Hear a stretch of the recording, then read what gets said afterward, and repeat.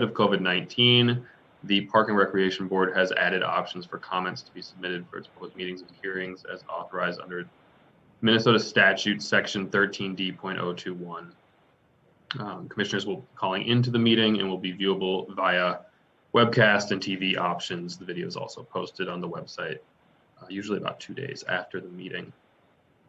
I'll ask the secretary to take the roll for the committee of the whole. Commissioner Bourne. Here. Commissioner Musich. Present. Commissioner Hassan.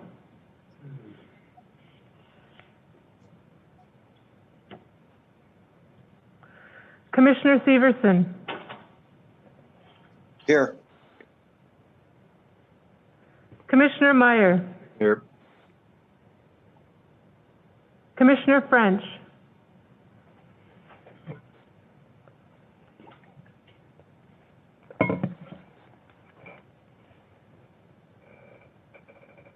Here. Commissioner Forney. Here. Vice President Vita. Present. President Cogill. Here. You have a quorum. Thank you. I'll now ask for a motion to approve the agenda. So moved. So moved. Second. I have a motion and a second on the approval of the agenda. Is there any discussion? Any discussion? Seeing none, I'll ask the secretary to take the roll on the approval of the committee of the whole agenda. Commissioner Bourne.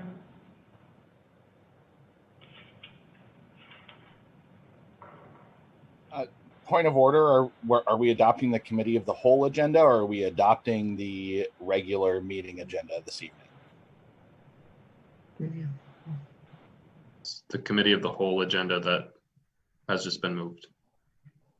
So we didn't call to order the regular meeting to go into closed session to convene the committee of the whole.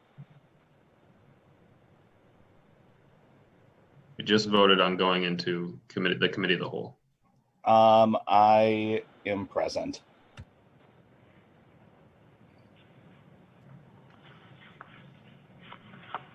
Commissioner Bourne, are you responding to roll call, or are you responding to the approval of the agenda? I think we're approving the wrong agenda right now, so I will abstain. Point of order, Parliamentarian Rice, are we required to call the full board meeting to order prior to adopting the committee of a whole agenda and going into closed session? No, the procedure would be to call the committee of whole to order, which would include an attendance record, and then adopt that agenda. No, the answer is no. There's two meetings. There's a committee of the whole followed by a board meeting. Point of order, Council Rice, are our regular meetings time certain? Mr. President, Commissioner Bourne, they were up until COVID. Okay, I'll maintain my abstention. Point of information, Commissioner Bourne, our regular board meeting is scheduled to begin at 5:30 p.m. per the announcement sent out and given on the website. Thank you, President Cogill. I will maintain my abstention.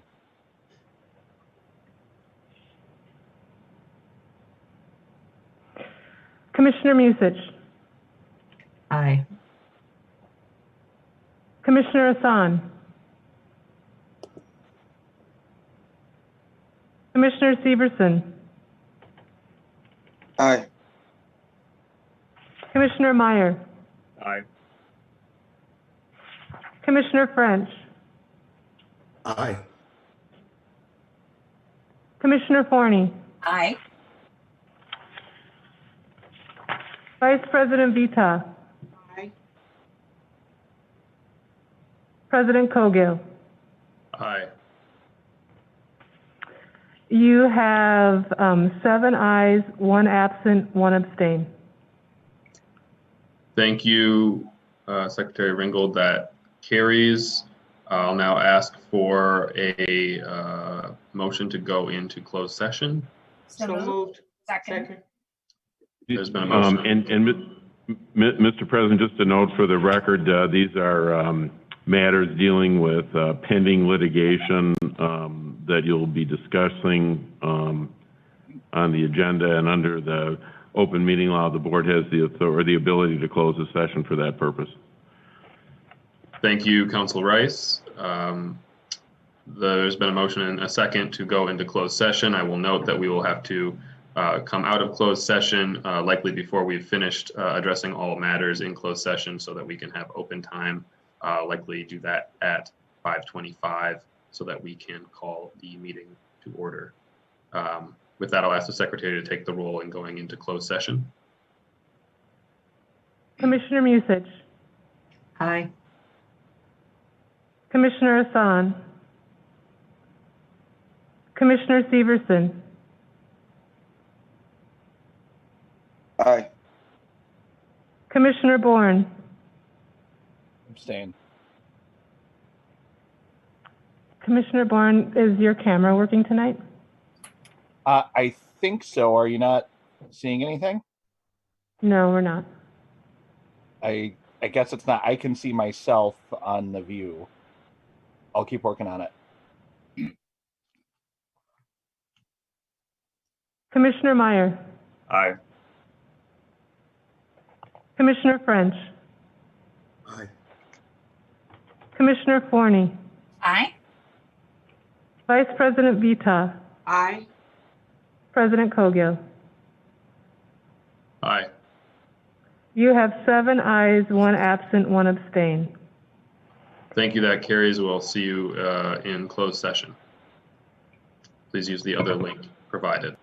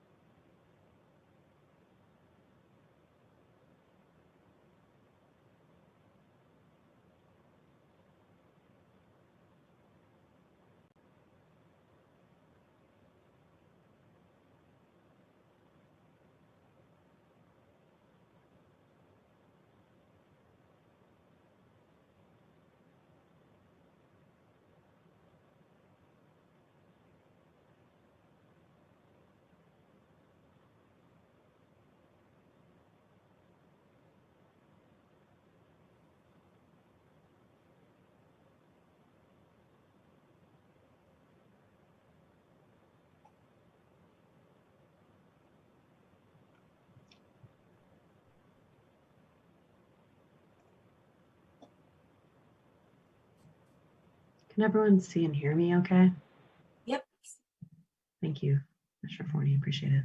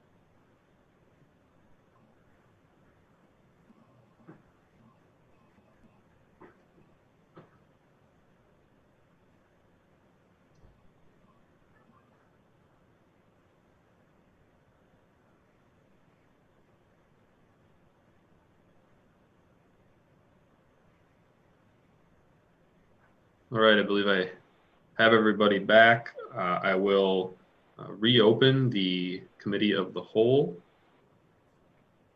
And I don't believe I need an action to do that. Council Rice, do I need an action to reopen this committee of the whole? No, I can't hear you. The committee of whole is in recess, and now you should call the regular meeting of the board to order.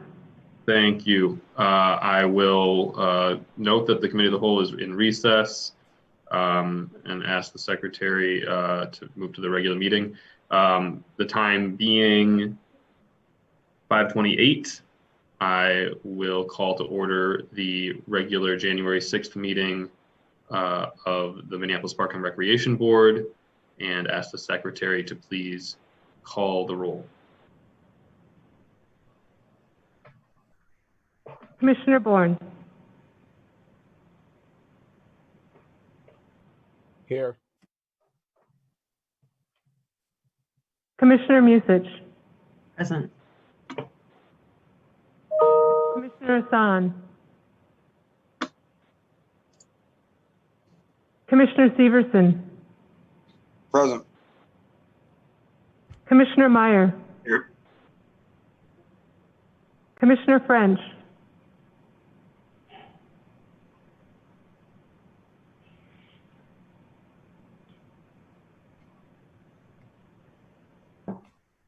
Commissioner French,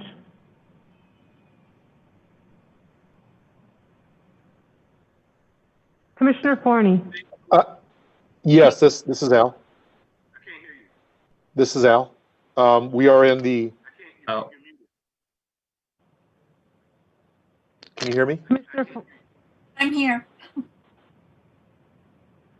Vice President Vita, Present. President Cogill, present. Commissioner French,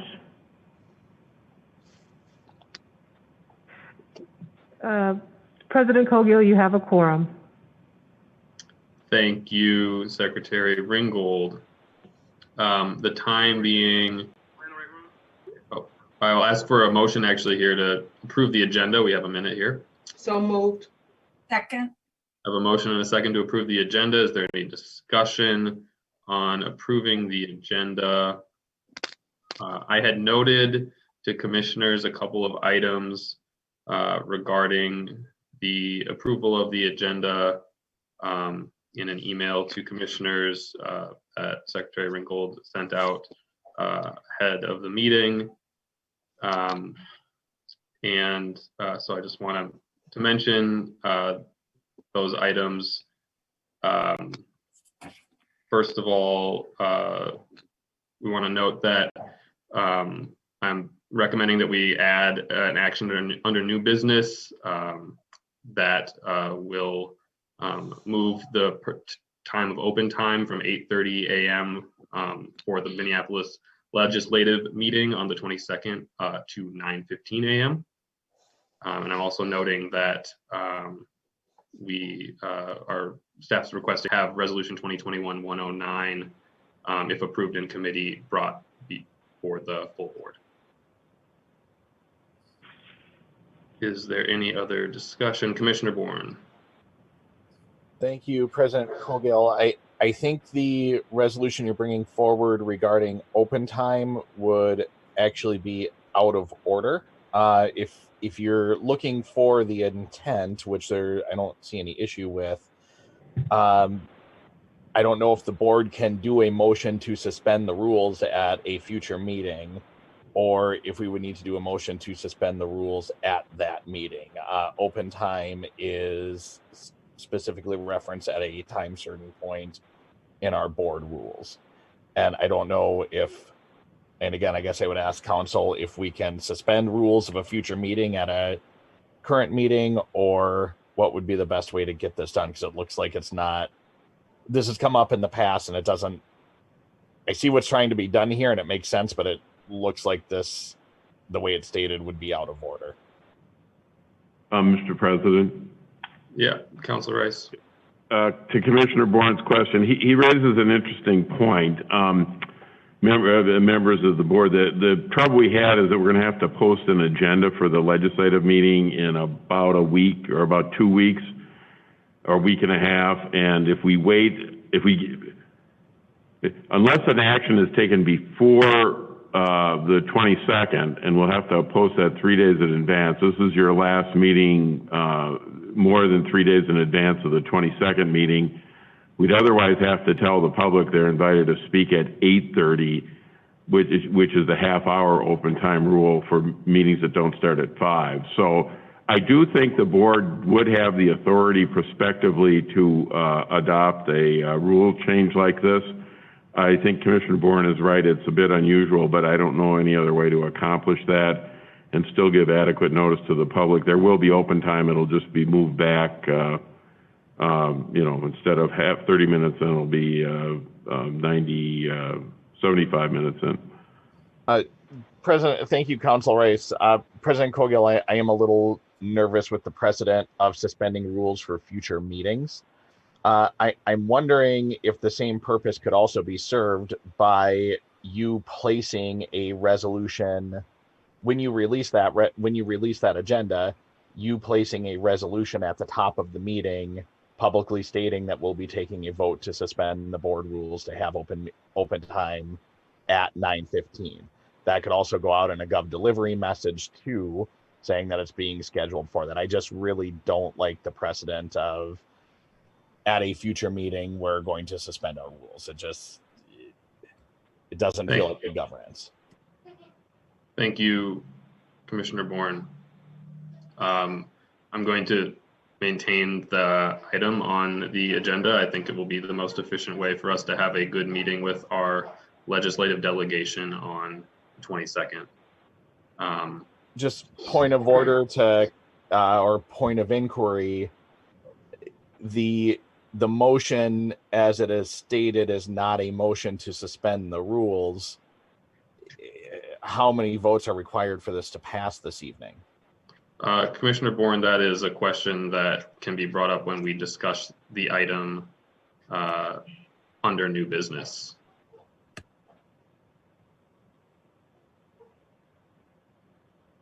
I'll ask the secretary to take the roll on the agenda. Commissioner Bourne. Aye. Commissioner Musich. Aye. Commissioner Hassan. Commissioner Severson. Aye.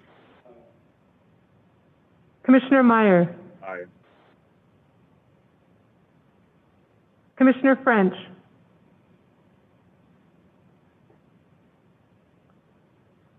Commissioner Forney. Aye. Vice President Vita. Aye. President Cogill. Aye.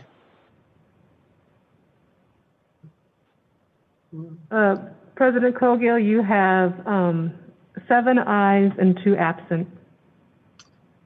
Thank you. At this time, we are a bit after our open time certain agenda item. I will go into open time. I currently see that we have 5 individuals signed up for open time. So I will just start by saying this is our opportunity as commissioners to hear from the public. I will allocate 1 minute per speaker this evening, and all speakers can discuss any item that they wish. We just ask that you refrain from using any discriminatory or harassing language, and ask that you also refrain from discussing any pending personnel matters. With that, we have 4 call-in speakers, and the first call-in speaker is Courtney Sanders. They are online now. Thank you, Courtney. If you could turn off the, thank you. Sounds like you've turned off the background of the meeting. You may go ahead. You have 1 minute to address the board. All right, thank you. Hi, this is Courtney Sanders, and I'm a resident of Minneapolis, and I'm just calling in just as a reminder to the Minneapolis Park Board that, I really think that your new Parks for All plan is still really out of touch with the reality that our city is dealing with right now. And I think the Minneapolis Park Board is engaged in a park arms race where you just keep building up our parks more and more with more structures and more buildings, and you're not focusing on the actual inequities and human being issues in our city. And I'd really just like you to press the pause button on all of your current projects and focus on the neighborhoods in our city that actually need help and need resources and parks and programming for youth that really need something to do, especially in this time. And second, I just really want to encourage the Park Board to require critical thinking training for all the Board of Commissioners members. I just really am horrified by your guys' leadership behavior in the past year, and just really hope that the Park Board will consider implementing some leadership and critical thinking training for your staff. Thanks. Thank you, Courtney. Our next speaker is Svetlana Vold. They are online now. Great. Svetlana, you may go ahead. You have 1 minute to address the board. If you'd start with your name and if you're comfortable, your address for the record. Okay. I can start now? Go ahead. Hi, my name is Svetlana Vold. I live in St. Louis Park. So 9 years in a row, we're doing swimming in ice hole on Cedar Lake. And 9 years we doesn't have problem till this winter. This winter Park Patrol chase us. We have a big community, about 1,000 people who involved in this group, who try to retrieve themselves and try to stay healthy, especially in this COVID time when everything is closed and it's only one way to get in, cold therapy, because we didn't have any facility. And so Park Patrol start to stop and do warning for people, and we try to find a way how we can make this legal without any problem, how we can make this organized and safety level. So we do a lot for safety reasons, but like we put a wall around the holes that people couldn't fall down. So we have lots of EMT people who in our group who support each other, but right now we kind of like in the tunnel what to do next, and we don't know who we have to talk with about it and how to fix this problem, because it's not 10 people, it's like 1,000 people group who regularly do this. It's not like one day event. People do this daily, to stay healthy, to improve immune system, and so this is our question. Thank you, Svetlana. I will, if you stay on the line, I'm hoping that staff can provide you with Assistant Superintendent Barrick's contact information so we can follow up. Our next speaker is W. Casey McGrath. Is W. Casey online? Yes, they are online now. Fantastic. W. Casey, if you would be so kind as to state your name, and if you're comfortable, your address for the record. You have 1 minute to address the board. Sure. Hi, everyone. My name is Casey McGrath. I'm a long-term resident of Minneapolis. My address is 3241 37th Avenue South. I'm here to say a few words concerning the use of the city lakes for cold water immersion. Before I do that, I'd like to say I very much appreciate having the opportunity to say a few words at this meeting. And I'd like to thank the board for everything you do that allows so many people every year to enjoy our valuable resources here. I spend a lot of time in the parks. The parks and lakes are my favorite thing about Minneapolis. We've got a lot happening in our country today. I know the MPRB has a lot it's dealing with also, so I'll be quick here. For 4 years, I've been part of a community of people who practice cold water immersion for both physical and mental health. This is the same subject that Svetlana just spoke to. It's a diverse and fun community of people. I've seen this community grow over the years, not just here in Minneapolis, but literally all over the world. A quick Google search on cold water immersion or cold water swimming will yield many, many results, as will the science-backed benefits of this practice. We've always done this in a safe, out-of-the-way location on Cedar Lake. This year, some warnings were given to swimmers on Christmas Day. Several days later, a community member was told the safety fence that we had put up was a misdemeanor. And this Monday, someone was ticketed for being in the water. As a community, we're seeking some clear guidance as to how we can continue to practice this activity in an enjoyable manner without the fear of fines. I realize this is not an agenda item tonight, but wanted to just make contact. Thank you. Thank you, Casey. Our next speaker, caller this evening is Ann Laughlin. Is Ann on the line? Yes, they are online now. Fantastic. Ann, if you care to say your name and if you're comfortable, your address for the record, you have 1 minute to address the board. And can you hear me now? Yes, go ahead. Okay, thanks, President Cogill and Commissioners. My name's Ann Laughlin. I serve on the board of the Audubon chapter of Minneapolis. And ACM is part of a coalition of bird and wildlife conservation groups that includes Friends of Roberts Bird Sanctuary, Minnesota Citizens for the Protection of Migratory Birds, and Friends of Minneapolis Wildlife. Our coalition submitted detailed comments on the draft Parks for All comprehensive plan, which I sent you via email late this afternoon. The comp plan will set the overall tone and policy priorities for at least the next decade during the time when climate change is devastating our environment. So we're extremely disappointed that the draft plan contains few strategies to protect biodiversity. In fact, as Friends of Mississippi River has noted, there's no mention of ecological or climate resiliency, which are concepts that will be extremely important for the preservation of MPRB forests and natural areas. And the on-the-ground practices contained in the MPRB Ecological System Plan can't substitute or compensate for missing policies in the Parks for All comprehensive plan, which itself must include strong environmental policies. So we urge commissioners to use the input we've sent you to include strategies to increase resiliency, protect birds and other wildlife and their habitat, slow the loss of biodiversity, and teach people how to be stewards of nature. Thank you. Thank you, Ann.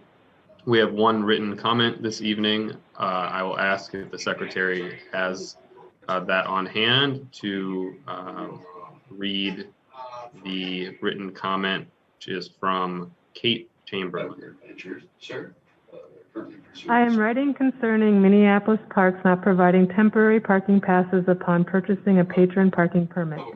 The permit is valid for 1 year from the date of purchase. The purchasers do not receive the permit until it comes in the mail, forcing them to pay for parking in the lots that they have a valid parking permit for. This is simply a bad practice.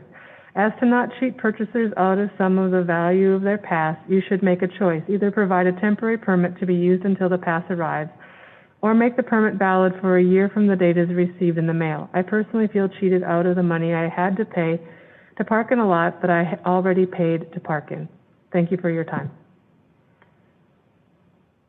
Thank you. That concludes our open time speakers for the evening. I will now recess the full board and move back into our our committee of the whole. And I believe that I now need a motion to go into closed session again. So moved. Second. I have a motion and a second to go into closed session. I will ask the secretary to take the roll on going back into closed session. Commissioner Bourne.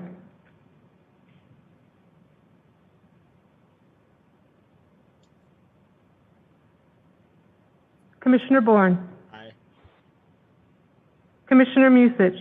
Aye. Commissioner Hassan. Commissioner Severson. Aye. Commissioner Meyer. Aye. Commissioner French. Aye. Commissioner Forney. Aye. Vice President Vita. Aye. President Cogill. Aye. You have 8 ayes, 1 absent. Thank you. We will return to closed session. I'll see you back at the other link in a moment.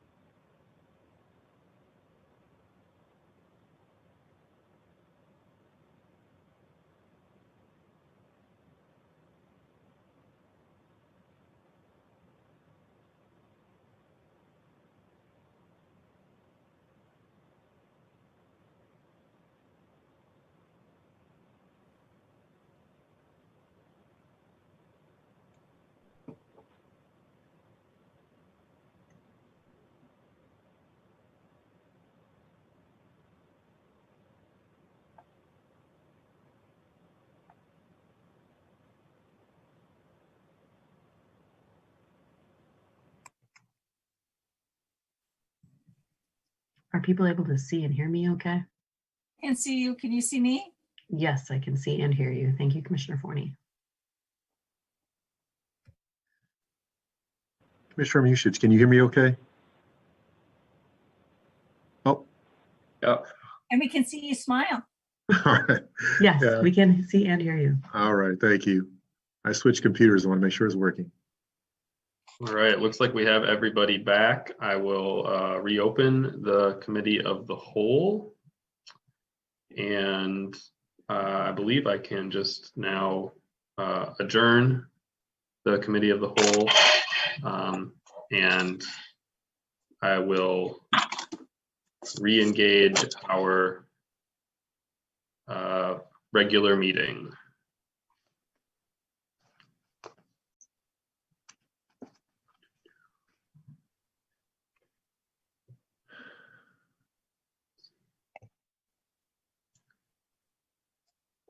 Thank you, Secretary Ringgold.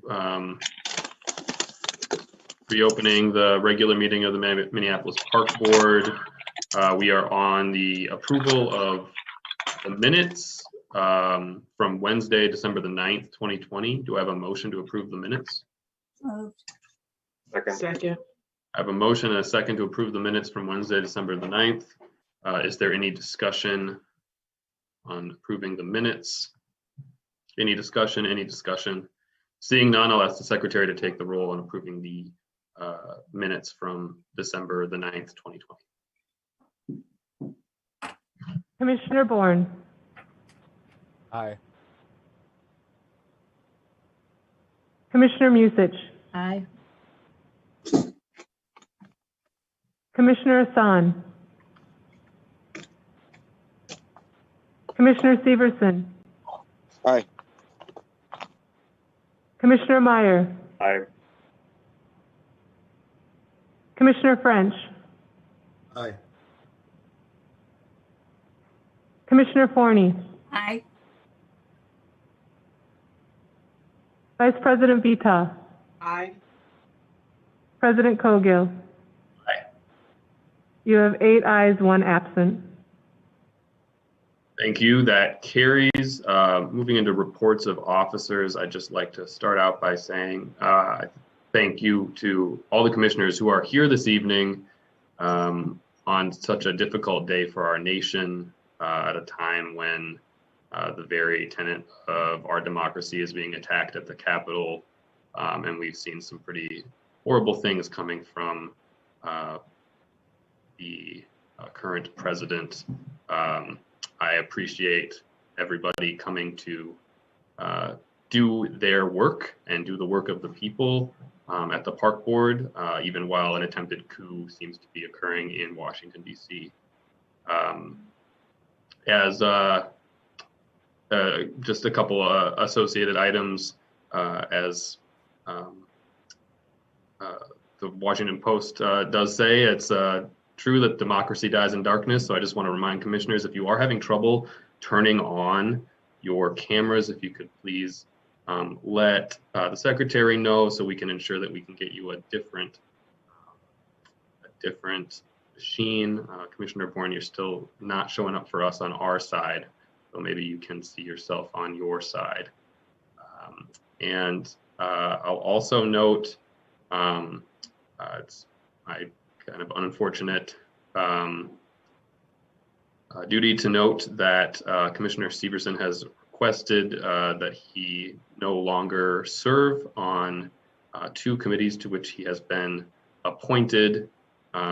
This is disappointing, but it is his right. So he will not be on the legislative committee, and he will not be on.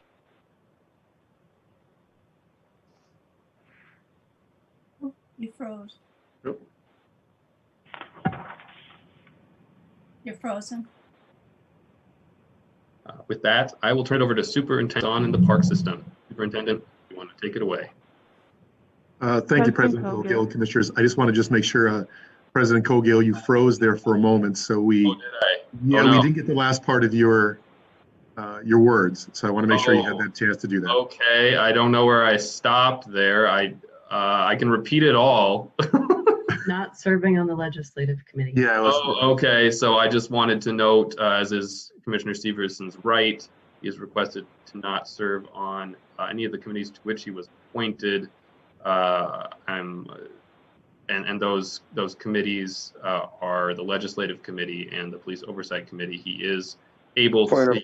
Point of order. It's not any committee. I am serving on recreation. Thank you. As I was going to mention. Thank you, Commissioner Severson. With point of inquiry, President Colgill. Yes, Commissioner Bourne. When will you be making the appointments to those vacancies? I will do so as soon as possible. This is new information to me. Thank you, President Colgill. Point of order. This is not new information to you. I sent this to you on Monday, the 4th. Thank you, Commissioner Severson. This is new information this evening for me. Commissioner, or I'll hand it over to Superintendent Bangora. Point of order. I'm handing it over to Superintendent Bangora. Point of order. I'm willing to submit for the record our text message exchange for anyone who'd like to see it. Thank you. Superintendent Bangora. I'd like to see it if we're getting inaccurate information from the president. President Colgill and commissioners, thank you. I'm going to start with a report of officers around all the wonderful activities we're doing within our park system. So forestry, the start of winter has not stopped the forestry department. The forestry crews continue the work of grinding boulevard stumps. While a backlog still exists, over 4,100 stumps were removed from boulevards in 2020. Great work by that team. Asset management, rinks. The asset management department has started the work of opening rinks for the 2020-2021 season. North Commons was the first rink to open. The department followed up by opening several rinks across all service areas, including the Lake of the Isles. The weather service has indicated we will again experience warmer than normal temperatures, but the work will continue to open any remaining rinks by the weekend and hope for weather cooperation. Along with the work of getting the ice ready, the team also replaced known bulb outages at rinks throughout the park system. And I believe if you see there, it's North Commons Park and Hiawatha School Park. I also want to say, just to quickly add, I've been so impressed at just even at Lindell Farmstead, the amount of people that are skating out on the rink is incredible. And I just want to also acknowledge the really wonderful article in the Star Tribune about our ice rinks. And it was a really pleasure to see what a unique thing that we do within our park system, and just very proud of our team out there every day doing the ice, and the really great story that reflected that. So thank you to operations. Environmental management, 2020 lake ice. A cold snap in early November temporarily froze many Minneapolis lakes, but near record warm weather melted most of the ice. Birch, Brownie, and Spring Lake were the first Minneapolis water bodies to freeze completely on November 30th. Most lakes froze on December 15th and about 12 days later than average. Benay-McCoska and Lake Harriet were the last to freeze on December 28th, which was 15 days later than average. Unsafe ice areas remain under bridges and in channels. During the winter, construction, dewatering, water main breaks, and rain events cause unsafe areas around storm sewer outlets. And there's the guys out there doing some wonderful work. Customer service. The community events team of the customer service department is taking the annual Reverend Dr. Martin Luther King Jr. celebration virtual.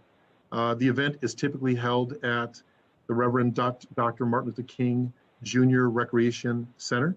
However, with COVID restrictions still in place, we are going to celebrate and honor him virtually. The celebration will be emceed by Chad Jackson, manager, corporate partner sales with the Minnesota Twins, Devin George, former NBA player and founder and executive director of Building Blocks Nonprofits, will be the keynote speaker. Superintendent Emeritus Mary Merrill will also speak on behalf of the Reverend Dr. Martin Luther King Jr. Park Legacy Council. Performances that evening will feature local singer, songwriter, producer, Lawrence Miles. I would encourage you all to watch this wonderful. NPRB will present its Living the Dream Award, which honors an individual, business, or community groups who have demonstrated dedication and distinguished service to the NPRB and the lives of the Minneapolis residents. This year's recipients are Jamal Guy and Stephen Slater. The celebration normally includes a free Feeding the Dream food drive, in which residents are encouraged to drop off non-perishable food items at their local NPRB recreation centers. This year, we will not be able to collect at our recreation centers, but we'll still encourage people to support Sabathani Community Center and North Point Health and Wellness Center. To learn more, please visit their websites. So very excited about this. And again, we hope that everyone can join this amazing event each year.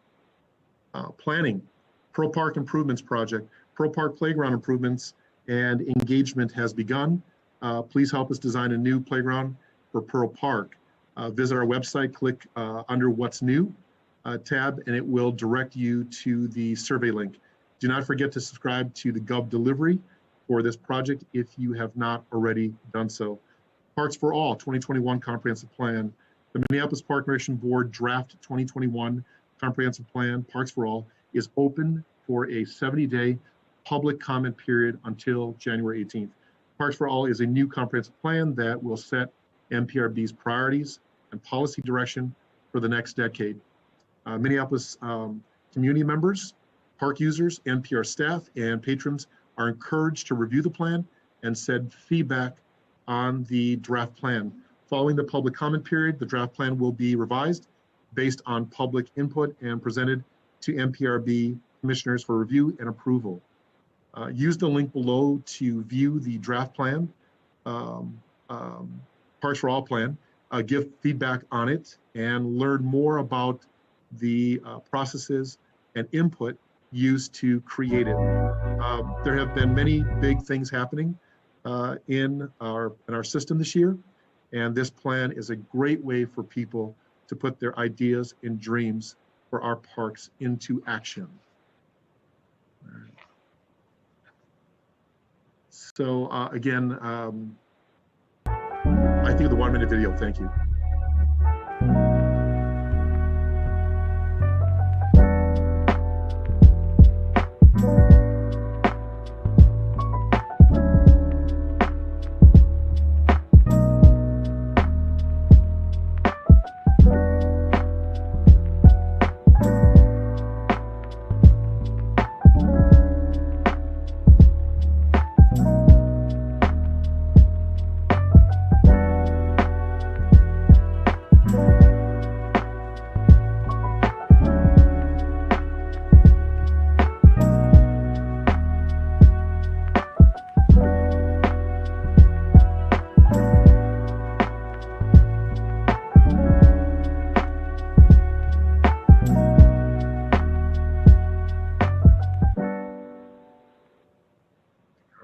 Thank you. That's a nice little groove. I like that. It's great. Youth sports registration is taking place for hockey and basketball. Practices began on January 4th. Competitive play will begin for hockey, and that'll begin on January 14th, and for basketball on January 30th. Adult sports registration is taking place for broomball, pond hockey, volleyball, and basketball. Pond hockey and broomball will start on January 14th. Volleyball and basketball will start on January 25th. Aquatics, the junior swim club program will continue with practices and skill drills beginning on January 11th, 2021 at the Phillips Aquatic Center. So great things are happening, and so get out there and participate. Recreation centers and programs. Youth Line. Youth program specialists have been running programs focused on enrichment. Erica Pratt at Phillips had youth participate in a science of basketball. Youth uncovered sports, biggest myths and mysteries, and learned about how the human body works during exercise. Pictured is the science of the free throw shots, footwork, and passing, along with ping pong and how your body rotates and audibly hears during a swing and spin. That's pretty cool. So congratulations to PCC and Erica for this really innovative program. Great job. Youth development. Over winter break, Wade Park Rec Plus did many fun and exciting themed days. Two of the themed days the children really enjoyed were Pajama Day and the 80s. The children enjoyed learning the fun games from the 80s. They also used their creativity and engineering skills to make their own Lego cars and race them on a racetrack they built. And of course, they liked going outside to play in the fresh snow. Great program. All right. So the music studio at Powderhorn Park. The exciting remodel of Powderhorn's music studio is complete. Program registration begins January 18th. And so thank you to NPRB Trades for their excellent work in-house remodeling this space. And there's some before and after pictures, which are exciting. I think the next one will show the work, and there it is. So really excited about this. Great work from the trades and what we can do in-house. It's just phenomenal. And that again is one of the other three that we will be linking together in the idea around technology and creation spaces. So great to see that. Wonderful work. And then a quick thing on recreation, winter recreation presentation here. I want to give some quick highlights. And so outdoor ice rinks are being offered currently at 18 sites. If you go through those sites currently, next slide, please. The next slide will then show a mapping of the app that you can go through or look through to see the different locations around the city. So a great way to access and find out where these locations are at. Based on the executive order, next slide, please. On the executive order, once the executive order allows, we will then, of course, have the warming rooms back up and running. And there you will see those locations that we will have our warming rooms open. Ice arenas, next slide. Ice arenas are being made at Parade, or ice is being made at Parade and Northeast Ice Arenas. Planning to open, of course, we open on January 4th, 2021, with the following allowed activities. If you see there, allowing hockey practice, figure skating lessons, and open skating. Free face mask must be worn at all times. Next slide, please. As you see there, Hiawatha Golf Course. It's groomed ski trails and is open Saturdays, or Saturday and Sundays from 10 to 4 o'clock p.m. For rental equipment. Also, next slide. We are currently open, of course, currently open is the Low Pit Run winter recreation areas and services, and the many things that we have going on there from snowmaking loop, Peterworth natural snow trails, the Hiawatha Golf Course trails we just said, the Columbia Golf Course trails, the Chain of Lakes ski trails. All these areas are groomed and open and pretty exciting. And then currently, of course, further, we have the Tubing Hills. Hours are being determined. And also the Trailhead rental shop for cross-country skis and snowshoes. That's up from 9 o'clock to 5:30 p.m. And then the multi-use trails, hiking, fat tire biking, and snowshoeing is also, of course, available. Next slide, please. Environmental education. And I know I sent this before and I've talked about this exciting we're inviting people of all ages to explore the parks in fresh ways. And it's called Adventure Hubs at 16 locations. And of course, all the free supplies and materials and a range of self-guided activities, snowshoes, trekking poles, fort building, outdoor art, orienteering, bird watching, and animal tracking. All Adventure Hubs our items are free to borrow, no sign up or registration needed. And so just show up, see what's available, and be ready to have fun. And the next slide will also, of course, show the locations that these will be at from the north or all our service areas and where you can engage in this wonderful program. And I think the next one I'd like to show, sorry, got a lot of papers here, is the sledding hills that are available, of course, the sledding at Theodore Worth, the sledding hill at Sunset Hill, the sledding hill at Columbia Golf Club, and then just a brief statement around sledding safety. And of course, that was pretty straightforward. And then the last thing that I think is on this and I have a few more things, of course, is the virtual Kite Festival. The 2021 Kite Festival is, of course, we all know, a winter tradition, and of all shapes and sizes, and over, of course, Lake Harriet, frozen Lake Harriet. But of course, the festival is now going virtual. So purchase your own kite kit from now through the end of January and create a festival anywhere. And so kite kits are available for only $5. Each kit includes a kite, a chocolate, science experiment, and an art activity. Register for your kite kit and enjoy a mini festival in your own backyard. Go to the Kite Festival registration page. I have a few more things here that I'm gonna walk through. So the next slide, of course, is I want to address the CIP program investments in North and Upper South Minneapolis parks.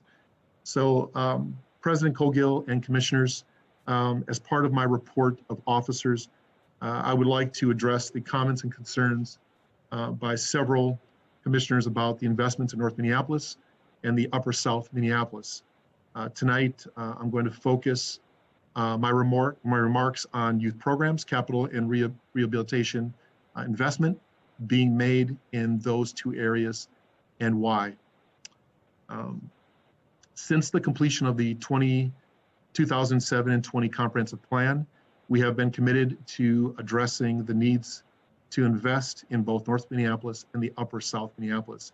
Since 2016, and reflected in our ordinances, we have used data-driven criteria to address racial and economic equity in determining our neighborhood and regional park funding allocations. The use of equity criteria, metrics, and rankings to determine rehabilitation and capital investment is reflected in the Park Board's 6-year capital improvement program, which is reviewed, updated, and approved by the Board of Commissioners annually. In 2017, a similar criteria-based model for allocating funds to its 49 recreation centers was introduced with the MPRB's 2018 budget. Also, since 2015, park funding fact sheets have been produced to provide easy, at-a-glance details about funding allocations for recreation, capital investments, and maintenance. There is a park funding fact sheet for each commissioner district, as well as an overall comparison fact sheet visually displaying data for each of the 6 commissioner districts. These fact sheets are distributed annually as part of the superintendent's recommended budget and really showcase the commitment to funding in North and Upper South Minneapolis. The 2020 park funding fact sheets show that the funds invest in 2019 for key youth and family recreation services was highest in the Upper South and North Minneapolis, with $3.6 million and $2.7 million respectively. The 2020 and 2021 park funding fact sheets are available online at www.minneapolisparks.org/budget. Next slide. The 2020 total capital and rehabilitation investment was $8.9 million. Of that, 35% of the total investment amount was allocated for parks in Commissioner District 1 in the North Minneapolis, and 28% of the total investment amount was allocated to parks in Commissioner District 3 in Upper South Minneapolis. Funding for the other 4 commissioner districts ranged from 6 to 14% of a total 2020 investment. Next slide. In North Minneapolis, almost $2 million in 2020 capital investments were allocated, were allocated to 12 parks, and more than $1.2 million in rehabilitation investments were allocated to more than 10 park properties. Next slide, please. The upper South Minneapolis, more than 2.3 million in 2020 capital investments were allocated to 8 parks, and almost $162,000 in rehabilitation investments were allocated to more than 10 park properties. Next slide, please. So significant staff time has been directed to planning for the Cedar Riverside Recreation Center, ideally replacing the outdated Brian Coyle Center, but the lease with Pillsbury United Community makes that something the Minneapolis Park Recreation Board cannot control. At one time, there were 2 centers anticipated to be considered in the planning process, but now it is focused on one in or near Curry Park. The site at Augsburg would prove difficult because of Augsburg's needs. The pre-designed document highlights significant programming work aimed at meeting needs identified and vetted through the CAC process.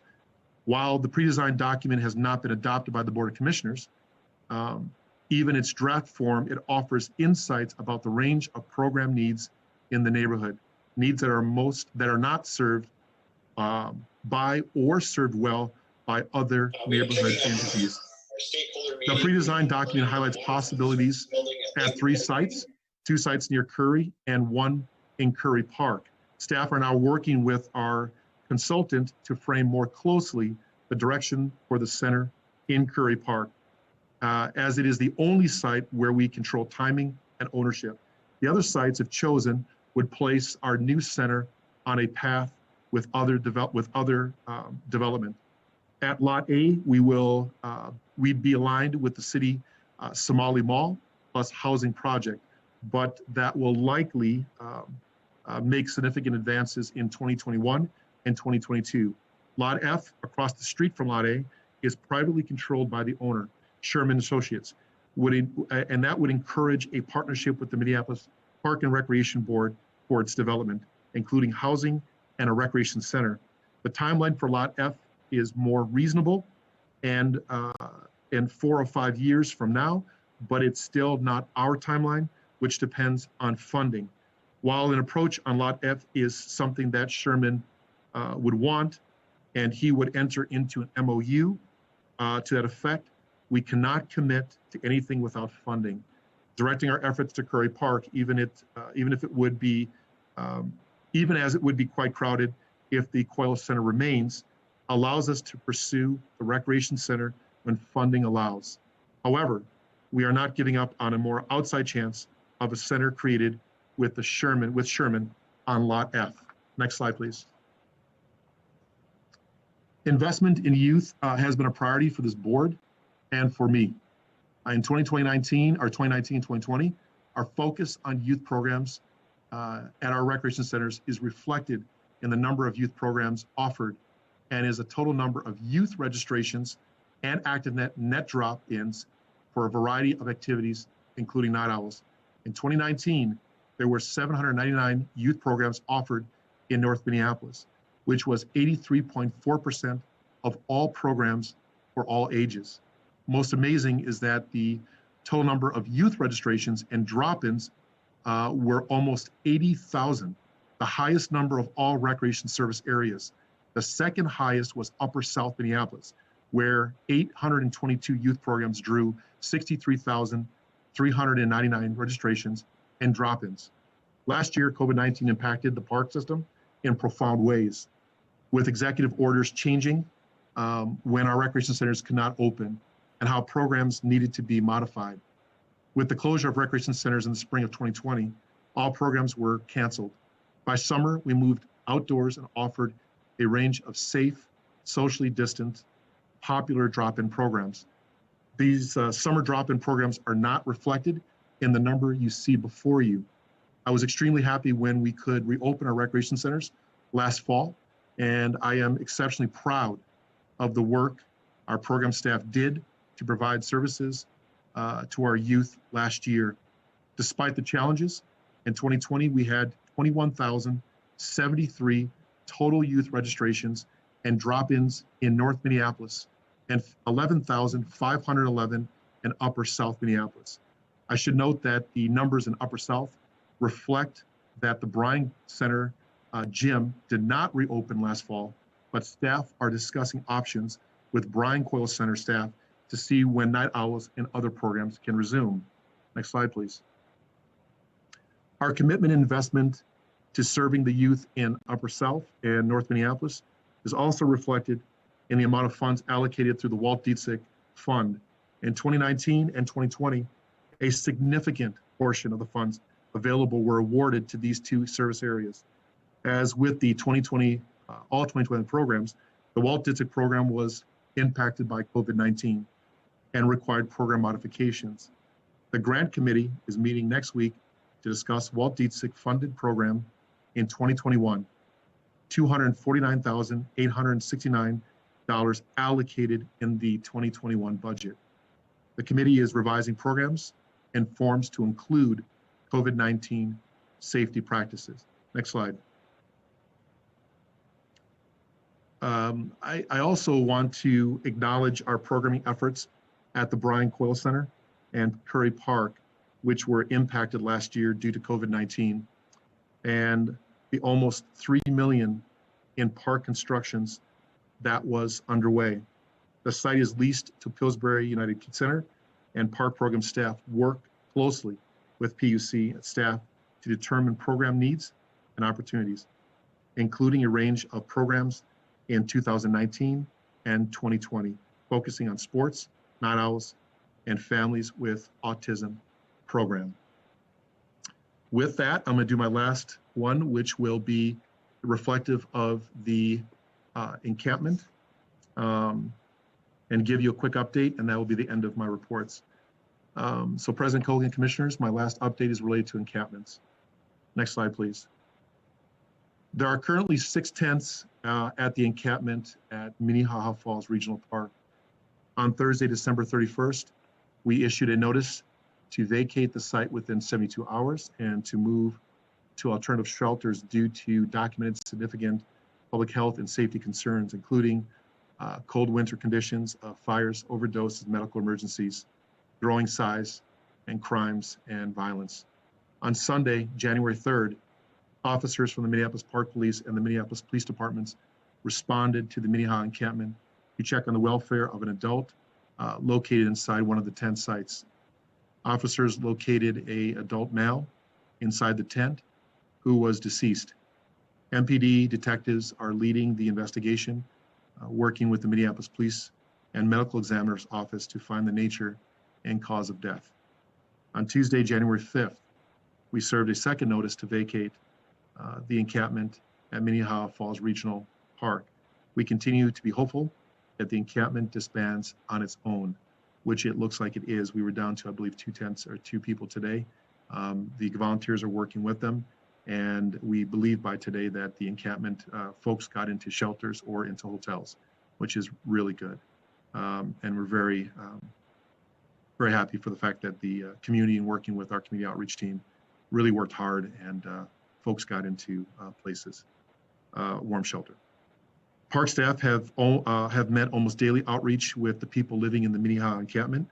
They have shared verbal and written communications about weather and fire-related hazards, and the encampment cannot continue through winter. Our outreach staff have consistently encouraged people to move into shelters, routinely finding available shelter spaces and offering them to encampment residents.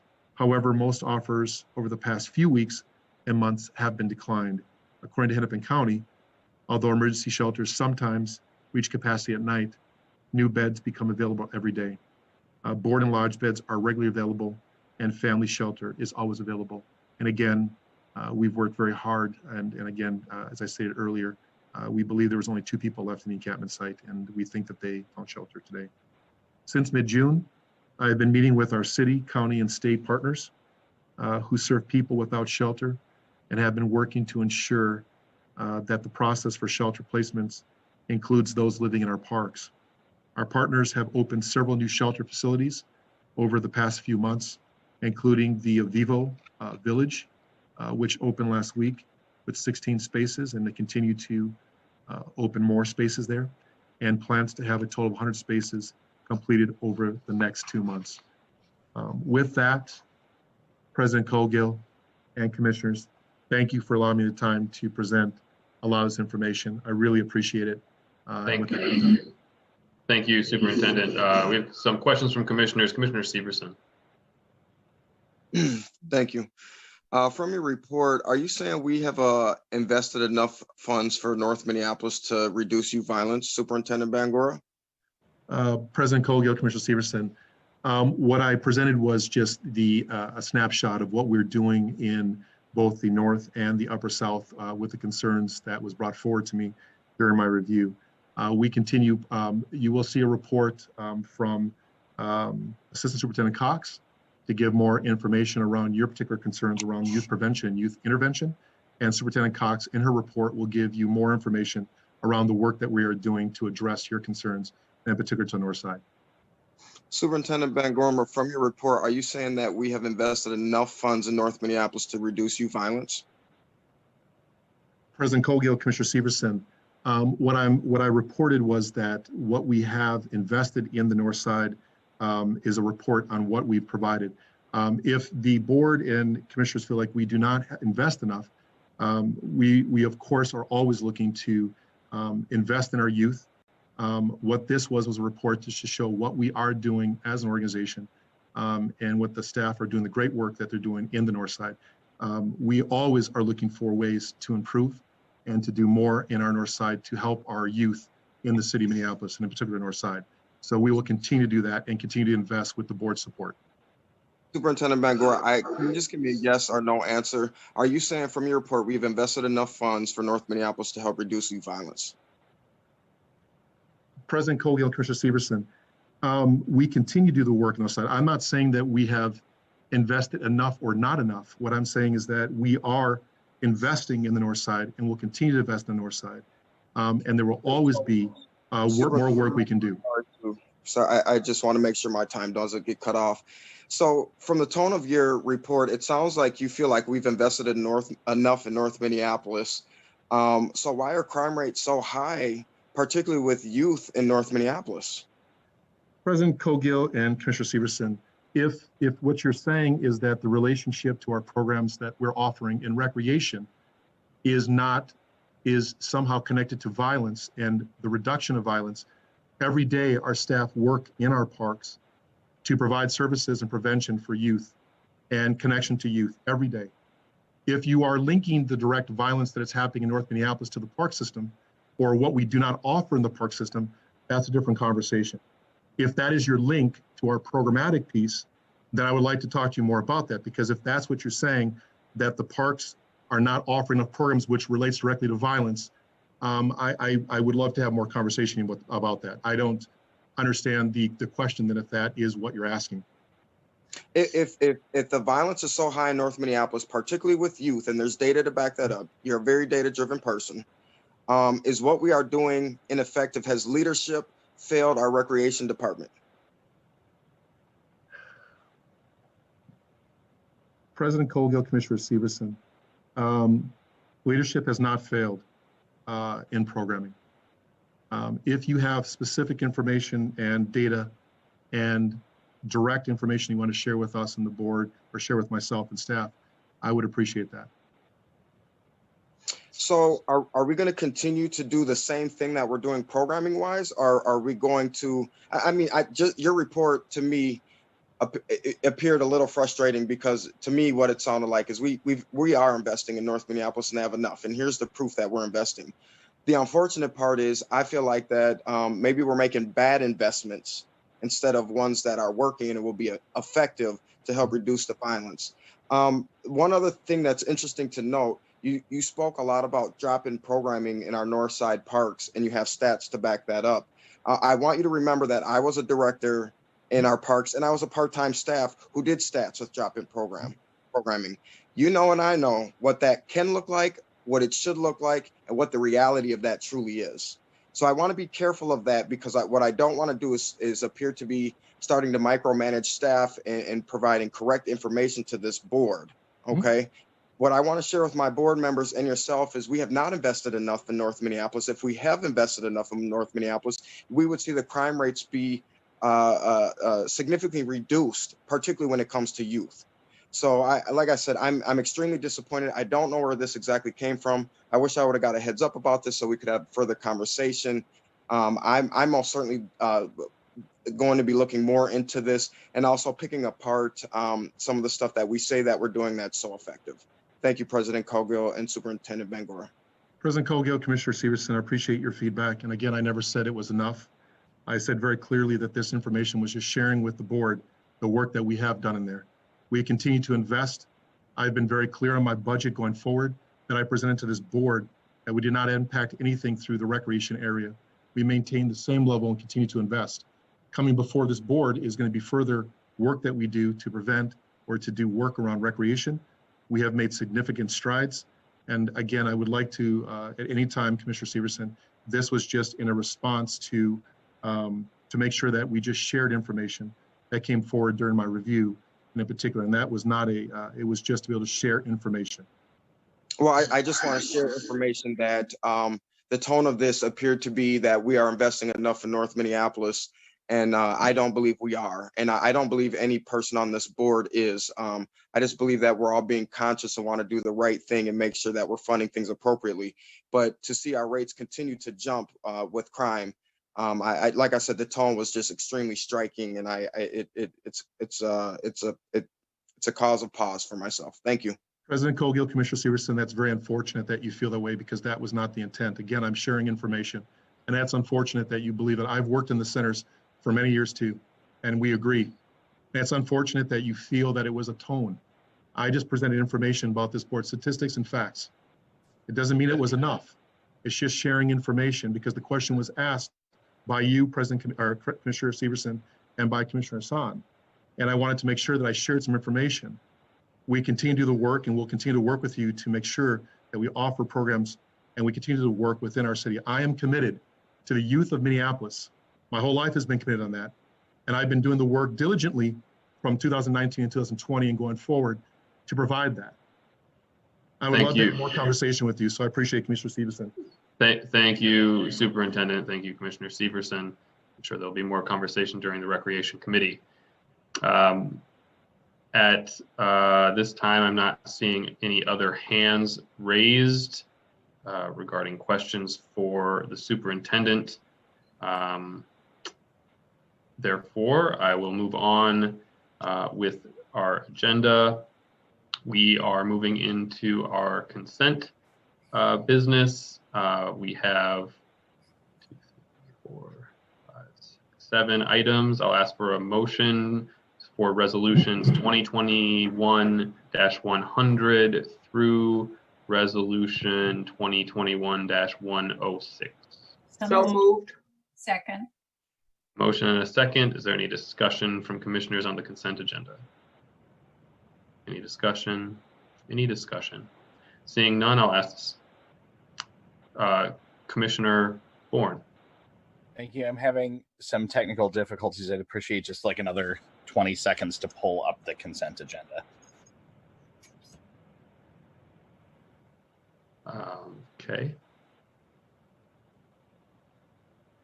Commissioner Bourne, you may also be able to read through the items on the Zoom screen.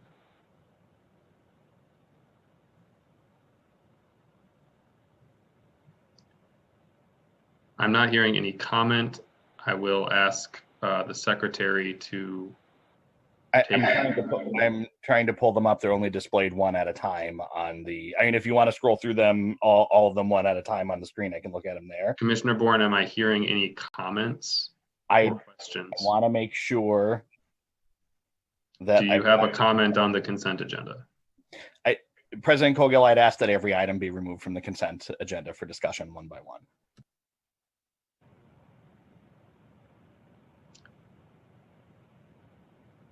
All right. Or you could give me 25 seconds to pull up the consent agenda on my web browser and we can pass them all as a slate. Or we can take 27 minutes on each item because every commissioner gets to speak for 3 minutes on every single item. Okay.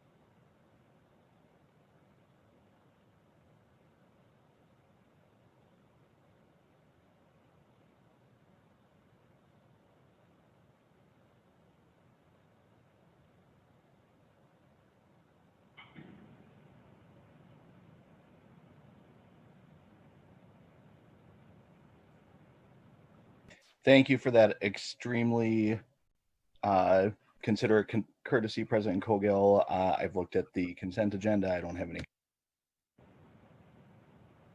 I'll ask the secretary to please take the roll on the consent agenda.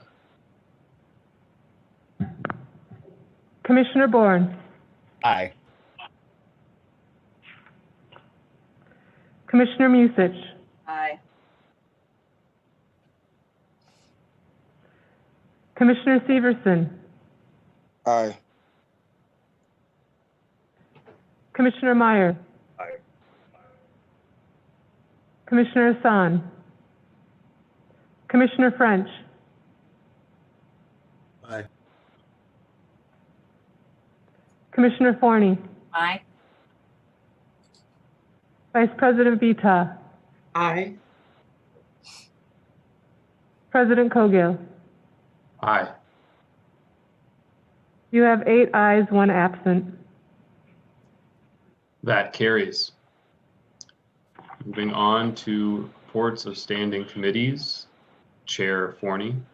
On behalf of the Administration and Finance Committee, I'd like to move Resolution 2020-364, a resolution approving a concessions agreement with the Sous Chef LLC to operate as the food and catering vendor at Waterworks in Melrose Park. The resolution has been moved. Is there a second? Second. The resolution has been moved and seconded. Is there any discussion on the resolution regarding the concessions agreement with the sous chef? Any discussion? Any discussion? Seeing none, I'll ask the secretary to please take the roll. Commissioner Bourne, Aye. Commissioner Musich, Aye. Commissioner Severson, Aye. Commissioner Meyer, Aye. Commissioner Hassan, Commissioner French, Aye. Commissioner Forney, Aye. Vice President Vita, Aye. President Cogill.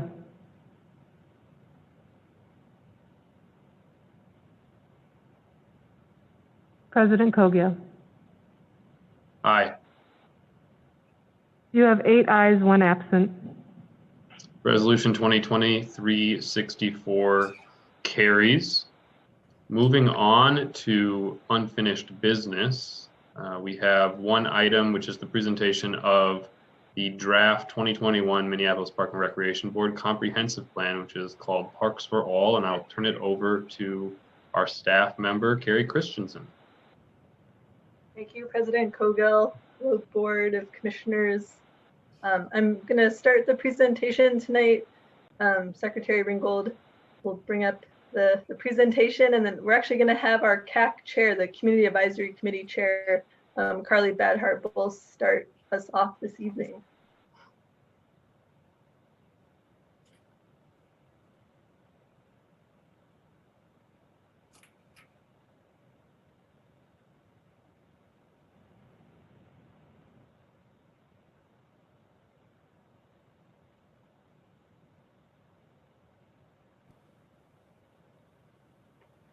Hamitakuyipi, Carly Badhart po amakiapie, wakpa ipaksha himataha ka bade ota dedwatie. Hello, friends and relatives. My name is Carly Badhart. I'm a citizen of the Flanders Santee-Sioux tribe, located in South Dakota. I come from here, Minnesota Makoche, and I live in Minneapolis, bade ota otue, in the Kingfield neighborhood. I was honored to chair the Community Advisory Committee, which was tasked with coming up with recommendations around the comprehensive plan. It was a tough time, obviously, to be doing this during a pandemic. None of us expected that. So first and foremost, I want to give a shout out to the staff of the park board, the whole team, Carrie, Saeed, all of you who made sure, took the time to adapt, adjust, to make sure that folks were able to contribute during this process. Not easy, and the fact that we got as far as we did and got the kind of input that we did over this time period, I think is pretty amazing. So gratitude to them, gratitude to the CAC, who during a very tough time made the time to convene, to talk through a lot of different topics and ask a lot of questions. It was a really good experience overall, especially considering the circumstances. I also want to give some gratitude to the approximately 5,000 people who contributed to this plan. Again, especially during a pandemic, the fact that this kind of engagement was able to happen, to continue under not so ideal situations is huge. And when I reviewed the latest draft of the comprehensive plan, I was really impressed. The input that I heard as being a part of the CAC, I saw it show up in numerous places. And in particular, a few things that I just wanted to share that I really appreciate. The fact that this comprehensive plan both builds on what is working and is also focused on gaps and areas for growth. I think that's really important. We're not looking at recreating any wheels. However, there are some significant areas for growth, and the fact that this this comprehensive plan covers all of that is huge. I also want to acknowledge that I'm excited to see the Native Acknowledgement section here. I was able to participate in a training on this, and I hope that continues. My experience, based on what I've read and what I've heard from folks regarding this piece, is that you're looking at land acknowledgements not just as a one-time thing, but really beyond. It's incorporated into the goals and strategies. This isn't just let's check the box and say that we said something about Indigenous people. It really does feel more incorporated into the overall plan, which is something that I'm really excited about. It's something that I haven't really seen before, and I think is long overdue. I also love the youth design team. When we're able to meet in person, in particular, it was good to get to know them a little bit. And then when we moved to virtual, it was a little bit harder. But knowing that they contributed, hearing from them, knowing that the youth are the ones who, they're the future of these parks, and they're the future stewards of these places that we love, that we call home, that we want to take care of. And so it was great to get that input from them. I also really appreciated the focus on equity throughout the comprehensive plan, and not just as a overarching kind of goal, but as we actually look toward implementation, it seemed like there was more guidance than maybe previous plans had. And I'm really proud. I'm really proud of where things are at with this plan. I'm really grateful for all of the contributions. Grateful to the park board commissioners for allowing me to be a part of this, asking me to be a part of this, and I really look forward to getting this comprehensive plan reviewed, passed, and moving toward implementation. This is a living document, just as our relationships to these parks are going to change and adapt over time. This document allows for that, and the flexibility is there, I think, and that's something that I'm really grateful for. So I look forward to staying engaged, and I'm so thankful for being a part of this. And I apologize I couldn't be there this evening or be there live to share this, as I had another commitment. But if you have any questions, if anybody wants to talk further about this, please feel free to reach out. I'm more than happy to share any additional thoughts. But thank you. Take care. Wopita Tanka Ichichiapie. My immense gratitude to you all. So yeah, right back at you, Carly. We're incredibly grateful for her leadership on the Community Advisory Committee. Carly is one of over 100 people that have actually helped write the plan. So it truly is a comprehensive plan, not just in the topics that it's covering in terms of the vision for our next 10 years, but it's also, it represents such a wide variety of voices and such a spectrum of values and perspectives. So thank you again to Carly for that message. Next slide, please. So tonight, my goal is just to bring the draft plan before you. We're very excited to be at this moment. As you know, the public comment period has been underway for some time and is open until January 18th. So you've still got a couple more weeks to pound the pavement in your communities, help us get the word out. This bit.ly on the page there is all over our system now, spreading the word to get folks to look at the draft plan, and lots of resources on that website. You can always contact me if you have any questions. Also, commissioners or anyone that's watching, if you're interested in a hard copy plan, which I always enjoy a paper copy, feel free to reach out and we can get you a hard copy as well. But commissioners, tonight I'll present quickly sort of highlights of the draft plan and then open it up for any questions and comments. And then of course, we're coming back to you once we tabulate all of the public comments. And we've been getting a great response online and in the work group conversations, the community advisory committee meeting, virtual open houses, virtual staff workshops have really been getting great turnout in terms of a public comment period. So just really grateful for everyone that's showing up in this strange virtual age. Next slide, please.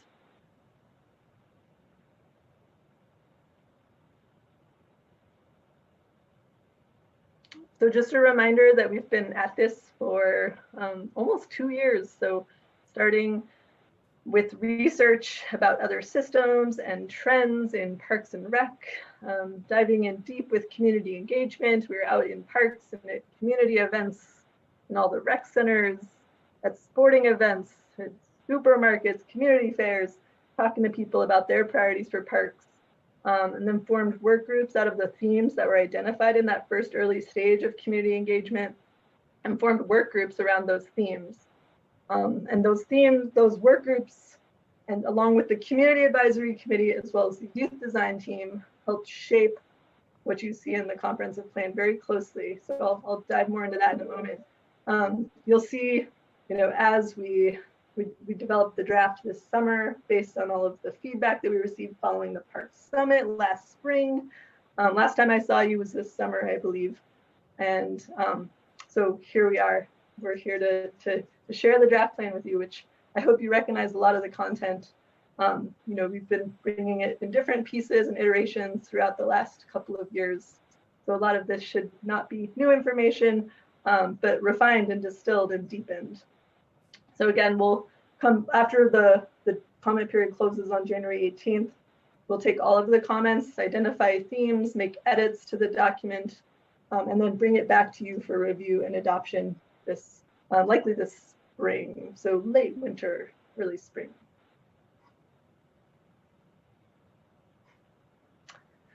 This slide is a little hard to see, so we could zoom in if that's possible, but just a reminder of what the comp plan means to us as an agency. So everything in white is something that the comprehensive plan for the park board can impact. And you've got some tallies of documents and sort of how they're approved on the outside of this pyramid. So some are approved outside of our agency, some are park board approved, and some are not board approved, but are just working documents, more operational documents for staff. And you can see that the comprehensive plan guides, our ordinances. It may impact some shared concurrent ordinances with us in the city. It certainly can impact our mission statement and vision. It can impact strategic directions, board adopted plans and policies, and then administrative HR and departmental policies, design directives, divisional and departmental work plans. So really looking at the kind of the impact and the ripple of the comprehensive plan and its power is quite significant. And then I think above the comprehensive plan, which is right in the middle of this slide, there are all the policies that we've also looked at that could impact our work and need to advise that or sort of inform the policy guidance that we set forth in the comprehensive plan. So everything from Met Council plans and guidelines to the MPRB and city charter, the state and federal laws and regulations.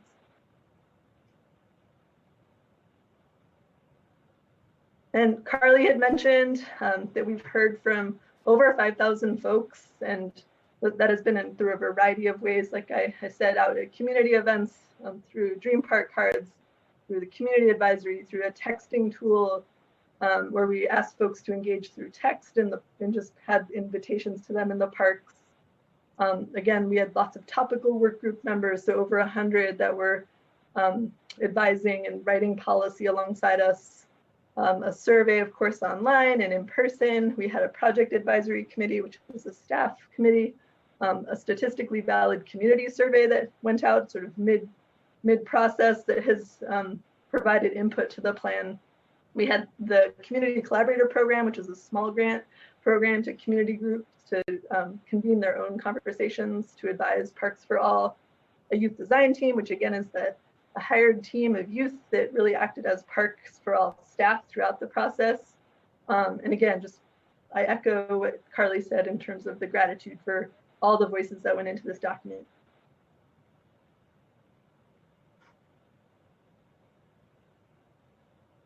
And this is a list of the CAC. Special shout out to the CAC for all that they did, sort of the regular meetings and the backbone of this process. So thank you. This is an appointed committee. And also thank you to the work groups and focus groups. So this is a list of the work groups are in blue. So climate, those are those themes that emerged in the early stages of community engagement. So climate resilience, water resources, public safety, public health, multi-generational parks, gentrification and displacement, arts, culture, and history. And then the rest of those topics listed were forums and focus groups. So more targeted conversations with groups of individuals and experts that community members, staff, to help advise policy on those specific topics.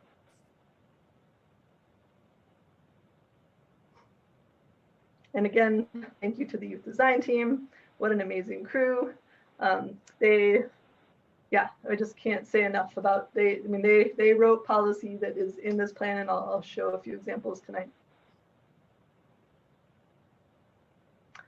So in the spring, if you remember, with the Park Summit, we had almost 550 policy ideas that came from the youth design team, the work groups, and the community advisory committee, all drafted by them. And out of that, we've distilled it down to approximately 130 strategies and 9 goals that you'll see in the plan before you. And we have, we've very carefully stewarded the input from all of those voices.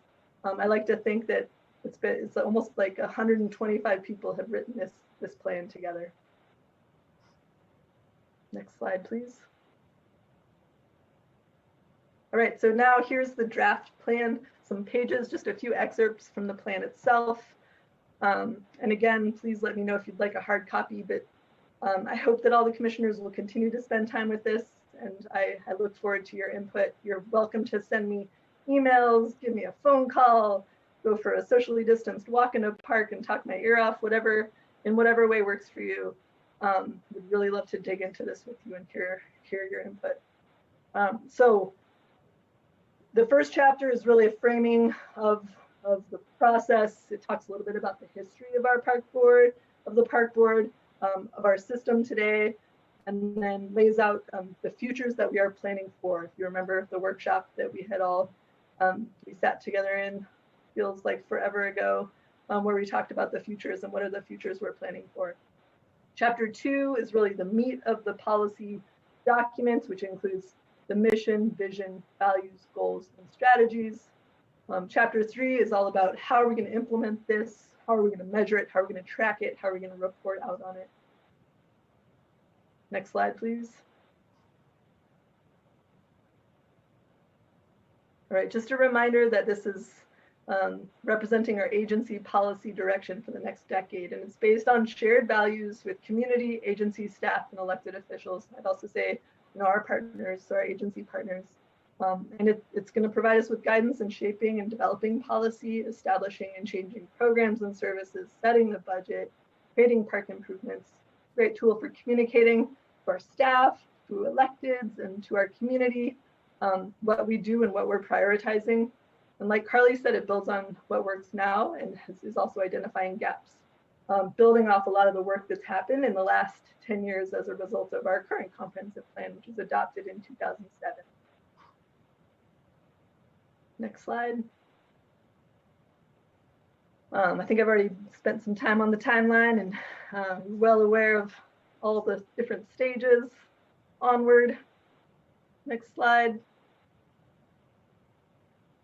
So next slide, I think we've already touched on this. So again, these are just pages of the plan, kind of outlining some of the process.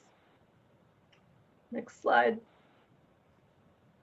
And Carly mentioned that as part of Parks for All, that we've been exploring how to integrate acknowledgement of land and Indigenous peoples into our work procedures and spaces.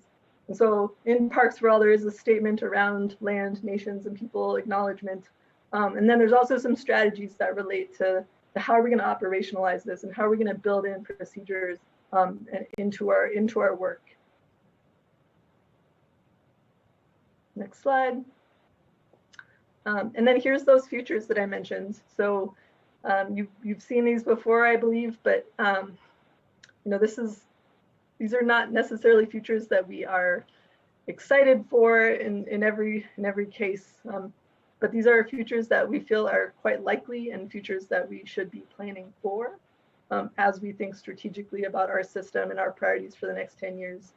So a more diverse city, a denser city, an older population, a sustained and increased wealth gap, infrastructure that is aging, a wetter city, fewer wild plants and animals, a more digitally connected, technologically reliant population, and more frequent health crises and growing health disparities.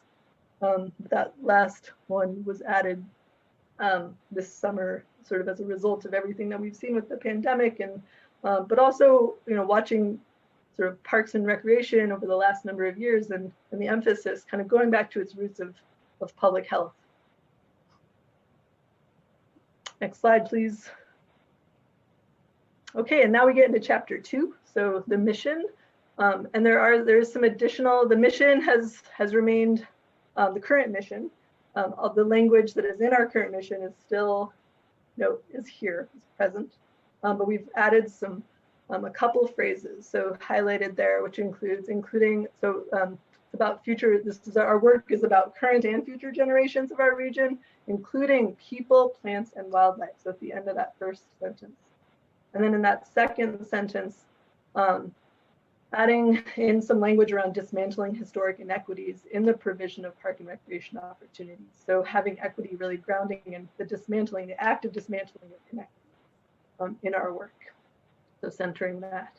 So those are two additional, and again, all of this is up for review. This is a draft plan, and absolutely, we welcome thoughts and comments and responses on all of the content in the draft plan, including the mission.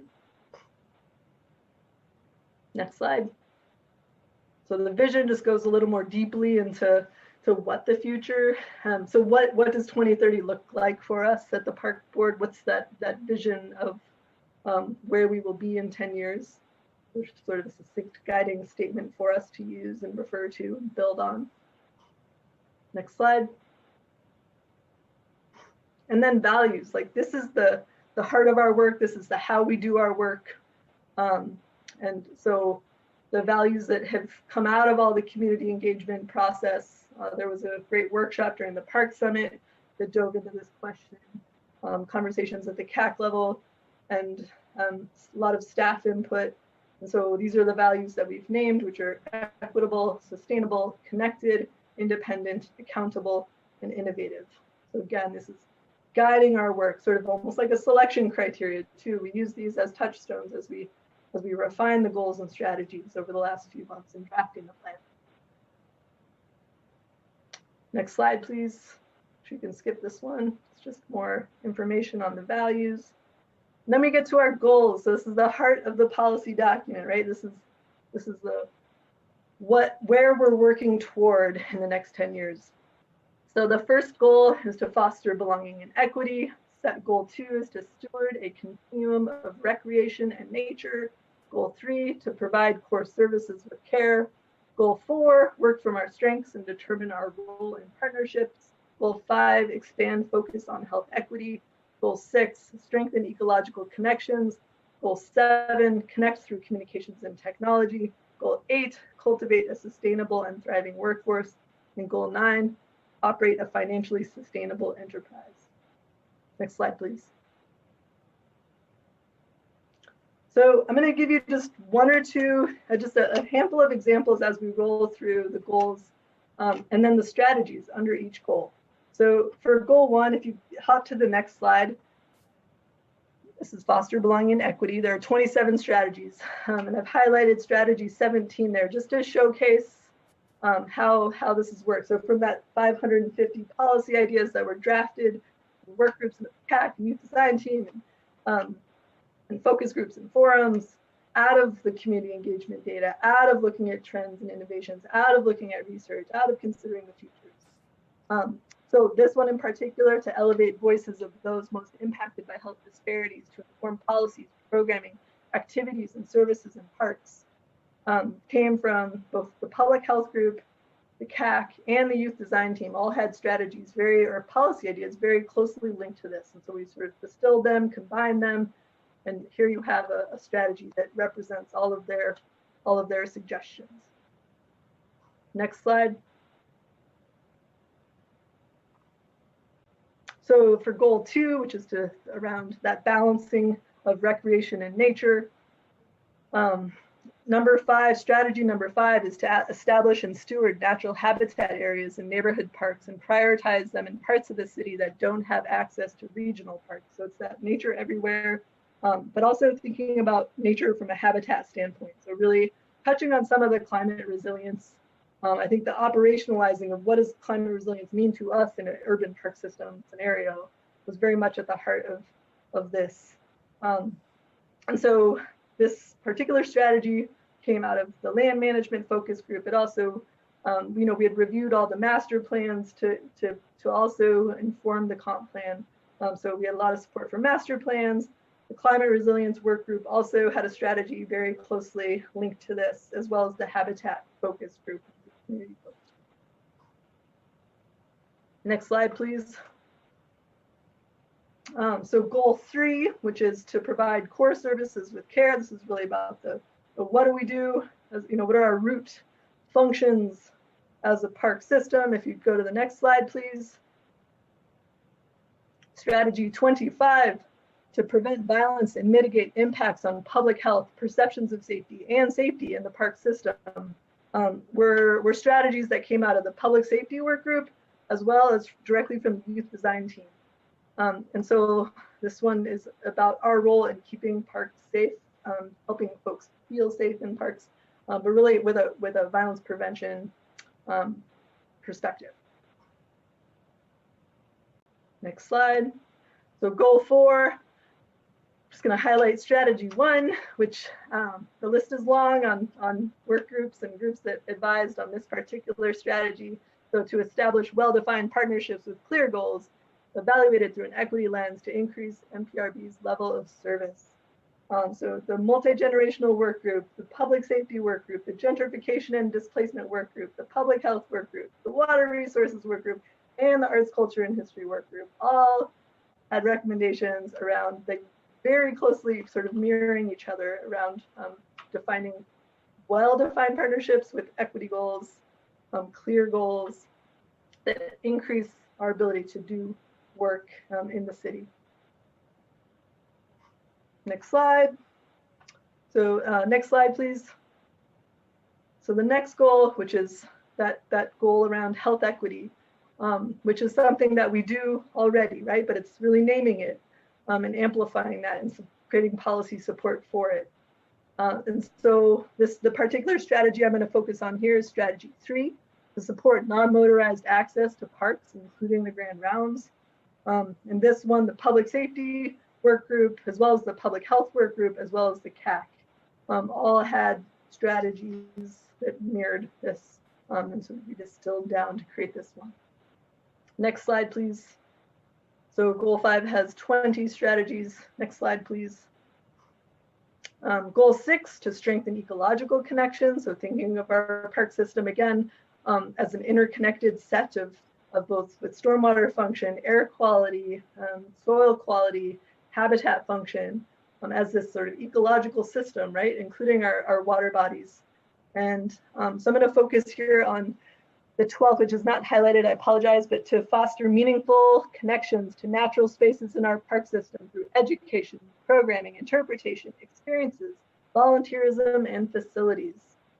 So that's both around environmental ed, it's around fostering natural interpretation, sort of education pieces, as well as programs and facilities.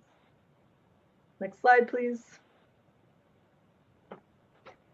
This one's all about connecting through communications and technology, which is both internal sort of facing, so how does staff, commissioners connect more effectively, communicate more effectively, use technology and our tools to the best of our ability, but also how do we connect with community, and how does community connect with us? How does community connect with each other? There's all sorts of strategies in here from all those different framings. And so strategy 4, which is to develop public-facing resources to share data, maps, resources relating specifically to accessibility of parks and park features, public art and arts programming and events in parks, natural areas, multi-generational park facility and program options, park historical resources, volunteer recruitment, and park safety. You can probably get a sense that there was a lot of work groups and committees that felt this idea of developing public-facing resources to share data is a really important thing for us to keep doing. We've done a lot of great work in recent years on that, and to sort of continue to support that. So I will just name the Arts, Culture, and History work group, the Communications and Marketing focus group, the Multi-Generational work group, as well as the Volunteer Forum, all had recommendations related to this strategy. Next slide, please. I'm getting near the end. Thanks for your patience. I'm going to highlight the 10th. Oh, so next slide, please. Goal 8 is focused on our on workforce. So it's focused on park board staff, both current staff, but also future staff. And thinking about how do we continue, to build a great system and to continue to recruit and continue to grow our agency in an equitable and diverse way. So I'm going to focus on strategy 10, which is to build relationships between youth and park staff across all departments to foster youth employment, development, and safety. So this one's really about focused on youth and all the different ways that we might be able to kind of foster youth development towards employment, also with an eye towards safety.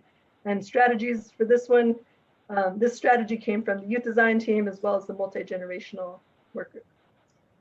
And then the last goal, next slide, please. Next slide, please. Goal number 9, I'm going to focus on 9.1. So the first strategy there, also not highlighted, but to research innovative approaches for payment options in order to reduce costs to the community. So this one came from the multi-generational work group and the public safety work group. And talks about this goal really gets at lots of different aspects of our financial sustainability, right? So how do we stay financially healthy? But also considers impacts around finances with community and how do we think about approaches for payment options. So that wraps up the goals and the strategies overview. I'm now going to just quickly dip into chapter 3, which is implementation and measurement. So this chapter, if you're passionate about how are we going to operationalize this, how are we going to measure it and track it, please spend some time with this. This list just outlines some of the ways that we plan on using this muscles that we largely have already developed. So every 4 years through setting strategic directions, annually through the annual budget and performance reviews, and then regularly through board actions, through community engagement plans, through grant approvals and hiring and travel and training requests. So just a few ways of how we kind of bake this into our work on a daily basis. And it guides our work. There's also, if you're passionate about rec centers, there's a a set of implementation guidelines in Chapter 3 that focuses on recreation centers. And it's actually the final piece of the puzzle of RecQuest. If you followed RecQuest all the years that it has been underway, this focuses on the rec center facilities, the physical facilities themselves, as well as what is the model for how they work together into the next decade. So again, these are just quick, sort of wanted to get them before you. I think next slide, please. Just a reminder that everyone that's watching, please take a deeper dive. It's an 80 or so page document, so we just saw little bits of it tonight. Next slide, please. I welcome any questions, comments, or thoughts from commissioners. Thank you. Thank you, Carrie, very much for that presentation and all the work that has been done by yourself. I know many other staff and the entire CAC.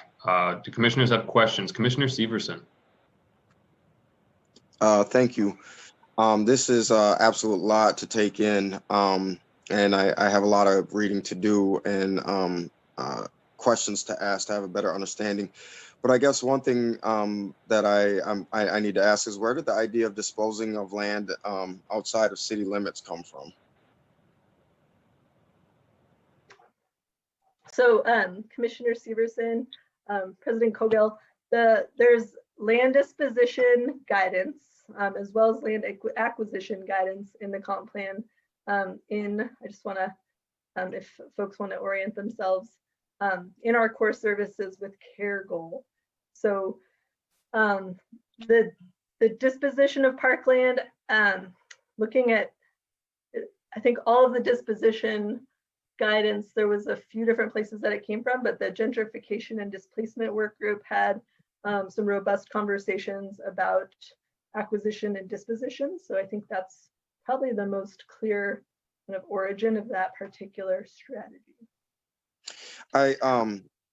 Thank you. I mean, I have some real concerns about this. To me, it appears to have an extreme adverse effect on my district in North Minneapolis. It appears to also continue to be the war on golf that we continue to see. How many golf courses are located outside of city limits? It's quite a few, by the way, golf courses that have turned a profit and will hopefully help pay for some youth violence programming in my district soon enough if we fully commit to it. I also have real concerns that, I don't think people truly understand what that means. In North Minneapolis, and particularly, I mean, that Theater Worth is majority located in Golden Valley, and that, I mean, that's just a true concern. I mean, I could not support any document in this type, and I know this is a work in progress, but I'm just saying that I can support this, not at all. Another thing that people don't know about North Minneapolis and our park system is from 45th Avenue all the way to Lowry, people assume that the park board, that property, Victory Memorial Drive, is located within the city of Minneapolis city limits, and it's actually Robbinsdale's property extends all the way to Xerxes Avenue. And I just, like I said, there was this huge push an attack on myself along with other board members that we are trying to sell land. And let me tell you, I am not interested in selling any land whatsoever. I'm only interested in acquiring more land. So for the people of Minneapolis, obviously. So I can tell you that for me creates a huge concern.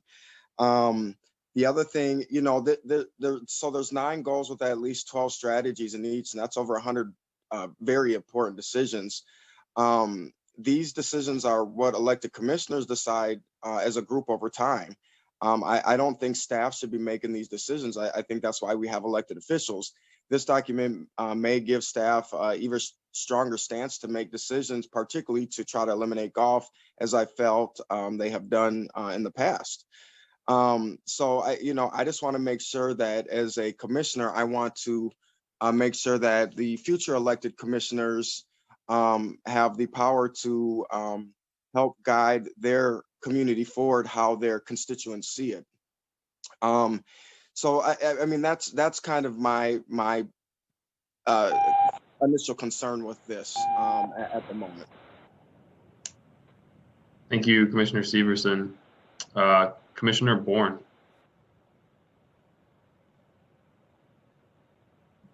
Thank you, President Cogill. Thank you for the presentation, Ms. Christensen. A ton of work has gone into this across the community, and I'm excited to see it inching towards the finish line here. I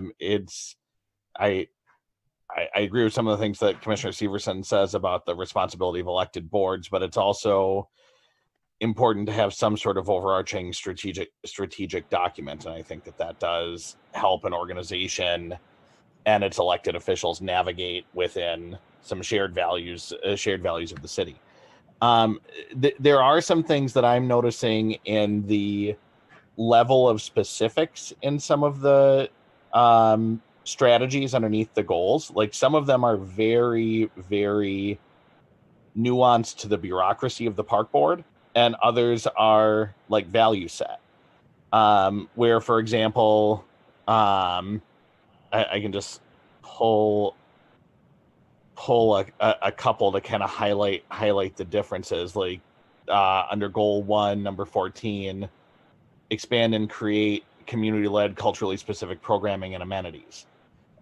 That can mean a lot of different things to a lot of different people. I go a few pages further to goal 3, strategy 17, preserve a dedicated and independent park police department to ensure accountability to park safety, crime priorities, MPRB supported policies, and community policing principles. Those kind of bureaucratic specifics, I think everybody in the community wants to feel safe in parks, and I think as our community is evolving, we're seeing that safety means different things to different people. There are a lot of folks in our community, and in a Parks for All plan, there are some of the all are folks that envision a police-free community. So to prescribe to put such a bureaucratic confine on some visions, I think takes away, like, I'd like to be wrong on this one, but I would be amazed if a focus group of community members said, let's write preserve a dedicated and independent park police department to ensure accountability, safety, crime priorities, versus a group of community members said, I want to feel really safe in parks. And so I just want to make sure that there is room enough for navigation of priorities and how future boards interpret the desire for safety. There's also some prescriptive language that I think Commissioner Severson noticed with, like, the disposition of golf courses. It says golf courses are going to be converted into multi-use natural spaces, versus, like, that's very, like, that lays out a plan then to execute. So I'd either like to be consistent in the level of these strategies as to how prescriptive they all are, or to have them all be aspirational and leave that to future boards to determine what that means in the confines there. And then one further thought and further difference, I do see a lot of conversation around expanding the park system. I see a lot of conversation around grants and diversifying our revenue stream. I don't see any language to the importance. Like NPP 20 is referenced as saving the park system in our generation. There's not a reference to the importance of people paying for their parks. When Mayor Fry first took office, I think 8 cents out of every Minneapolis tax dollar went to support Minneapolis parks. And under his term, that's now down to 7 cents. So government is growing and parks are not. It's like there's an increased. I don't want this to be a document to justify privatization of our park system. And we need more tax dollars to support our parks. I think it's okay to say that in a strategic document. And part of diversifying our revenue stream is increasing our tax base and having the courage at the Board of Estimate and Taxation to to vote for the youth levy after we've already identified a $2 million gap, to put that question on the table, have the park board advocate for it. Otherwise, we're just saying that, you know, we hope Santa Claus comes in and drops $2 million on us or awards a grant. So I'd like to see some of that language in there too. But really just a consistent level. It's an incredible document. It's an incredible draft document, and thank you for all the work that's gone into it. And yeah, I'd just like to point out, to be consistent between the bureaucratic direction and the aspirational goals and the strategies, and just be a little more consistent on that. But thank you so much for the work, Carrie. Commissioner Boren, thank you so much. Wonderful comments, and all of them are noted. Thank you, Commissioner Boren. Commissioner Severson for the second time.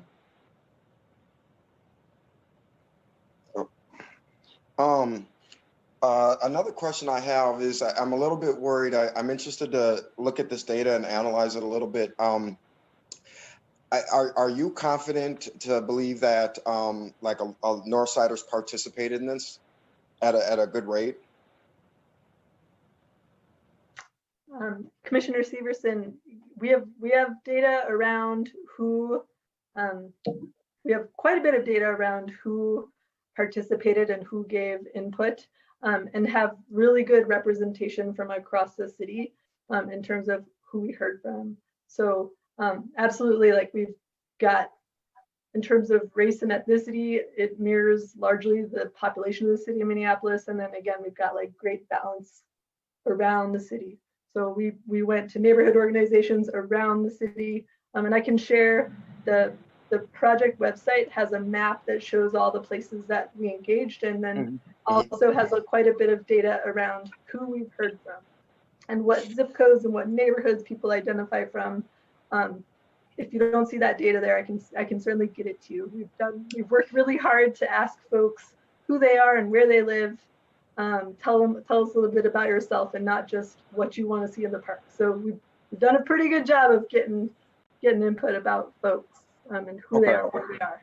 So I will get you more. I can certainly get you some, but the bit.ly that is on the presentation and all the yard signs all over the system, that has the data in that website. There's a few tabs so folks can find information about the engagement.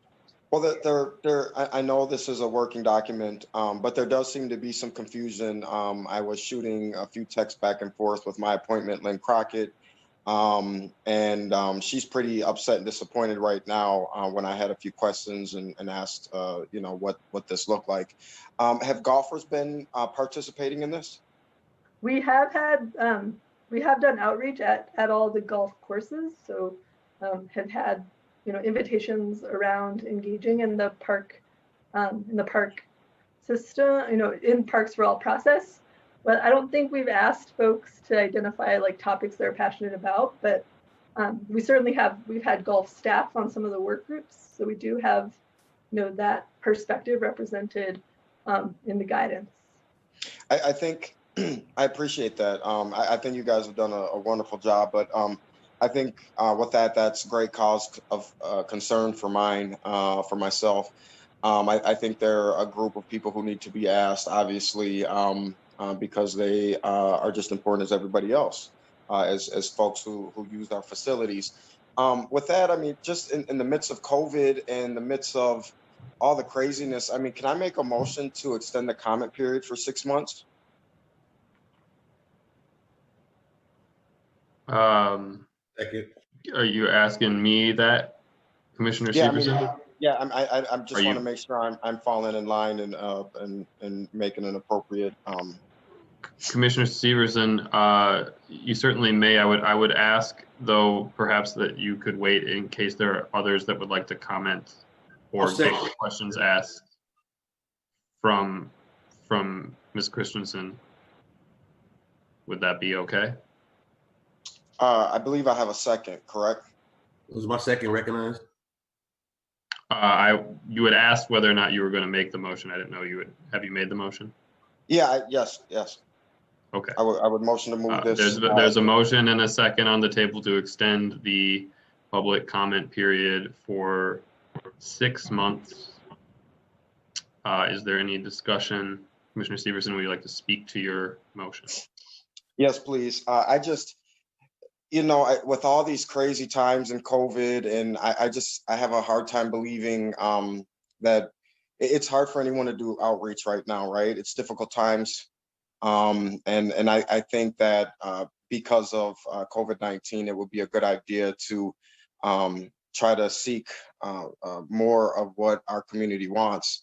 What are we, a little over 400,000 people in our city now, and I think that we should work hard and deserve it to the people of the city to get more clarification on what the people in our city truly want. Thank you, Commissioner Severson. Is there any other discussion on the motion? Commissioner Bourne.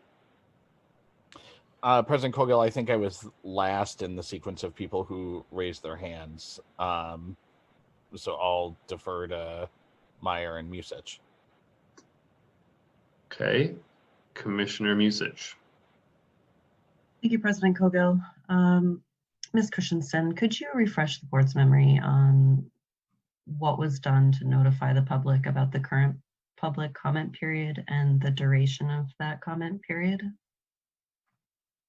Yeah, thank you, Commissioner Musich. So for this public comment period, typically there are 45 days, and we've extended it to a 70-day public comment period. We've got radio advertisements, we had neighborhood, and that's in multiple languages.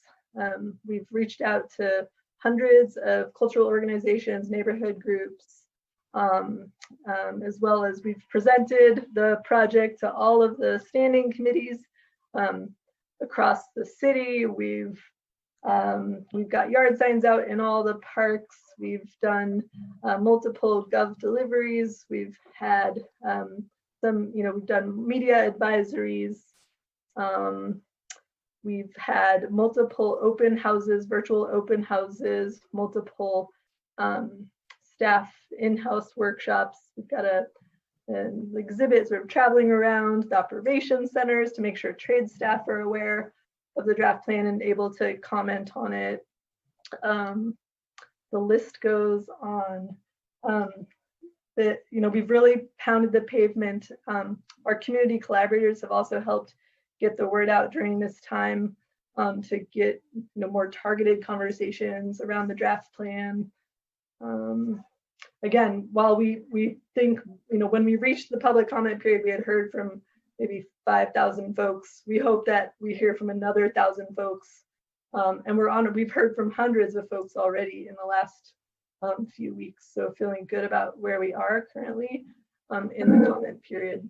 So how many people responded to the draft plan during the 70-day comment period? Well, again, we have 2 weeks left, and we've heard from the survey itself. We've collected about 150, 200 responses so far, I believe, and then have also had, we have analytics on the amount of opening of the website and looking at the plan. So we know we have hundreds of folks that have done that. But then we also have convened all of the different committees that provided guidance and had them give feedback. So that's another sort of 150 to 200 folks that have provided input. Okay, thank you. And what would be the repercussions of the board extending the comment period? Additional so 6 I may actually call on Director Arvidsson or Assistant Superintendent Schroeder to ask for their guidance on that question. It's something I haven't considered. Thank you. This is Michael Schroeder. Let me start on this because I think it's an interesting question. And I think we probably have some statistics that we could share. And I think I've got this correct. We get most of our comments during public comment periods during the first month that it's out there. And I think it's in the order of 80 or 90% or perhaps even more. Extending a comment period by 6 months doesn't necessarily mean that we're going to get that many more comments. It just means that we're drawing the process out longer. But staff's position is if this is the will of the commissioners to make certain that we have the robust input and response that we need, we'll do that. We'll have to look and see what kind of projects might be set aside as we extend this. And we also would note then that the park board would be operating for a longer period of time without a comprehensive plan. I don't know if Director Arvidsson would offer more. So, Assistant Superintendent Schroeder, did the current comprehensive plan expire at the end of 2020? I thought it was in place through the end of 2021. I believe it's 2007 to 2020. Okay. Thank you for that clarification. Thank you, Commissioner Musich. Commissioner Meyer, followed by Bourne. Commissioner Musich asked most of the questions that I was also going to ask staff. I will not be voting for this because it's already been 2 years. There's already been an extension. There's still more time for people to comment, and then staff will collate those comments, and then it will come to committee, and then it'll come to the full board. There's plenty of opportunity for people to participate in this process. If we extend this for 6 months, that'll add additional burdens to staff, and we have already cut planning staff. So this, by doing this, we would prevent other work from getting done. So I'll be voting no. Thank you, Commissioner Meyer. Commissioner Bourne. Thank you, President Colgill. Ms. Christensen, the comment period was 72 days? Commissioner Bourne, that's correct. 70, 71, maybe 72. And and there's like 2 weeks left. That's correct. Thank you, Ms. Christensen. I certainly, more opportunity to provide input, especially in these times, certainly isn't a bad thing. I do wonder if we might be able to set a 6-month period for public comment as opposed to a 6-month extension. There's just a lot of, and if Commissioner Severson doesn't want to receive that as a friendly amendment, that's fine. But it strikes me, President Cogill's words at the top of this meeting ring out to me right now. As we speak, there's an attempted coup happening in our nation's capital.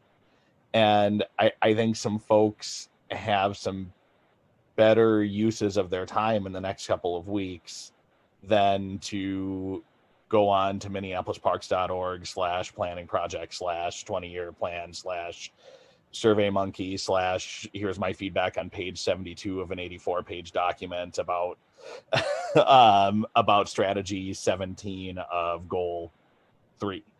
And on top of that, I think we, as vaccines are rolling out, and we will hopefully have more people be in our parks this year. I think for just such an important document that deals with our outdoor spaces and how people are in our outdoor spaces, it would be wonderful if at least some of that remaining outreach and feedback period wasn't happening in the middle of a national crisis that we haven't seen since 1860, and in the middle of a pandemic that we haven't seen the likes of since 1916. You stack both of those things on top of each other. I think an extension is warranted for folks for what will be a generational document for us.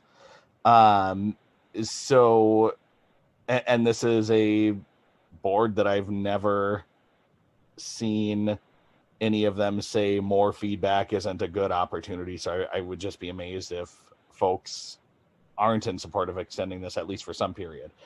And in terms of the current comprehensive plan being expired, it is expired right now. I think a simple consent resolution from the board to adopt the current comprehensive plan, to extend the current comprehensive plan until the new one is adopted, would probably be received on consent. I don't think we're going to be the Wild West in these 6 months that we don't have a comprehensive plan.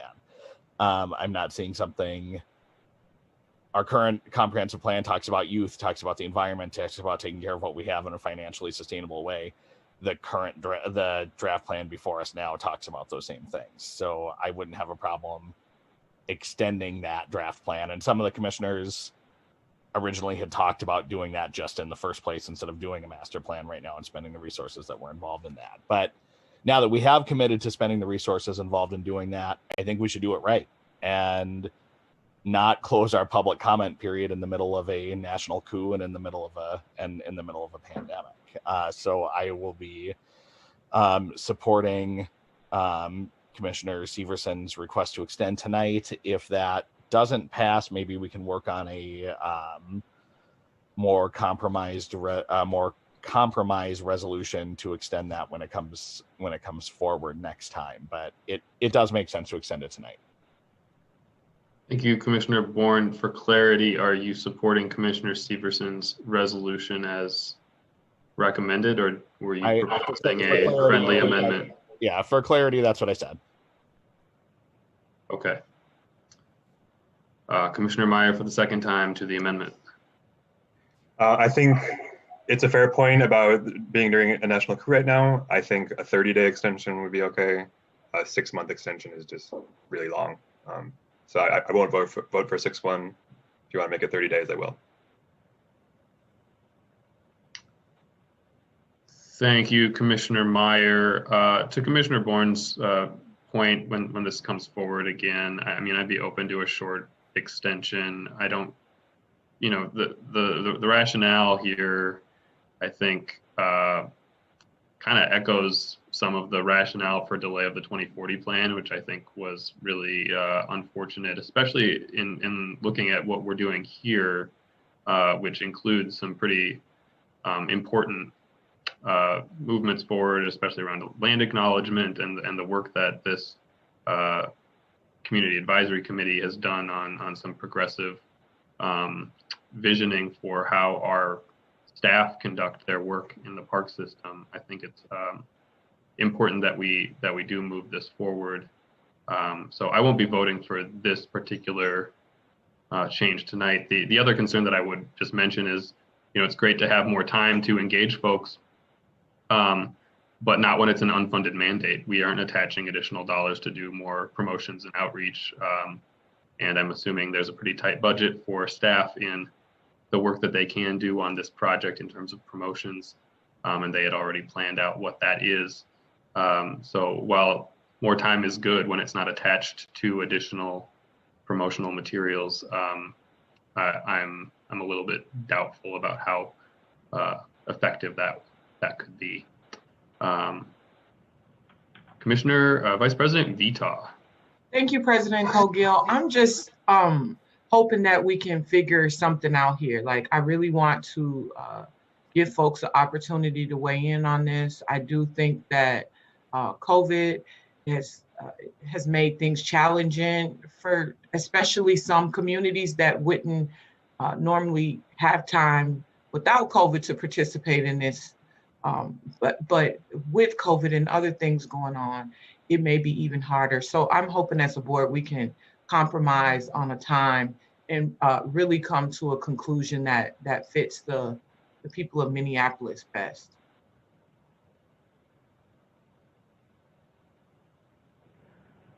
Thank you, Vice President.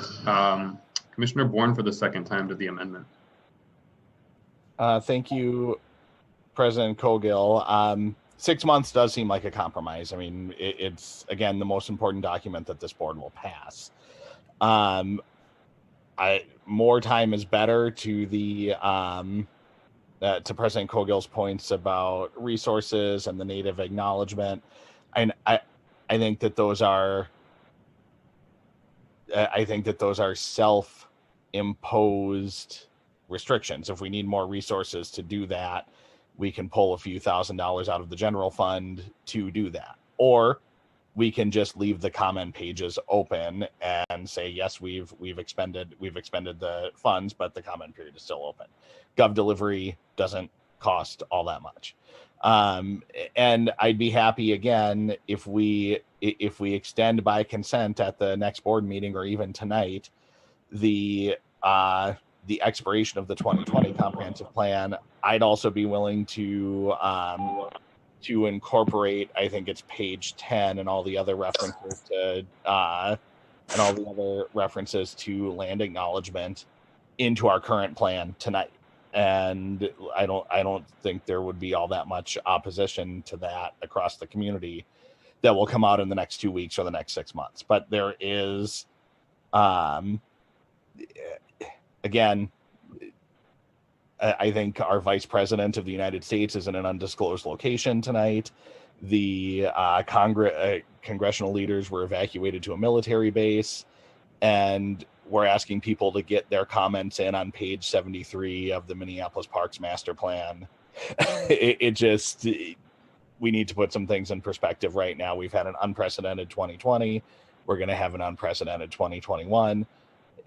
I'd like to do this right for future generations. And so people aren't coming back to us 7 months from now saying, what did you pass in the midst of a pandemic and in a rebellion? I didn't know this was happening. And I guarantee you, for as amazing as our outreach was this year, I guarantee you there's a lot of people that are going to be coming up to us in 7 months and say, you voted for the next 20 years to have an independent park police department. You voted for the next 20 years to do what? It's too important of a document to rush. So I would hope that my colleagues would support Commissioner Severson's amendment tonight. Thank you. Are there any other comments from commissioners? All right. I'm not seeing any. I will ask the secretary to take the roll on the amendment. Commissioner Bourne. Aye. Commissioner Musich. No. Commissioner Severson. Aye. Commissioner Meyer. No. Commissioner Hassan. Absent. Commissioner French. Aye. Commissioner Forney. No. Vice President Vita. Aye. President Cogill. Aye. You have 5 ayes, 3 nays, 1 absent. That carries. Moving on. I'm going to recess. We have a couple of speakers this evening in our committees. So I am going to recess the full board and turn it over to Chair Musich for the Operations and Environment Committee. Thank you very much, President Cogill. I appreciate the opportunity to convene my committee at this time. If the Secretary could please take the roll for the Operations and Environment Committee.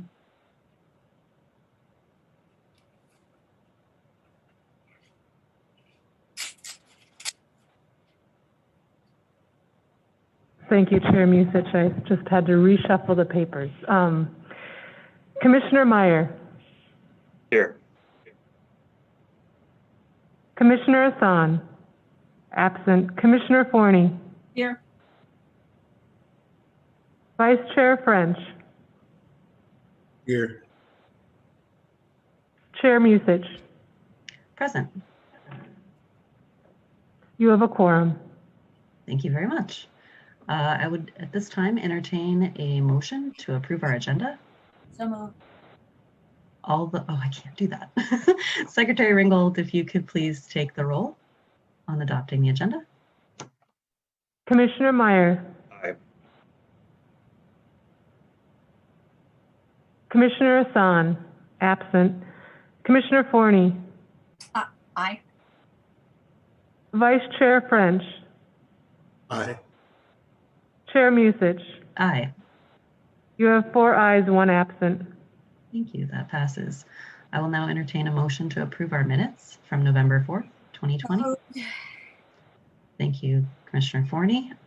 Secretary Ringgold, if you could please take the roll on adopting the minutes from November 4th, 2020. Commissioner Meyer. Aye. Commissioner Hassan. Absent. Commissioner Forney. Aye. Vice Chair French. Aye. Chair Musich. Aye. You have 4 ayes, 1 absent. Lovely, that passes. This evening, we are joined by the state climatologist, Kenny Blumenfeld. I'm super excited to have him here this evening. Assistant Superintendent Schroeder helped arrange this as we've been discussing various components of how the changing climate impacts our parks as part of our planning process. So thank you for helping make that happen, Michael. Take it away. Thank you, Chair Musich. I'll just give a short introduction and then turn it over to Dr. Blumenfeld. He is a senior climatologist with the Minnesota DNR State Climatology Office, where he provides Minnesota agencies, communities, and citizens with information about Minnesota's changing and variable climate, and where he also oversees a network of weather monitoring stations. He provided me long and short resumes. I'll go with the short one that notes that he grew up in Minneapolis with a love for storms, blizzards, and being outside in Minneapolis parks. He enjoys talking with Minnesotans, and he said about the weather, and often does it long after the workday is done. So we're really glad that he was able to be here tonight. I will turn it over to Dr. Blumenfeld. Kenny, the show is yours here.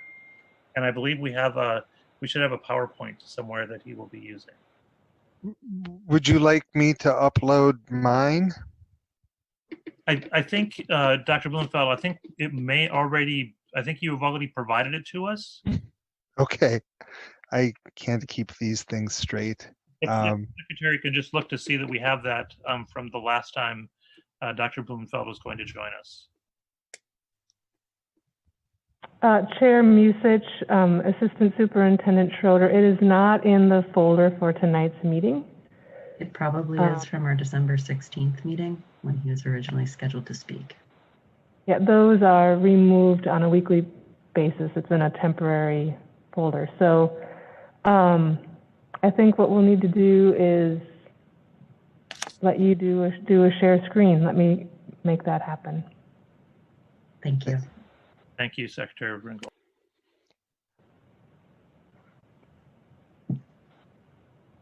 I've activated the share screen, so you should be able to do it.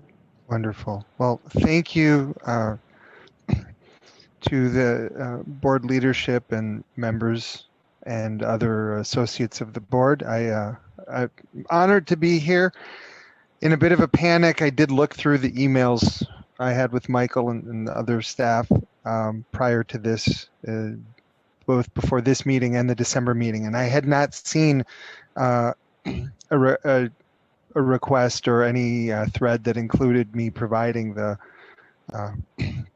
presentation. So hopefully this will work, and I can easily share this with you. It's a small enough presentation. So the description that Michael provided is correct. I'm from Minneapolis. I currently live in St. Paul. If you'll allow me to continue speaking, I'd be honored. But I've absolutely spent the majority of my life in Minneapolis. Went to Minneapolis public schools. I am a super user of the parks for sure, as an avid cyclist and as someone who just likes being outside. And so I appreciate the work you are trying to do across this sort of spectrum of needs that that any public space encounters. So I'm going to just give you a very short version of what I provide to Minnesotans on a regular basis. I'm kind of the state of Minnesota's climate change science liaison or expert, and at least representing state of Minnesota government. I do work for the DNR State Climatology Office, and so that's part of the state executive branch, but we serve all Minnesotans. And so I will try and make this as pertinent to Minneapolis as possible. So the gist of it is that our climate is already changing. We don't have time to get into the deep science of it, but what we're seeing is summarized on these slides. We have unprecedented wetness and warmth. That's already been observed, and we've been seeing more damaging precipitation events. And it says more damaging rains, but if you recall 2 winters ago when we had, it seems every resident in the city was dealing with the ice dams on their house, and we had these snow load problems. That's also something that's been changing. We've seen more intense snowfalls as well. The second point is that, you know, the last decade was incredibly wet. It was the wettest decade on record. 2019 was also the wettest year on record, both in Minneapolis and on a statewide basis. And the problem we have in climate is even climatologists might get kind of short-term memory problems where we forget what else has happened historically. And we tend to think, well, whatever's happening now is going to be the way it is forever. And that's not really how our climate works. We have these trends that are ongoing. We're getting wetter and we're getting warmer. But superimposed over those trends, we have these routine ups and downs in our climate that occur not just within a year as you go from warm to cold periods or as you go from wet to dry periods, but from one year to the next, and even sometimes spanning multi-year periods and even decades. So we'll go through these really warm regimes or really wet regimes, and then will cool down or dry out. The predominant tendency over the last 5 decades has been for us to get warmer and wetter, but that does not mean that every year is warmer and wetter than the year before it. So those ups and downs are going to remain part of our climate even as these ongoing trends continue. The way that we're seeing our warming, and this has profound impacts on natural resources, because the way that we're seeing our warming isn't necessarily how you might imagine. When we think of global warming, or you think of, if I just were to tell you the room you're in is getting warmer, the next adjective you're probably going to throw in your head is hotter. We must be getting hotter. And Minnesota is actually not really getting hotter by most meteorological and climatological definitions. What's happening instead is the reason that our average temperature has been increasing so rapidly is because the whole bottom of our distribution, the coldest days of the year, the lowest temperatures that we record, temperatures especially during winter and also at night, are rising the fastest. And it's really our winter nights that are warming the most. Winter, just by comparison, winter's warming approximately 10 times faster than summer. So we are seeing summertime getting warmer, but most of that warming is at night, and it pales in comparison to what we're seeing during the winter time. And then when we look at not just what we've observed, but what the projections, the climate models tell us the future will bring, we see even warmer and wetter conditions. And again, it does not mean we're on an even ramp there. I mean, just imagine, if you were going out west, you go up and then you go down a little bit and then you go up again and then you go down a little bit, and you're heading more up than down, but there's going to be variations along the way. And that's the same thing we're doing with both precipitation, our wetness, and also with the temperature, our warmth. And we need to keep in mind also that dry conditions and drought will still be likely. And in fact, as we get warmer and as increases in summer heat become more common moving into the future, some of those dry conditions and drought could be very severe and could rival anything we've ever observed. So that's kind of the basic picture. So what we've already observed, this is a photograph I took on May 8th in 2019. It's Minnehaha Creek near 34th. It's actually between Nokomis Avenue and 33rd Avenue. This looks to me, and it should look to anyone, like a pretty substantial flood. And indeed it was. But usually, in normal times, if you're going to see a creek rise up like that and completely overflow its banks and submerge trees, you would expect that several inches of rain had fallen. But actually, all that happened was we got about an inch of rain. And what really happened is we were so wet. We had such a wet 2018, especially beginning in the fall, and then such a snowy, wet winter that when we got to May, all you needed was an inch of rain and you were getting minor flooding. And so what we've already observed is increases in precipitation, record precipitation some years, not every year, obviously. We've seen higher frequencies of 1 and 2 and 3 inch rainfall events. And then we've seen that substantial warming, especially the winter time and especially nights. Water resources water resources have already been affected. I work pretty closely with the Minnehaha Creek Watershed District, so I know that there's some jurisdictional overlap with the city of Minneapolis there. But I've also, worked with watershed managers and resource managers elsewhere around the state of Minnesota. And,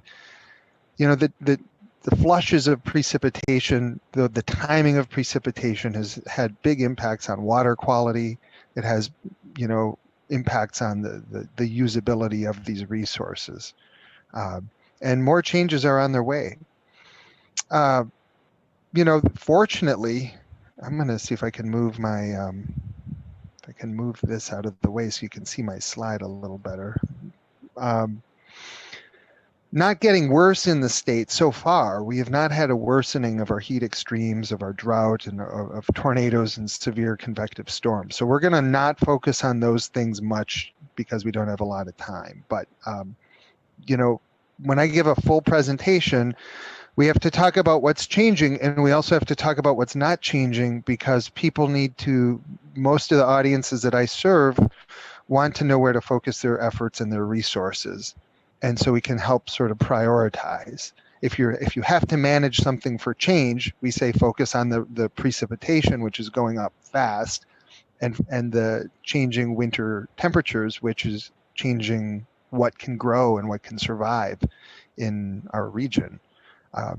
These other things that are listed are still part of our climate, are still extreme, and might be getting worse in the future, but they're not currently worsening, to just use a kind of easy word. So this graph shows kind of multiple things at once. So what it's a plot of is we take every year in Minnesota, going back to 1895 and going right through 2020, I believe. It goes right through 2019. I'm sorry. This graph shows how any given year kind of ranks in terms of the long-term averages for temperature and precipitation. So when you see those blue dots that are right around the middle of that graph, those are just pretty normal years. And you see a lot of years were normal. If you see dots in the lower left quadrant, those are going to be years that are both cool and dry compared to 20th century averages. And if you see dots that are in the upper right quadrant, those are going to be years that are warm and wet compared to 20th century averages. And just look at, I color coded, if you can see that color separation, the combined warmest and wettest years on record. And they're all from the most recent 3 decades or so, even less than that. All of them. 2016 being the combined warmest and wettest year on record, but all of the years that competed for that kind of dubious distinction were also relatively recent. None of those red coded dots are from a year earlier than 1998. You also see in the upper, just to the left of the center at the very top, 2019, which was actually a little bit cool. Lower than average temperatures, but it was our wettest year on record. So these are the changes that we've seen. We've seen this big jump towards warmer and wetter conditions. It's not every year, and it's not that every year is a record breaker, but it is that the warmest and wettest years are indeed dominated by recent periods. Looking at kind of a watershed-based map of Minnesota, I'm sorry, you're looking right in this area here under my cursor.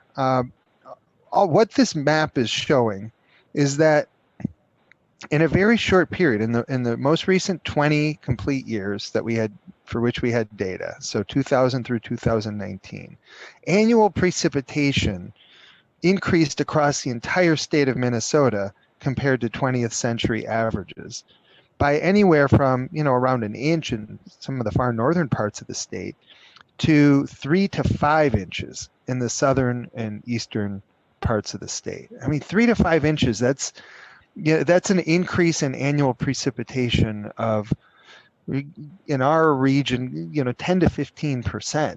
So it's a really substantial flush of additional water that's entering the systems. And so when you get kind of a really wet regime like we had at the end of the last decade, where it was year after wet year, you build up these huge precipitation surpluses. And that's why you had so much water in, unusual areas around Minneapolis parks, especially the low-lying parks that are in watershed areas. So parts of North Minneapolis near Theodore Wirth Park, and then also parts of South Minneapolis near the Minnehaha Creek. Those areas were inundated with excess water for much of the last decade. This chart is just, one of many ways of showing kind of the nature of the changes. And I'm happy to explain a little bit more about these, but the blue bars indicate, let's just take the annual average precipitation, how much of it comes from heavy rain. So just in inches, how much of the annual rainfall that we get on average comes from days where you get more than 1 inch of precipitation. And usually it's during the summertime warm season, but occasionally it's during the winter. We kind of use 1 inch as a baseline for heavy precipitation. As you saw in that earlier image, usually you don't expect major flooding from 1 inch of precipitation, but you do see problems from it if it's already been really wet. So it's the kind of entry level for where we see some precipitation related problems. And what you see on this graph is the blue bars just get taller and taller and taller as you go from left to right. You get to the more recent decades where we know we had increased annual precipitation. We're also seeing increased precipitation coming from those days where there's heavy precipitation falling. And then the blue line with the dots, that's just a trace that's showing, it corresponds to the right axis there. And that just tells us what percentage of that annual precipitation is coming from those heavy rainfall events. And so the way to summarize all of this is precipitation is increasing. We're seeing more of it in terms of total volume and also in terms of proportion coming from heavy precipitation. So it's not just that we're seeing more days with precipitation or more days where it rains a little bit. We're actually seeing that when it rains, it tends to rain more. When it snows, it tends to snow more than it used to.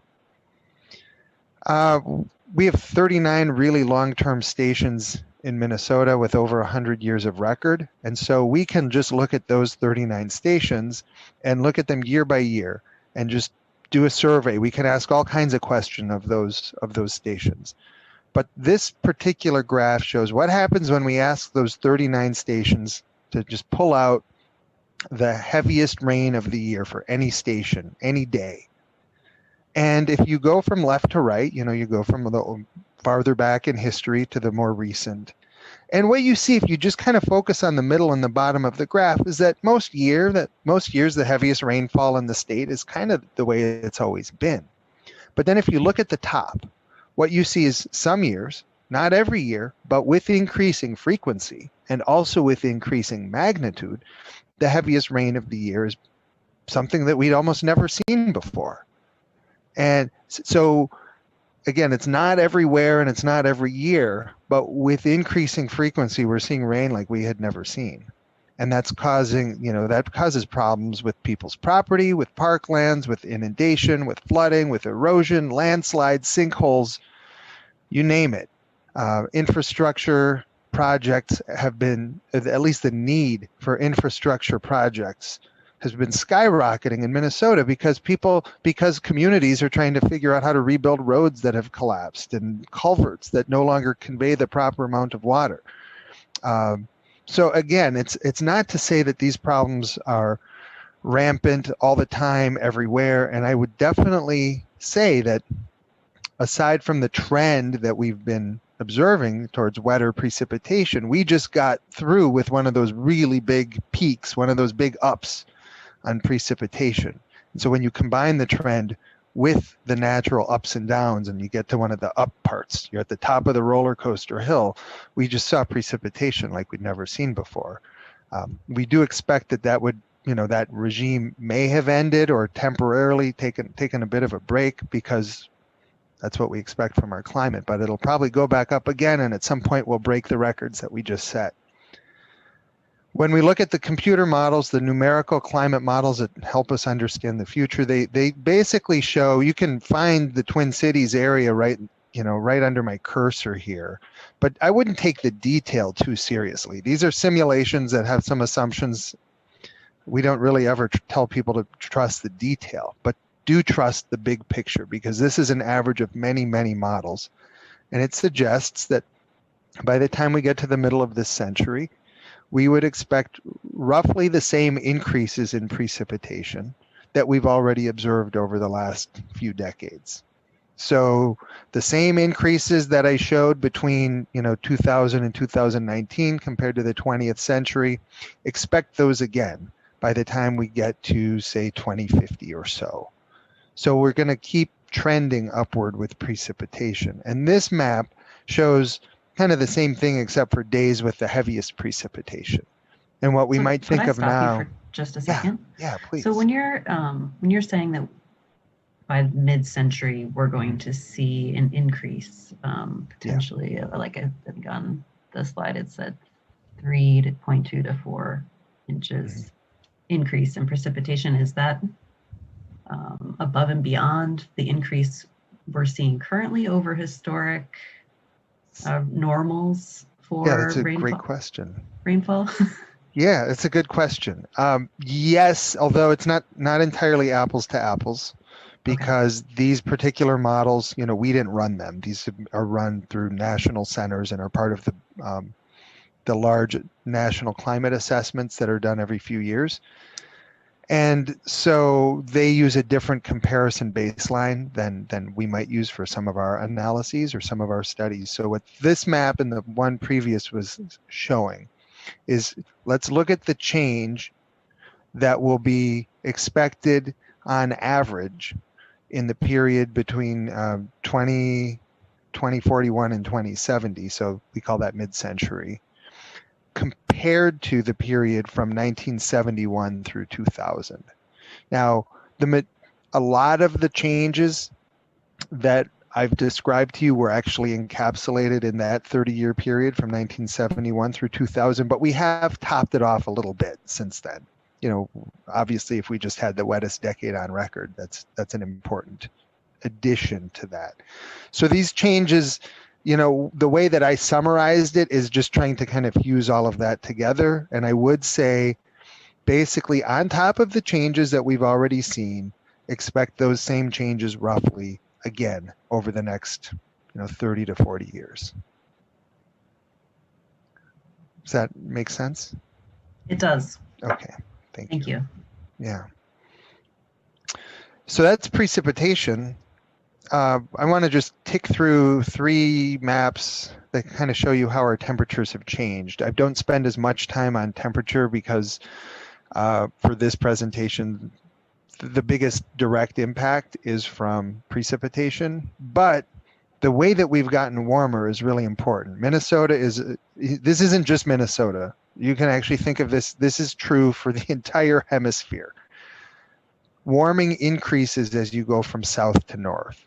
So this pattern on the left map that you see we could extrapolate that into Canada, and we would just see the numbers getting bigger and bigger as we go farther north.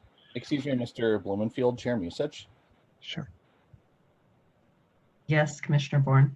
Thank you, Chair Musich. I'm not on this committee, and I'm really fascinated with the presentation. I am just curious. The board does have some action items tonight, though, and the time is 8:30. And sure. I know at our last budget meeting, the board really wanted to adjourn itself at 9 o'clock instead of talking about some youth investment pieces. So this is really informative. I am just wondering if I can ask how much longer the presentation is and if it's available in other formats as well, or if you already came here once and got pushed off the agenda too, and I'm very cognizant of that. But if there might be another opportunity to maybe even split this into another part. Thank you for that question, Commissioner Bourne. I am going to allow Mr. Blumenfeld to continue his presentation and complete it this evening. That's great. I think just for the folks at home, how for the folks at home that were following the agenda along in the order that it was printed, that are looking for the action items tonight, if we could just know if the folks at home can just get a sense of how much longer the presentation will be. It's certainly your prerogative to continue the entire thing. I can do it in 3 minutes. Thank you, Mr. Bloomfield. Sure. These maps basically show that temperatures increasing most winter at night, so that's that center map, and least during the summertime days. So summertime high temperatures, they're going up a little bit, but they're not increasing nearly as fast as our wintertime low temperatures. When we kind of add those trends, increasing precipitation, but also increasing winter temperatures, we get kind of an odd effect in the Twin Cities, and this is actually true throughout the state, where we're seeing increased snowfall. So the last decade, our annual snowfall, those are the blue bars, was as high, just about as high as we'd ever observed. It was not quite our snowiest decade, but it was close. We also had more days on average during the winter with heavy snow, where we get 4 inches of snow where the plows come out, maybe school gets canceled. We had more of those days in the 2010s than any other decade on record. But we also, during wintertime, had more days where the temperature remained entirely above freezing, where you had thaw conditions. So what we're also seeing as our climate changes is more days where there's no snow on the ground, even though we have more snow falling during the winter time. And then the last piece that I always want to remind people of, because the focus is always wet, wet, wet, wet, wet, is that we are really dependent on water. I mean, you know, Minneapolis is a water city, and our recreational resources are very water dependent, but the residents also depend on water, and we have industry and that is highly dependent on water. And so even though we're not in what you might think of as the drought belt, where we don't routinely go through periods of severe drought every few years, we are drought prone and we're extremely sensitive. And it's really where some of our key vulnerabilities emerge when we do get into drought patterns. And when I say drought, I just mean, just think of a prolonged, year or longer precipitation deficit that makes it so that we can't use water the way that we would like to, or that we need to. And we have to remind ourselves that even though we've been getting so wet, and even though the models tell us we're going to keep getting wetter, that drought is still part of our climate. It will make a comeback. And because of the way that we're warming and how much we're warming, we actually expect some of the future droughts to be more severe than maybe anything that we've experienced. So it's all kind of part of a complex picture, and I really appreciate you letting me take your time this evening. I understand you are all busy. I could entertain questions via email if Michael or anyone else would like to share my email address with members on this call, and that way you can get to the business that you have at hand. Thank you. Thank you, Mr. Blumenfeld. Commissioner Meyer. Thank you, Chair Musich, for bringing this forward, and thank you, Dr. Blumenfeld, for waiting through 2 meetings to present it. I think it really underscores both what we need to do to adapt to climate change in terms of especially flood prevention, and also underscores that we need to do our part to help prevent it. So with that in mind, I hope that the 4 commissioners who oppose divesting from fossil fuel corporations will reconsider their opposition. Thank you.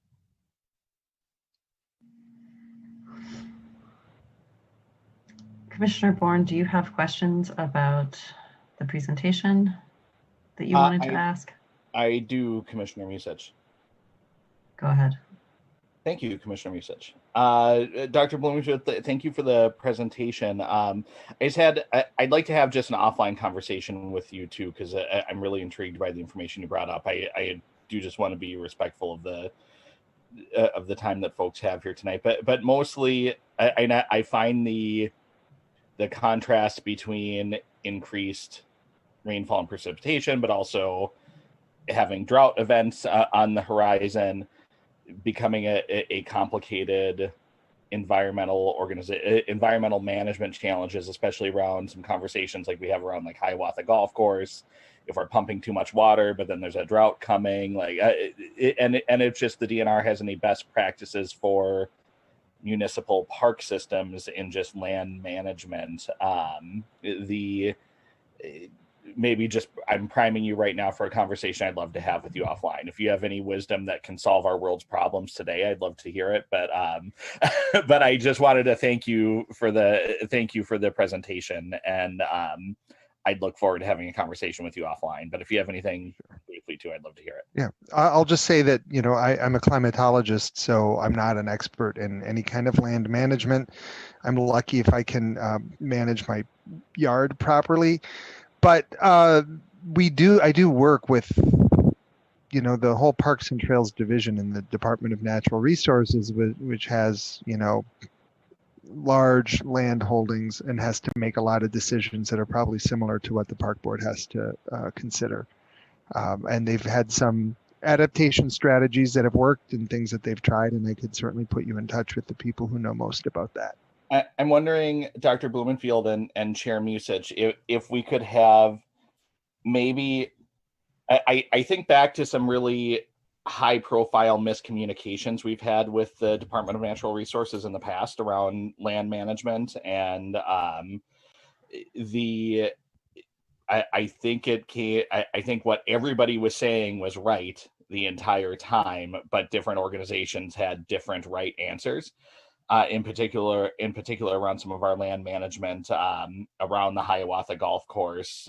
The park board under some time was under the impression from a climatologist at the DNR that we wouldn't be allowed to pump water. The commissioner of the DNR said we could if we applied the permits. I know the administration at the DNR has changed a little bit since then, but just making sure that the park board is speaking with one voice, the DNR is speaking with one voice as we collaboratively develop best practices around our urban land management. So I don't know if that's something that we need maybe the commissioner or to come visit, or somebody else from the operations division of the DNR to come visit as well, to just get some of those ideas around best practices, because I would hate for that type of miscommunication.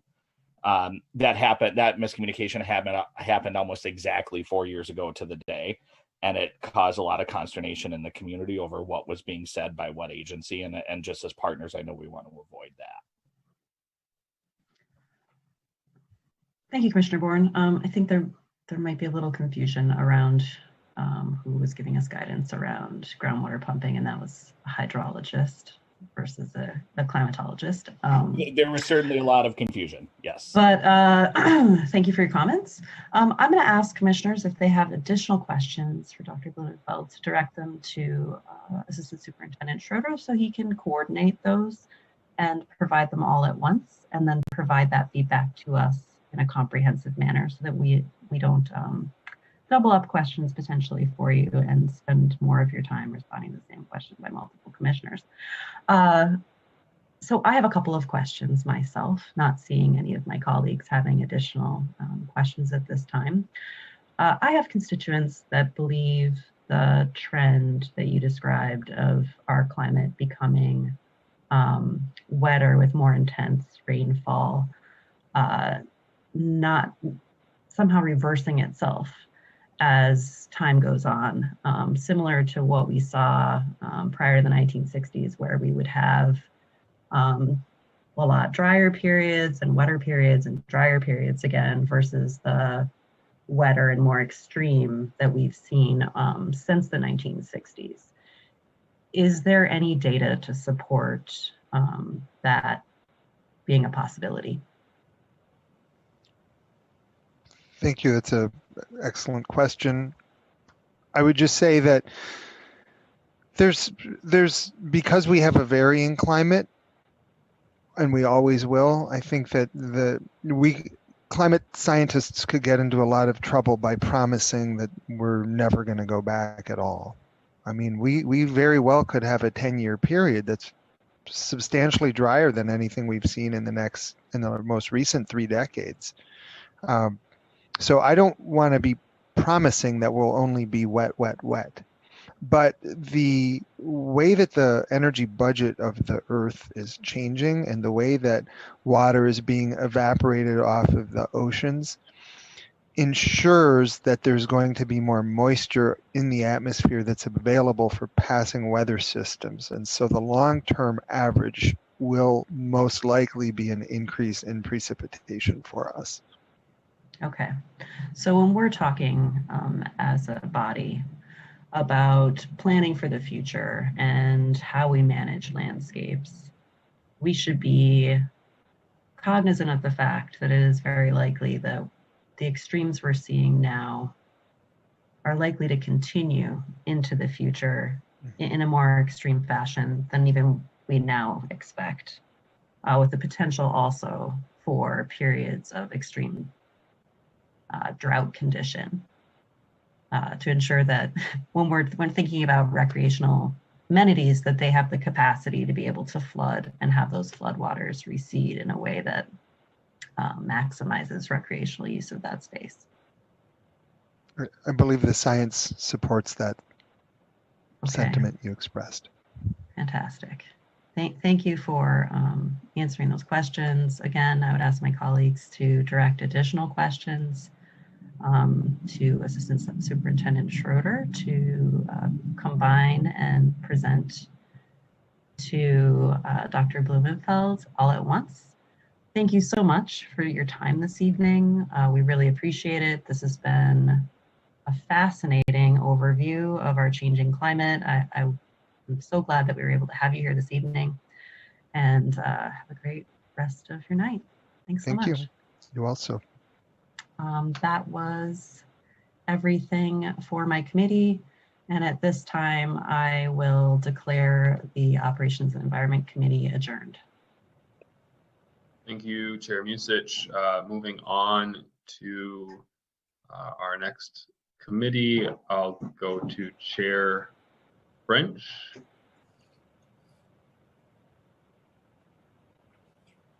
Chair French on.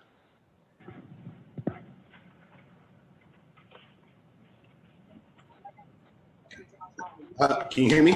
Yep, go ahead, Chair French. Time being 8:41, I'd like to call the Recreation Committee together. Secretary, can you please take the roll? Commissioner Musich. Present. Commissioner Hassan. Absent. Vice President Vita. Present. Vice Chair Severson. Present.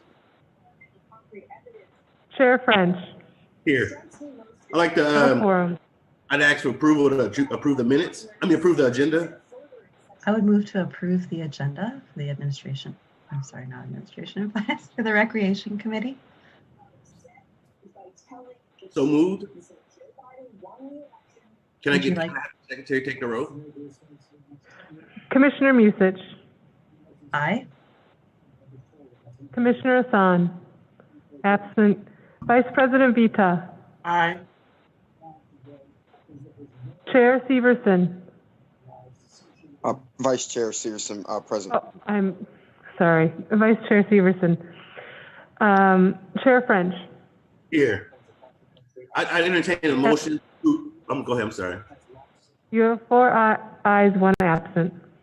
I'd like to seek a motion to approve the minutes from Wednesday, December 9th, 2020. So moved.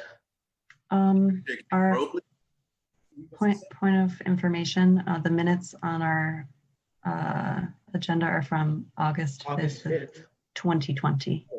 And I would move to approve those. Danger behind the president's message, because in that message he said the election was stolen from him, and yet he was telling them to retreat from the capital. Okay, I'm sorry. I'd like to approve the. I still got the wrong one. Chair French, I've moved the minutes for approval if you would like to request a roll Secretary, can you call. call the roll? Thank you, Commissioner Musich. You're welcome. Commissioner Musich. Aye. Commissioner Hassan. Absent. Vice President Vita. Aye. Vice Chair Severson. Aye. Chair French. Here. Thank you, Secretary Ringo. Tonight we have a study report from Assistant Superintendent Tyrese Cox. I'm really interested in hearing what type of initiatives we are putting forth to reduce violence and just working with our kids over the North Side. So, I'm sorry, I promoted you, Assistant Superintendent Cox. You can go ahead with your presentation. Good evening, Chair French and Commissioners. I have just a short presentation tonight that will share with you some of the proposed ideas for addressing some of the unmet needs of kids in Minneapolis broadly. So next slide, please.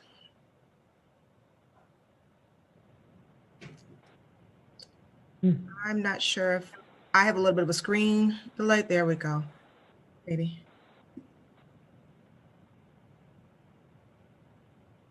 Sorry. There you go.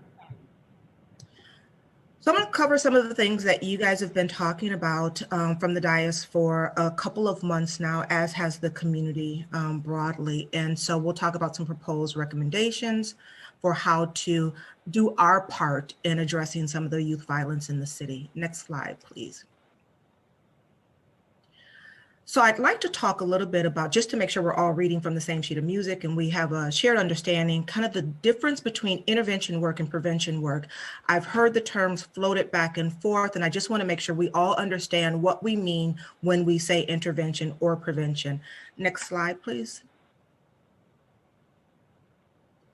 So intervention work is usually focused on remediating long-standing disruptive behaviors. So it's focused on the risk, things that kids are already into and how to get them out of those kinds of things. So it's kind of the deeper end of youth development work.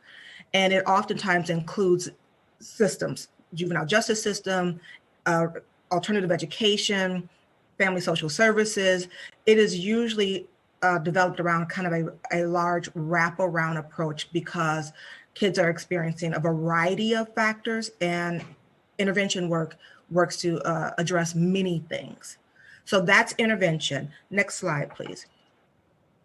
Prevention work takes a much different approach, and it's really about getting to kids before they need intervention. And so it's oftentimes focused on opportunity. What can we have kids exposed to? What can we do with them? It usually includes access to caring adults, like coaches and group leaders and mentors. It reinforces positive behavior, develops social skills, growth and exposure, enrichment, and also what you hear people talk about often is including youth voice. This is kind of where we live right now. We do this work really well already. This is kind of our jam, so to speak.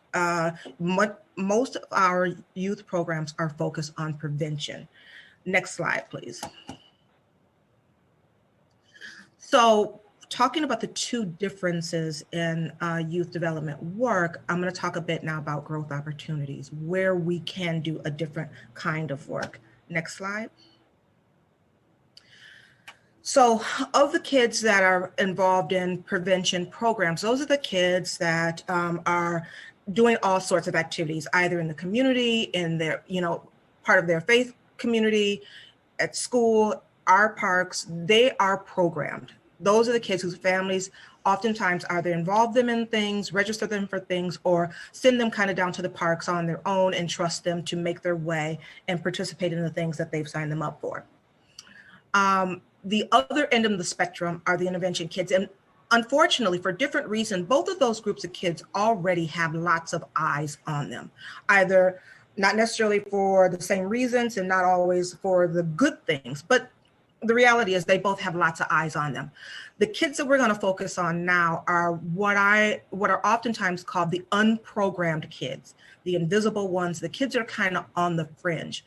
That's the middle group that aren't really doing very much either in school in terms of extracurricular, or in the community, or in our parks either. And so that's the growth opportunity that I want to talk to you about tonight.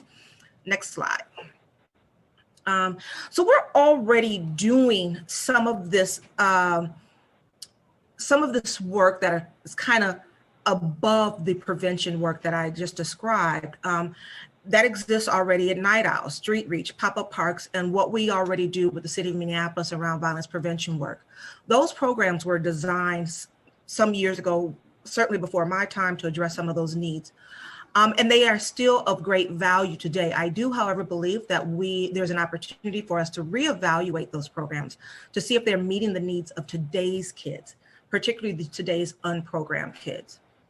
And after that evaluation, figure out how to recalibrate so that we are doing the things that those kids need today, so that that middle group that I just described, the unprogrammed, the fringed, or the invisible kids, becomes more interested in the programs that we offer. Next slide. So the expansion to our programs, again, as I said, the prevention work, that's where we live. We do that really well already. I am proposing that we take a different approach and start to develop programs that are targeted towards the invisible kids, ages 12 to 22. Now, I know that is a big span, and I am not suggesting that we do a single thing or a group thing for such a wide group of kids, but that we broaden our focus to think about who are the unprogrammed or the invisible kids in that age range. Additionally, we also don't typically think about 19, 20, 21, 22 as youth. We kind of bucket them with adults, and I am proposing that we think about them differently, particularly for the unprogrammed.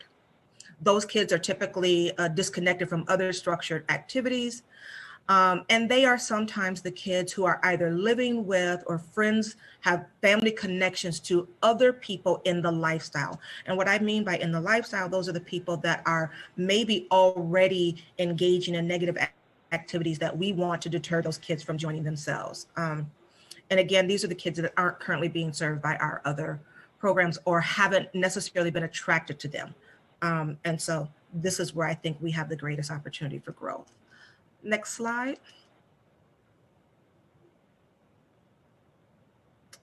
So the objective of this new level of work, again, is to be targeting the disconnected or unprogrammed, with the goal of increasing their connections to caring adults and mentorship opportunities. Help to foster their life development skills. And where this goal came from, I had a meeting with recreation staff to gain their understanding and, to gain their understanding of what's happening in the community with this group of kids.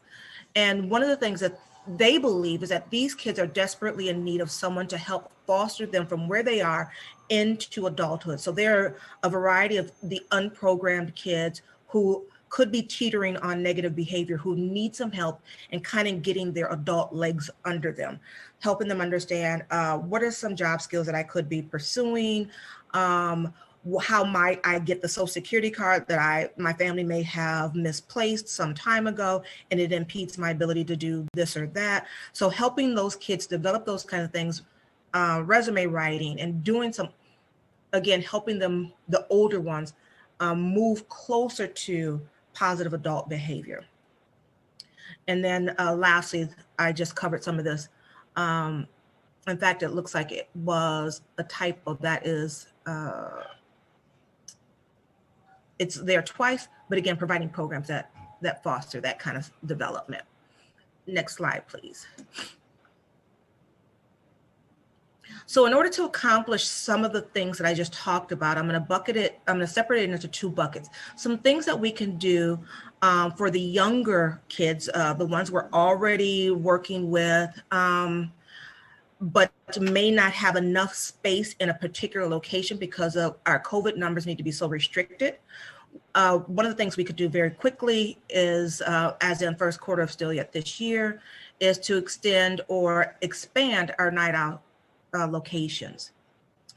Another thing that we can do, and this is again with the older ones, the ones that are teetering on negative behavior, is work more closely with the City of Minneapolis's Office of Violence, GVI, Gang Violence Intervention, I believe is the official title of that department, so that they can have places to take kids to do activities that may not necessarily be in our wheelhouse, but the city has the staff and the expertise to do some of those higher end things with kids that are a bit deeper into the lifestyle as I described it.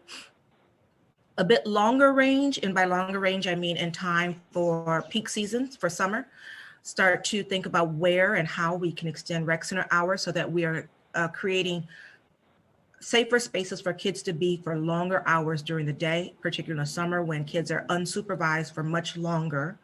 That is an opportunity for us to consider.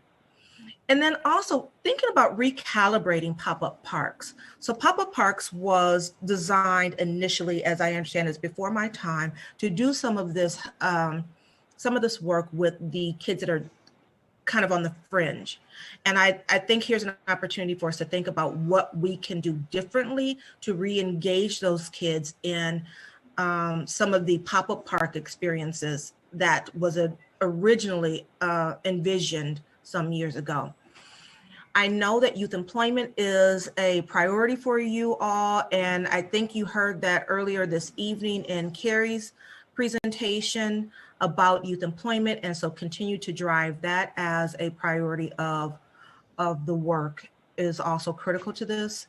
And then again, launching programs for older youth, which isn't something that we have done on such large scales traditionally. We typically don't think about 20, 21, 22 as youth as part of our work. Next slide.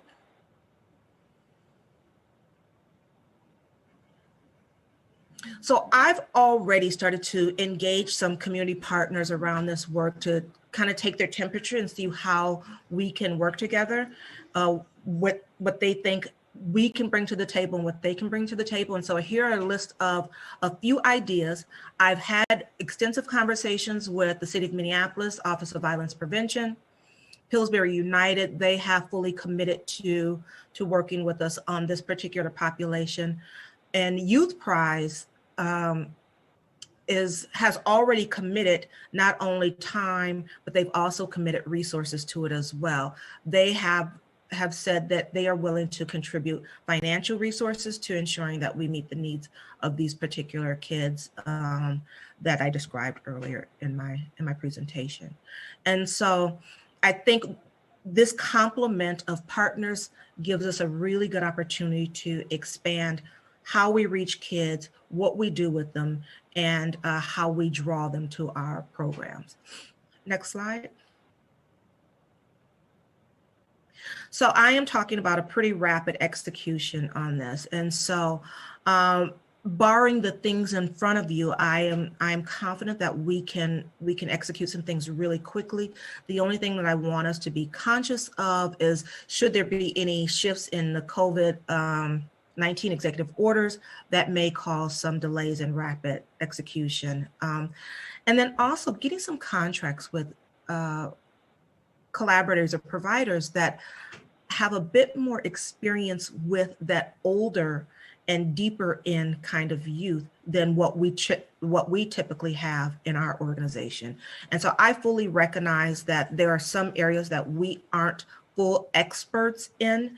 Again, the kids that are kind of closer to the lifestyle are already kind of playing in that lane. That hasn't traditionally been our expertise. And so I believe that we may need to partner with some contractors or other collaborators to do that work. And then lastly, one other thing that needs to be considered for rapid execution is marketing strategy, how we reach the kids that we typically don't, because they aren't the kids that kind of pop into our rec centers and are hungry for an activity. So we're going to have to think about ways to reach kids differently than the kids who kind of walk in on their own or whose family guide them to our services. And so that is going to take a bit of effort for us to think about what does that mean? Who's best suited to do that? Is it us? Is it a partner? And what are the strategies for that? So those are the considerations. And we're already thinking about what that looks like. I've been meeting with, or at least talking to partners about the potential of this, talking with internal staff at the rec centers about what this means. And several rec staff have already raised their hand in excitement saying, I want to work with you to ensure that we roll out programs that meet the needs of the unprogrammed or fringe young people. Next slide. So that is my very rapid presentation. Can I answer any questions for you? Thank you, Assistant Superintendent Cox. It was awesome. You know, I'm really glad that you guys are looking at the older kids as well. I'm going to, first question, I think Commissioner Musich, you were first. You can go ahead. Thank you, Chair French. I would defer to Superintendent Bangora first if he had additional comments he wanted to add to what's been provided by Assistant Superintendent Cox, if that's okay with you. You're on mute, Chair French. That's okay with me. Go ahead, Superintendent Bangora. Thank you, Commissioner Musich and Chair French. I wanted just to add to Tyrese, and there's more, of course, we can share, but I wanted just to quickly tell you about Youth Prize. And this is Heidi Pope, our grants administrator and donations and fundraising and philanthropic, did an incredible thing along with working with Corky Weissman. She has secured dollars, brand new, for the next 3 years. I'm gonna read to you what Youth Prize said. Youth Prize has committed funding to the Minneapolis Park and Recreation Board to deliver and coordinate community outreach, mentoring, and leadership development to decrease violence in economically distressed communities in Minneapolis, including Jordan and Hawthorne in North Minneapolis. The funding will be provided for 2021, 2022, and 2023, with a focus on expanding the reach and effectiveness of existing culturally relevant street outreach efforts, identifying additional outreach workers to work daily during non-school hours and peak hours, providing connections to resources, connecting youth to workforce training and employment, and engaging youth in developing their own solutions to address violent crime. Training and support will be provided by Youth Prize and other partnering agencies. Details will be announced soon. And I will tell you that what's really incredible about that is that, again, Heidi, working in a new position, secure these funds. We will give you the amount soon, but I will say it's significant, and very proud of the work that she and Corky and Tyrese have done to get this grant for the first time for the next 3 years. Thank you, Superintendent. Are you finished, Superintendent Bangora, with your remarks? Oh, sorry. Yes, thank you, Chair French and Commissioner Musich. Thank you. Thank you for adding that. I appreciate it. I'm going to pass it to Commissioner Musich. Thank you, Chair French. That's excellent news, Superintendent Bangora. Thank you for sharing that with us. Assistant Superintendent Cox, when I served on the Youth Coordinating Board and when I lived in North Minneapolis, I just was incredibly impressed with the work that the Youth Coordinating Board's outreach team did in working with youth that typically weren't engaging in structured activities on their own. Since the public schools are not in session in person right now, is there an opportunity for us to potentially have their staff come into the parks and help us with engaging youth in that capacity here, since they're not doing it at MPS currently? Chair French, Commissioner Musich, I want to make sure I understand your question, Commissioner Musich. Are you suggesting that MPS staff come into parks to do work? The Youth Coordinating Board's outreach staff. So we're a member of the Youth Coordinating Board, and we serve on their executive committee. They have staff members that are an outreach team that typically are contracted by MPS to work in school buildings, doing outreach with youth, particularly youth that are struggling with violence and home situations that might disincline them to be involved in structured activity. So I'm wondering if there's an opportunity for us to engage those employees of the YCB to help us with our efforts to address youth violence intervention and prevention with young people in the parks. Thank you for clarifying the question. And so Sure. while I obviously can't say affirmatively that yes, they can, what I will say is that Groot has been very open to thinking about ways to collaborate with us. And so I'm confident that having a conversation with her could potentially lead to something that is really helpful and supportive on both sides of the organization.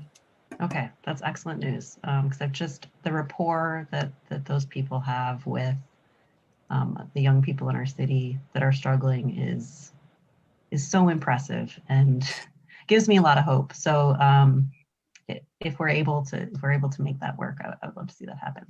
Thank you. That was all I had right now. Thank you.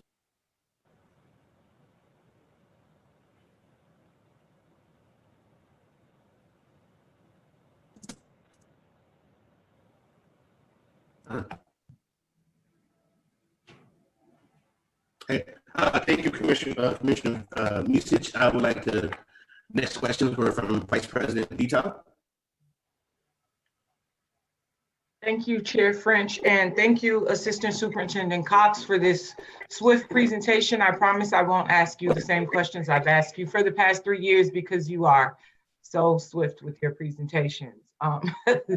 I really appreciate this, and I appreciate most that you talked about reevaluating the existing programs.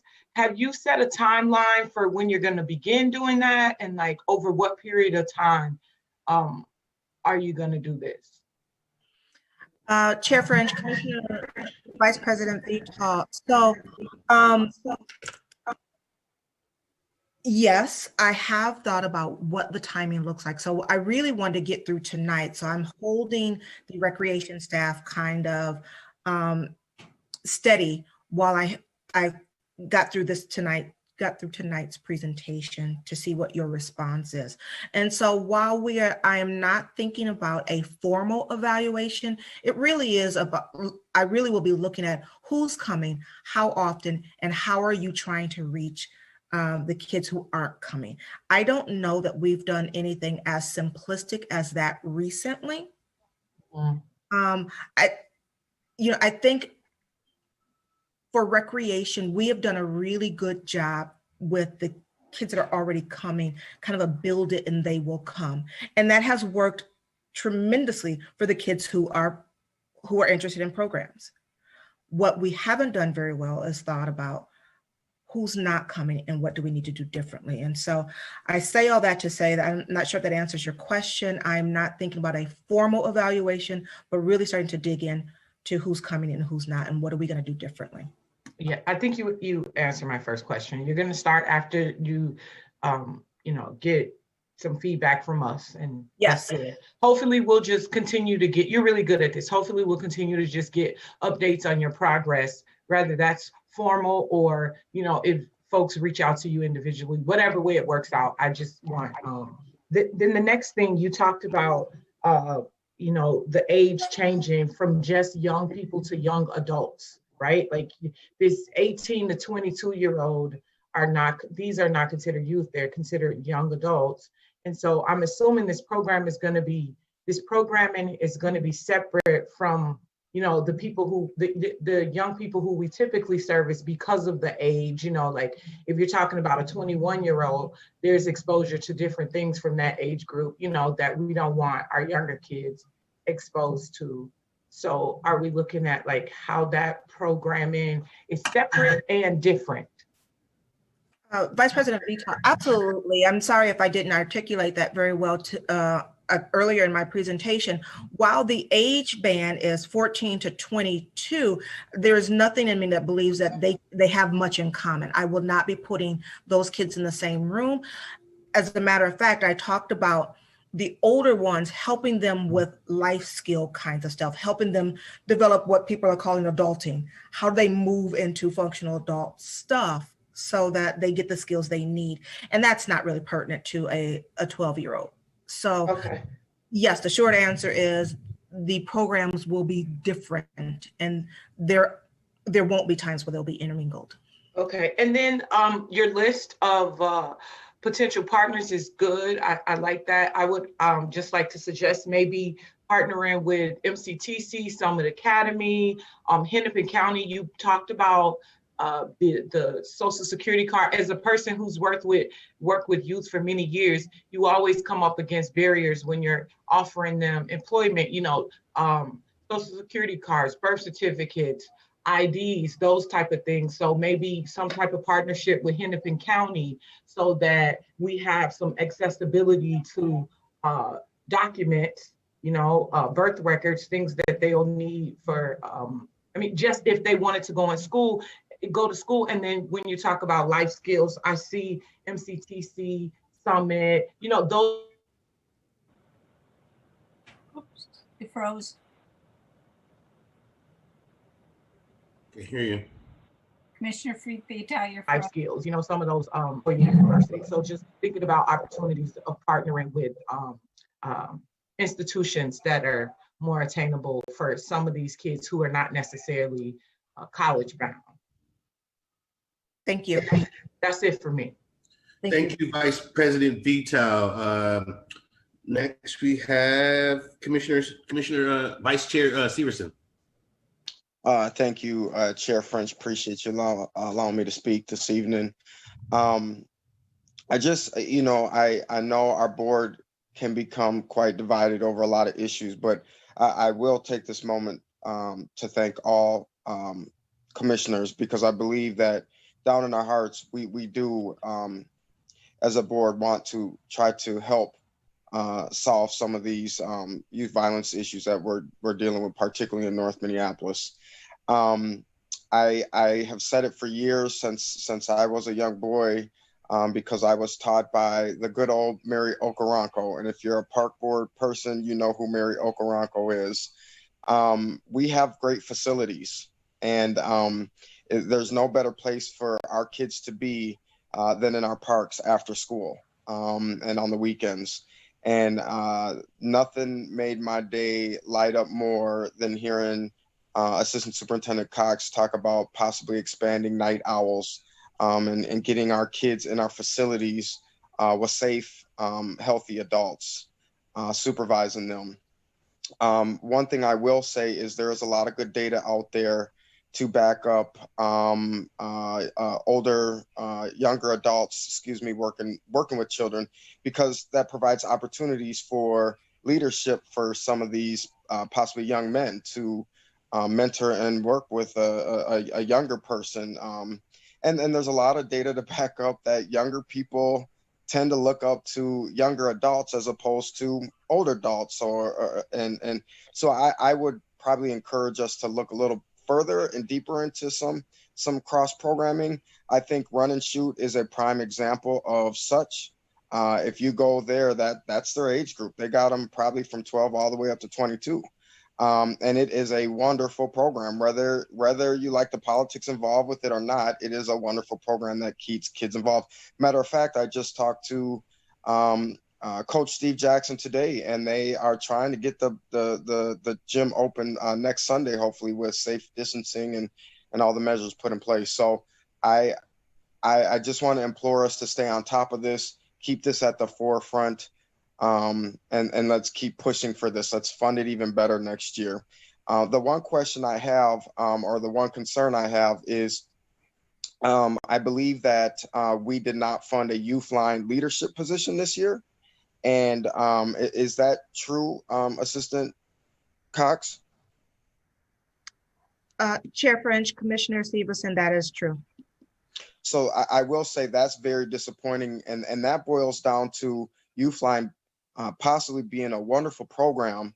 And if you don't know what Youth Line is, I would highly encourage you to meet with one of the staffs in the park that work in Youth Line, because that's something that should be funded. We should have somebody leading that Youth Line department to take it to the next level. Particularly in North Minneapolis, we have, last I checked, 4 full-time adults, one at Farwell, Farview, Harrison, and North Commons, that are specifically there to work with teenagers. And this was the prevention work that I believe Assistant Superintendent Tyrese Cox was talking about. So I hope in the future that we will dive down and get more funding to help build our programs. And I think that that position is probably important. Would you agree with that, Assistant Superintendent Cox? Commissioner Severson, yes, I do agree. Thank you. Well, again, our conversations have been robust, and I appreciate our relationship, and I hope to continue to support this. And this is my prime initiative that I'm going to continue to push, perhaps for the rest of my life, but most certainly the rest of our last year in our term. Thank you. Thank you, Vice Chair Severson. Next, we have Commissioner Forney. I'm sorry. Thank you very much, Chair French. Thanks so much for the presentation. Really, I was on a, what do you call it, a Zoom meeting, whatever, with Chief Arredondo and also with Sasha Cotton with the Office of Violence Prevention. And this was exactly the conversations that we were having, and how relevant it is, how timely it is. But it was interesting today, I heard on NPR that Minneapolis is probably the most progressive right now in this area because we're in the spotlight. We're under the microscope, actually, you know. And so I really, really appreciate this. My former husband actually happened to have been a street worker, outreach worker, a Corky Wiseman, I guess is probably a way of saying it, and how essential it is to get to those fringe kids, you know, that you're talking about. And I'm just applaud you for doing this, and I'll support you in any way I can. Thank you. Thank you, Commissioner. Thank you, Commissioner Forney. Next, we have Commissioner Bourne. Thank you, Chair French. Thank you for the report, Assistant Superintendent Cox. I do want to remind folks of the time. It's 9:15, and I know we folks were saying how late it was and kind of past our bedtime last time we were talking about youth at this time. So I would imagine we're not going to do the rest of the committees after this. But to finish up this conversation, you know, we do have this documented funding gap. And congratulations on the grant receipt. That's a heroic effort. It does not close that gap. The resources and the funding are on the table. Mayor Fry just gave folks like Commissioner Forney and myself and the other homeowners on this board a tax rebate. And I'm sorry, Commissioner French and Commissioner Meyer. The mayor probably raised your rent. The middle class homeowners got a discount on their taxes this year in the middle of a youth violence pandemic and a public health pandemic, and I got $80 back. And I think our collectively that $80 would have been better spent towards some of the programs that we know that we have a need for. And every option, I think I applaud Commissioner Forney saying that she'll do whatever she can to help. The way to help this year is to support an investment in our youth through the Board of Estimate and Taxation. And we've been under investing in our community for a generation, and it's just time to make that change. Again, Commissioner French, congratulations on your election to the BET. I'm very hopeful. I'm very glad that we have a progressive voice there that's willing to fight for our kids. But we need that data and we need that ask very soon. And so if I remember right, President Cogill, you're going to have a meeting with the mayor in probably a few weeks' time now. And I hope you'll push that message that canceling our coordinated youth our coordinated youth committee after 2 meetings wasn't acceptable, and that the time to invest in our youth is right now. And young people in Commissioner Severson's district and across the city, lives are in danger every day. The young man who was killed by police just a couple of days ago was 19 years old when we first got elected. I think Commissioner Hassan brought that up in his bid for president. And people just like his mom and just like his dad came to us and asked for those investments, and the mayor said no. And then the mayor's police killed a kid just like their kid a few years later. So and it sounds like that young man spent a lot of time in Minneapolis. So I wonder what would have happened if there was one more Night Owls program that we could have got funded through the tax levy, or one more after school program, or one more football team, but we just didn't have the intestinal fortitude to really make that ask and do it. So Commissioner Forney, you're saying you can do whatever you can, you'll do whatever you can for help. Tyrese Cox, does your division need more money to fund things like the unfunded youth program coordinator this year? Do you have enough money in your division? Commissioner Bourne, so that is an interesting question. So, there's always more that can be done. But I think what I'd like to do is I'd like to come back and say, if I had more money, here's what I would do with it versus making a blanket statement right here. Right. So I'm looking forward to seeing what that is. And there's no doubt that there's more that can be done. And there's no doubt that there's more that will be done.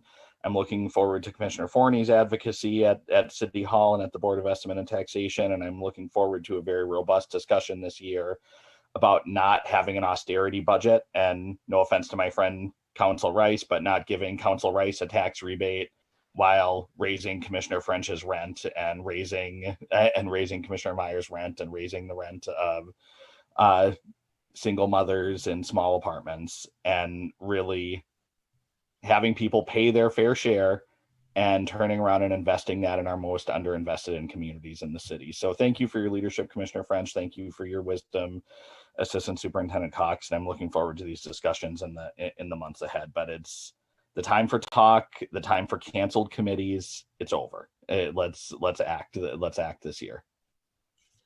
Thank you. Thank you, Commissioner Bourne. Is there any other committee members that would like to say something, ask a question or comment? Okay. So, Commissioner, I promoted you again, Assistant Superintendent Cox. I'm really excited to hear about the program that you have for the kids who are, because that's what they are, the kids that are over 18 years old. There's been such a gap in programming for that population, and that population and that demographic, I think, are in the most turmoil in our streets. So I like, not only do I want you to do it, I want you to double down on it, because I think that population is responsible for a lot of the violence that's going on in the city. Because when they turn 18, we just say, okay, you're an adult now. That people's, young folks' minds don't work like that. They don't go, oh, I'm 18, I got to start being an adult. So there still needs some guidance, there still needs some hand holding. So I'm really, really, really excited that we expanded our programs to not just include traditional youth, but young adults. And that to me is, yeah, I couldn't ask for more. The Night Owls program also I'm really excited about. I think Night Owls getting kids off the streets and around caring adults, people who can, give kids the right type of guidance and wisdom and advice. As much as we can have those kids around those caring adults as we can, I think we can improve the outcomes in our city. So I don't think I have too many questions, Superintendent Cox. I think I just want, let me know how I can help you with this. Let me know how other commissioners can help you implement this, because I think it's really important. It's really critical with the uptick in violence in our city. And it's not just in our city, it's across the country. But it's just really critical that we get programming and put resources in place to try to mitigate some of the violence that's going on in our city.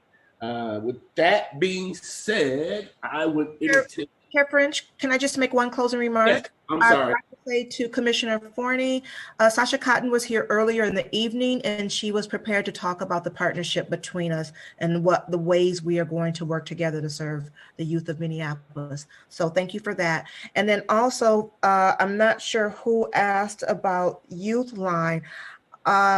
Next meeting, I'd be happy to come back and talk about the changes that are coming to Youth Line, the way we're completely reconfiguring that program and what you can expect out of that. And then I'd also like to share how we see the creation spaces feeding this work that we're talking about with the unprogrammed kids, and how we see folding them into that as well. Thank you, Assistant Superintendent Cox. Has anybody else had any comment or question with the last comment that Assistant Superintendent Cox made? All right. With that being said, I'd like to entertain a motion to adjourn. You could just, Okay. Just point of information, you can declare us adjourned. just Chair. declare us- I will declare us adjourned. Thank you.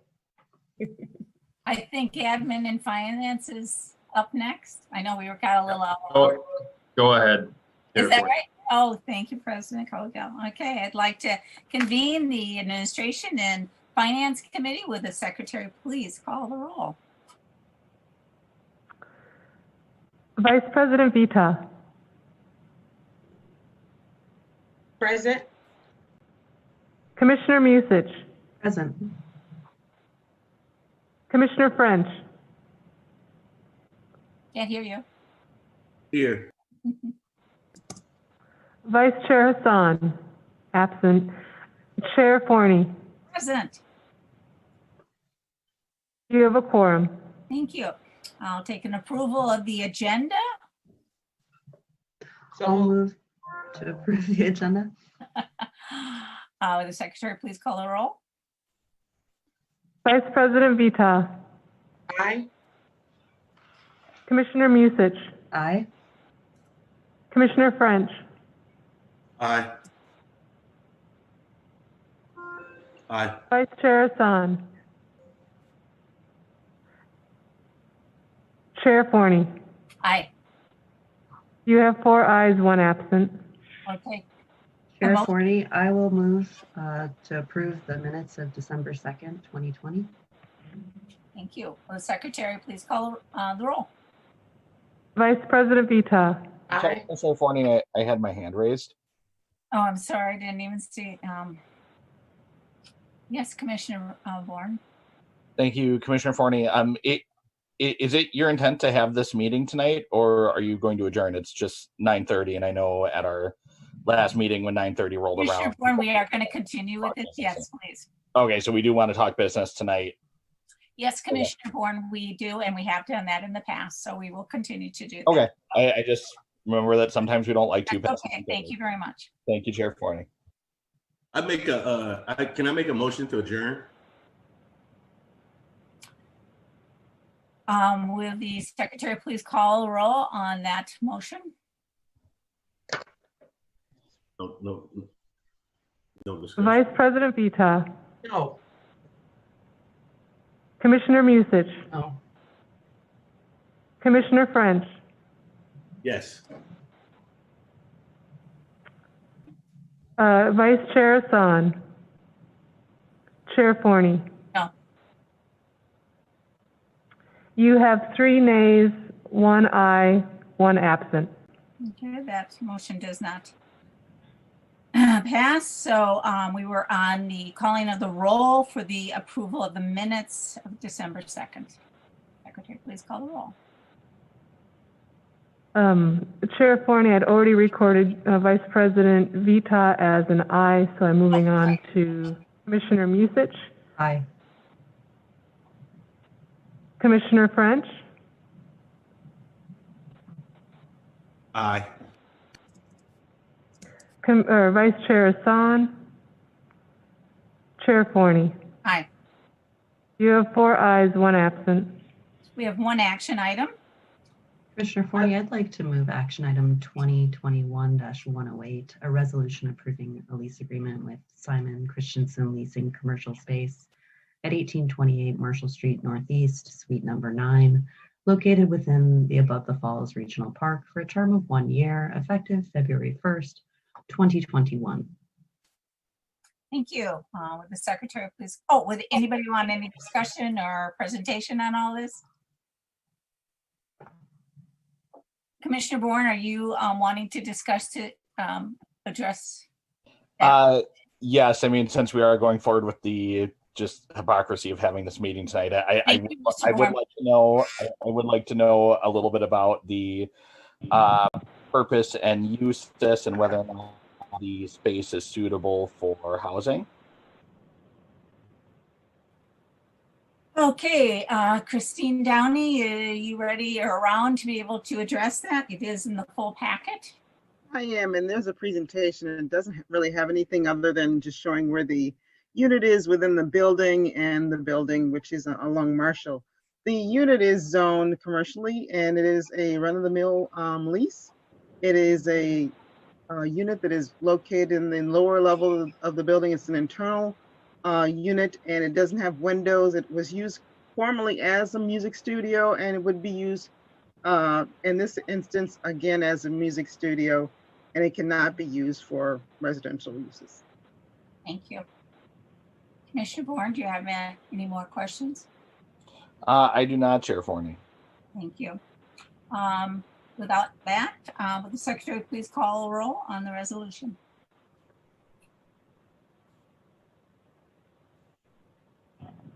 Vice President Vita. Aye. Commissioner Musich. Aye. Commissioner French. Aye. Vice Chair Hassan. Chair Forney. Aye. You have 4 ayes, 1 absent.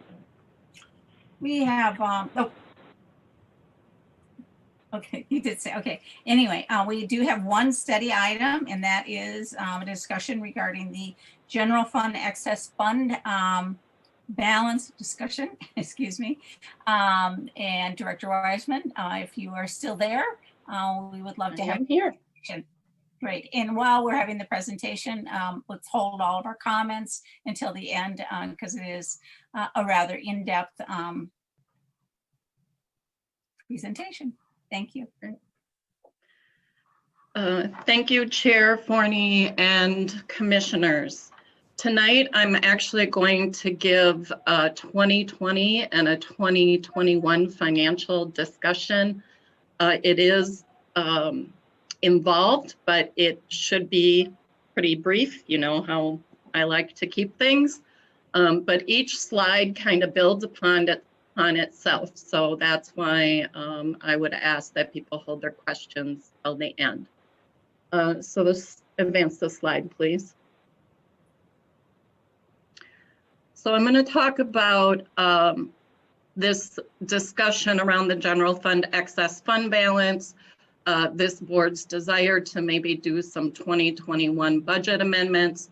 I'm going to give a 2020 financial status update, talk about the frameworks and the resolutions that I would like the board to consider, and then have a conversation around the general fund excess fund balance and the 2021 annual budget amendment discussion.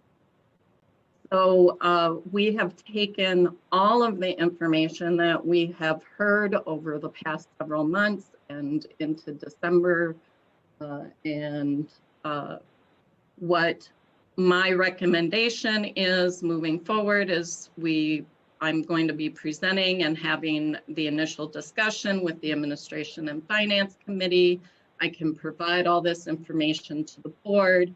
I would like to bring resolutions to the Administration and Finance Committee at the next meeting on January 20th, with hope to have full board adoption by February 3rd.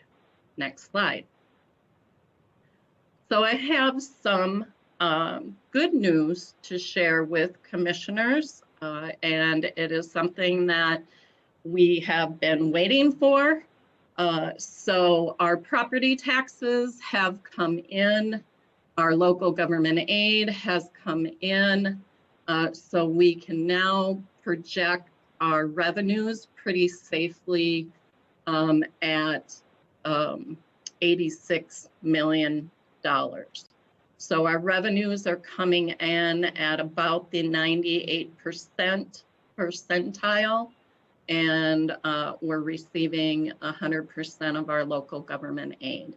And we also received, you know, over $2.4 million in state, federal, Hennepin County, Minnesota aid. So I'm going to be speaking about this a little bit later, but I'm showing the reallocation of the O&M lottery proceeds leaving the general fund since we do not need it for current year operations. And then on the expense side, We have our expenditure projections, and I'm showing the reinstatement of the transfers of the 808 because we have the ability within the budget to handle those transfers.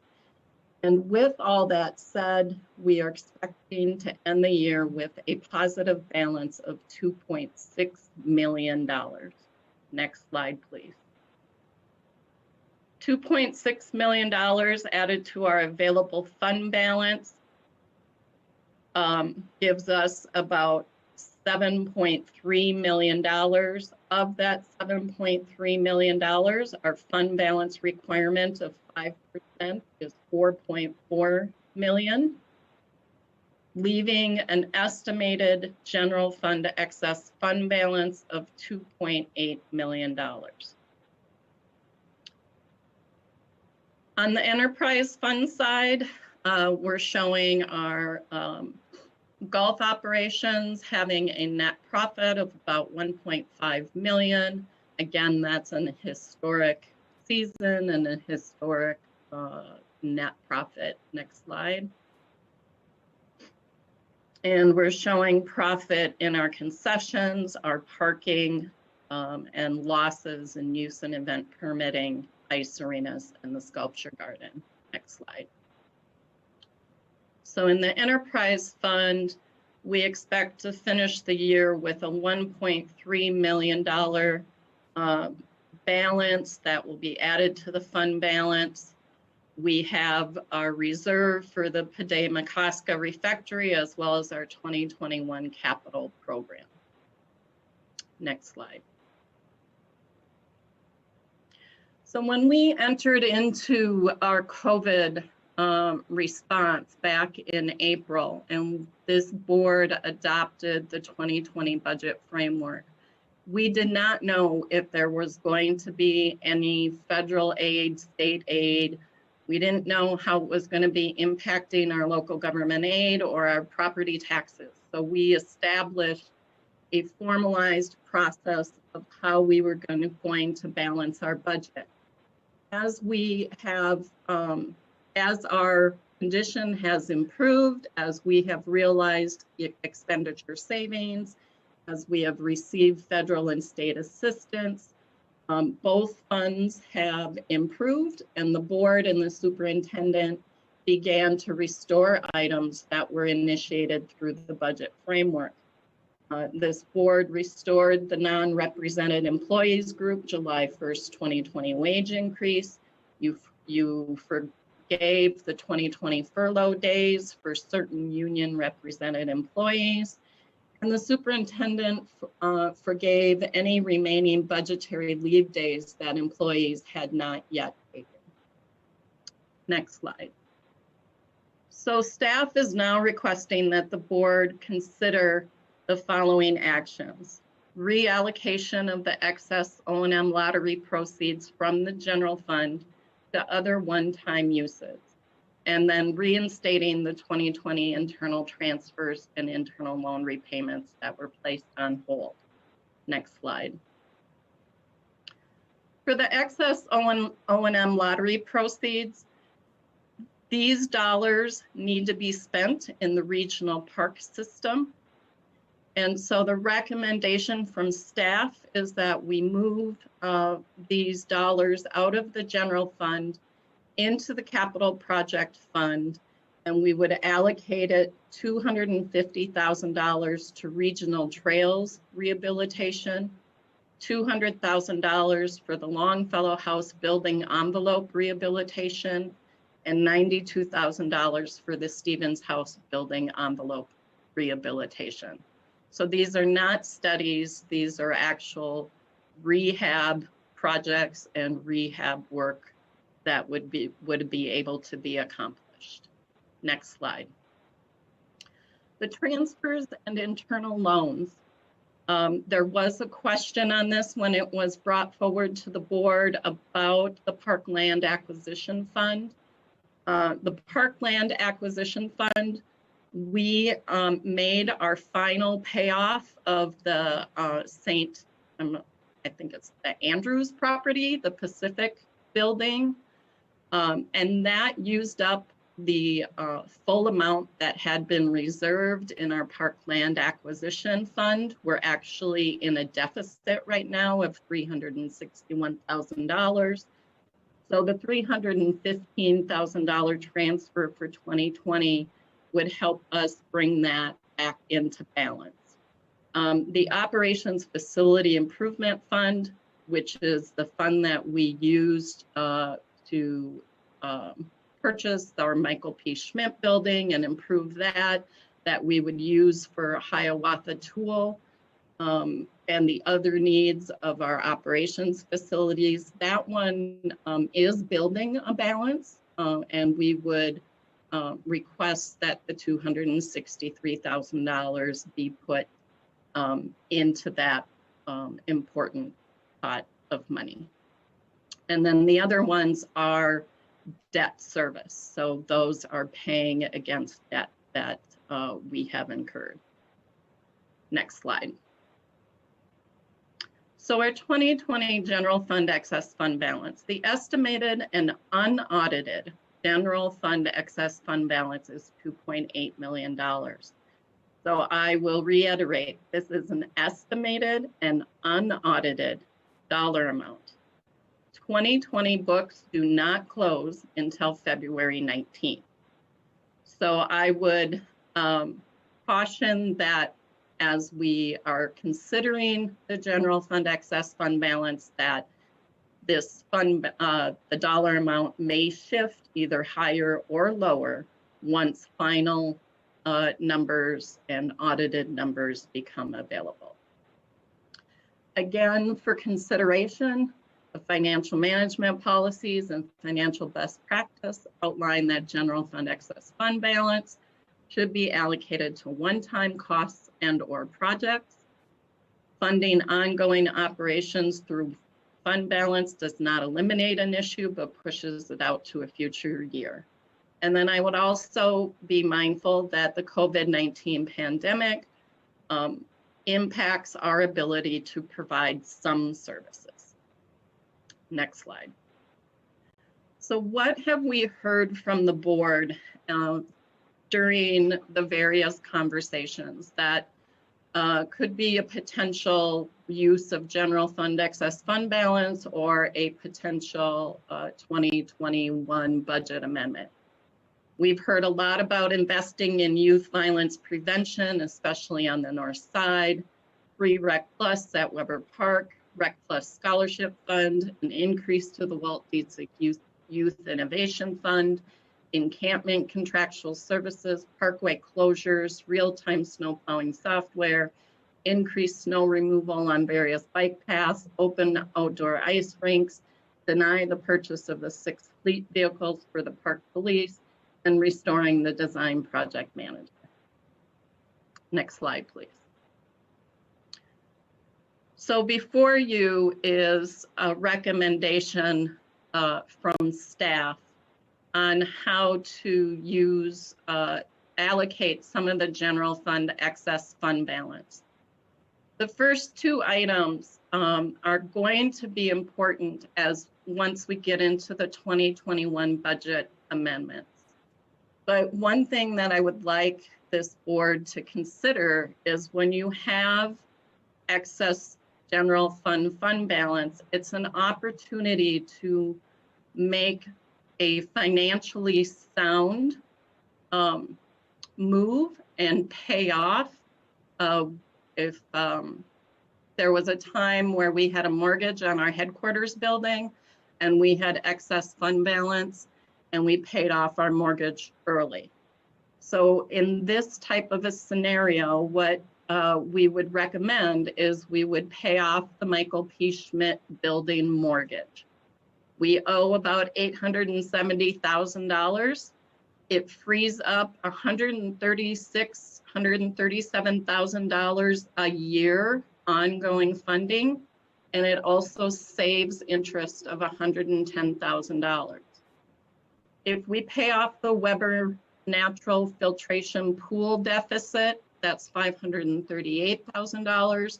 It frees up $100,000 in ongoing funding.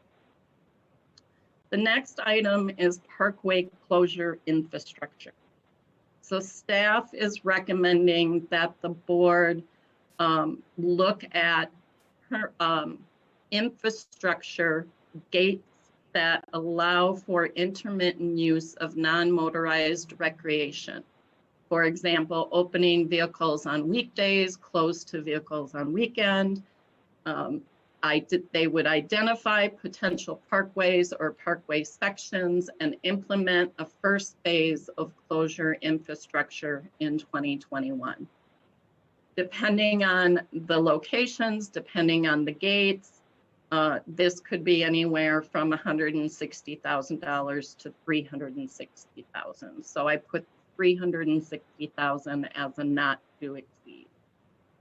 Free Rec Plus at Weber Park.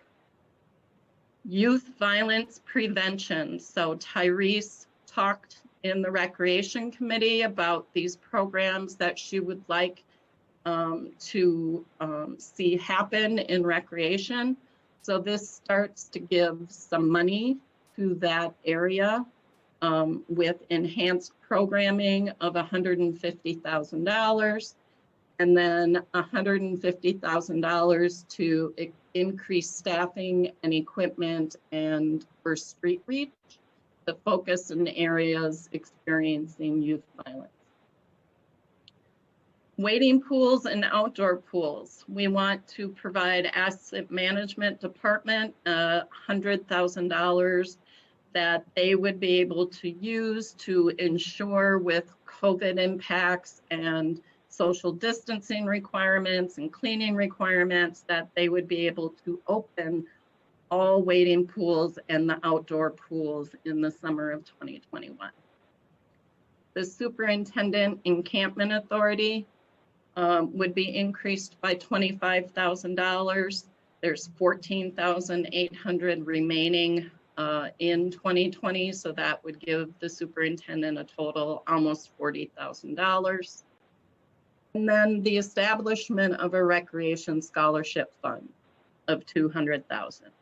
The establishment of this fund, the grant and donation administrator would develop a marketing strategy and donation process to support the ongoing sustainability of this fund. And the assistant superintendent for recreation will direct the development of processes and procedures for the use of these funds. Next slide. So the 2021 annual budget amendments.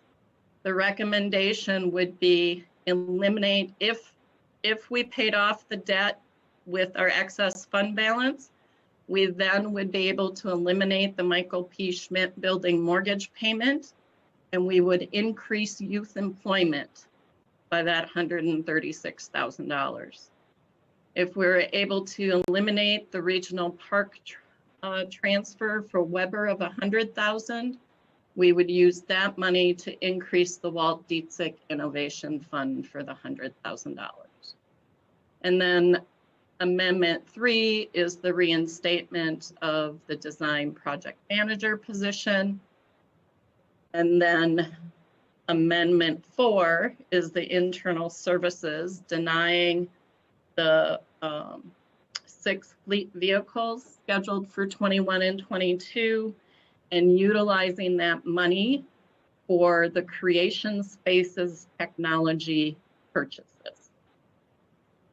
Next slide.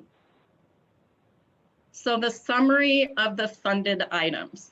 Ongoing, meaning that this would be an increase to our current service level budget of $236,000 for youth employment and the Walt Dietzig Fund.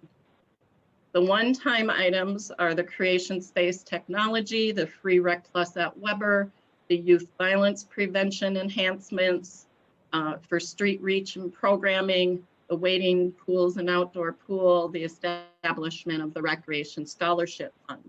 So overall, we would be investing over $1 million in youth. Next slide. The other ongoing is the design project manager, and the other one-time, the parkway closure infrastructure and the superintendent encampment authority. totals other investments of under $500,000, 433,000.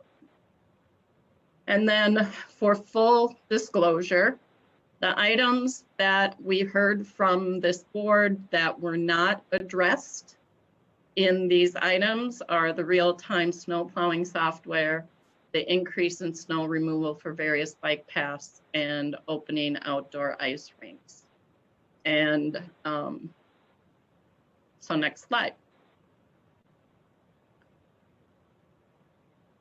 So on January 20th, depending on how this conversation goes tonight, I would propose coming back to the Administration and Finance Committee with 3 resolutions. The first resolution would reallocate the O&M lottery proceeds and reinstate the internal transfers and loan repayments, and then a resolution to allocate the general fund excess fund balance, and a resolution to amend, it shouldn't say general fund, but resolution to amend the 2021 annual budget.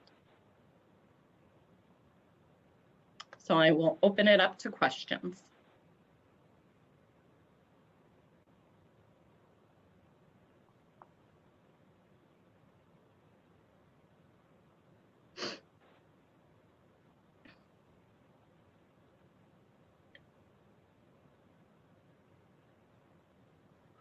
Commissioner Forney, or Chair Forney, are you online? I was muted, sorry about that and everything. So thank you, Director Wiseman, for the presentation. And I have this correctly. I believe that Commissioner Bourne had his hand up first.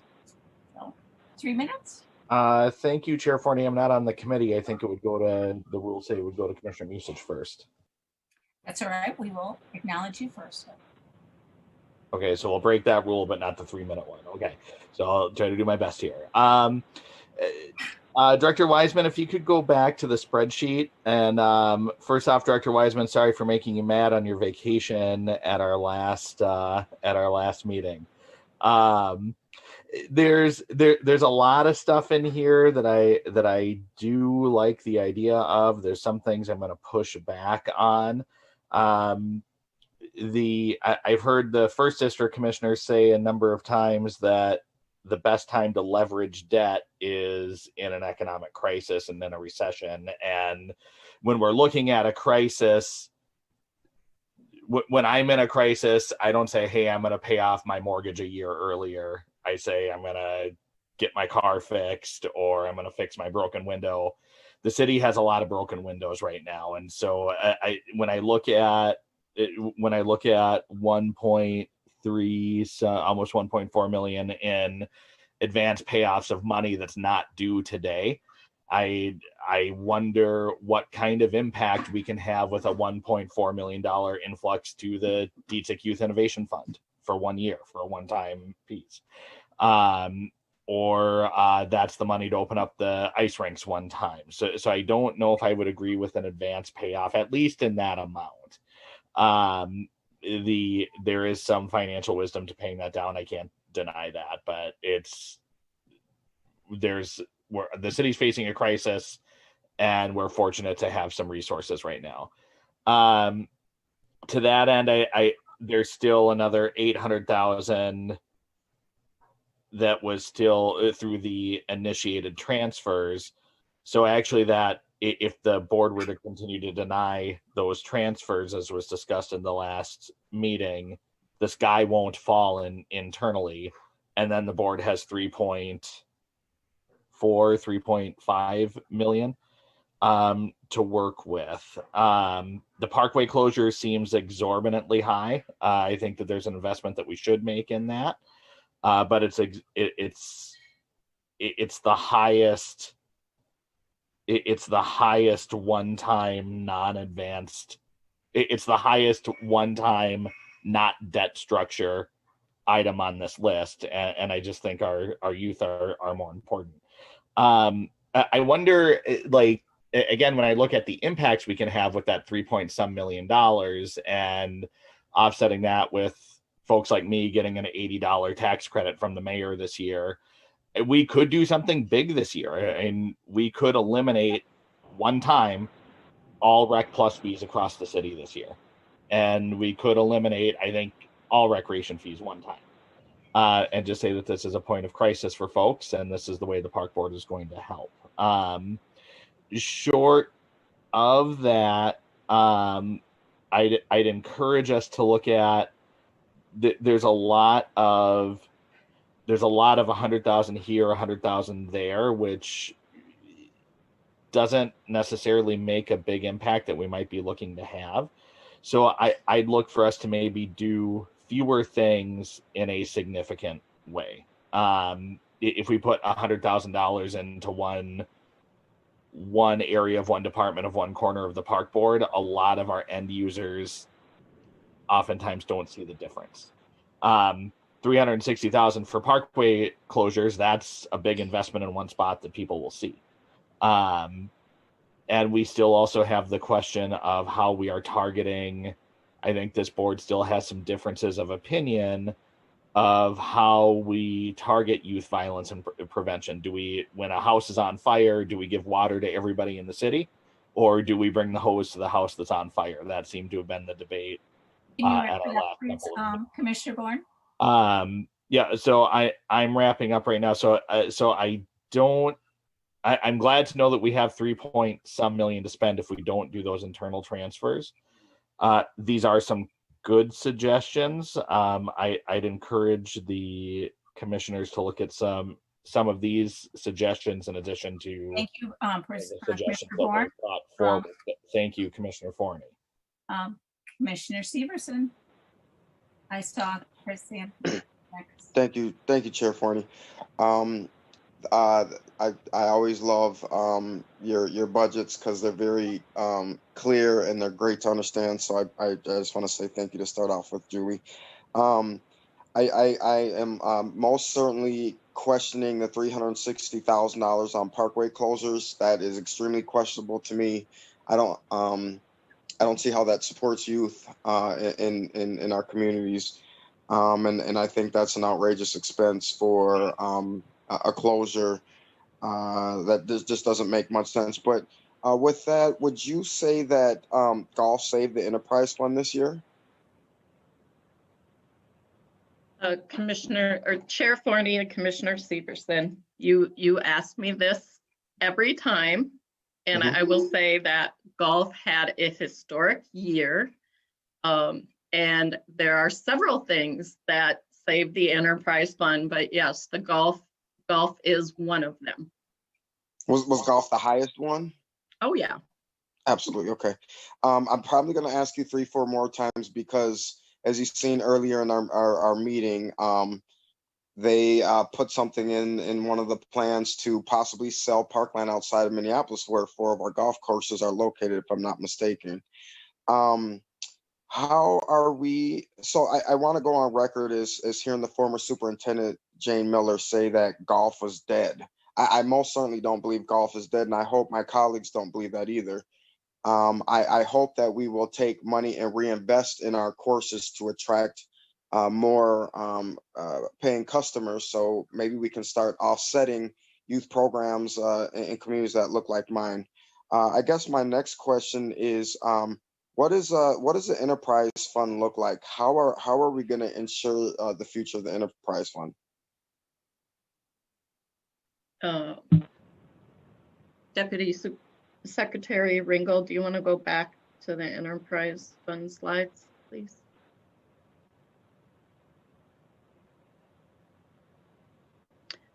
Yeah, stay on this one.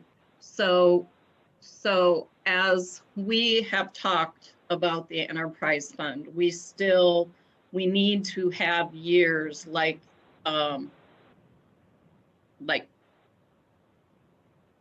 this one, for golf, but for all of the enterprise operations, because our projected fund balance, after we take into account our capital program of $2 million, we only have $4 million in reserves.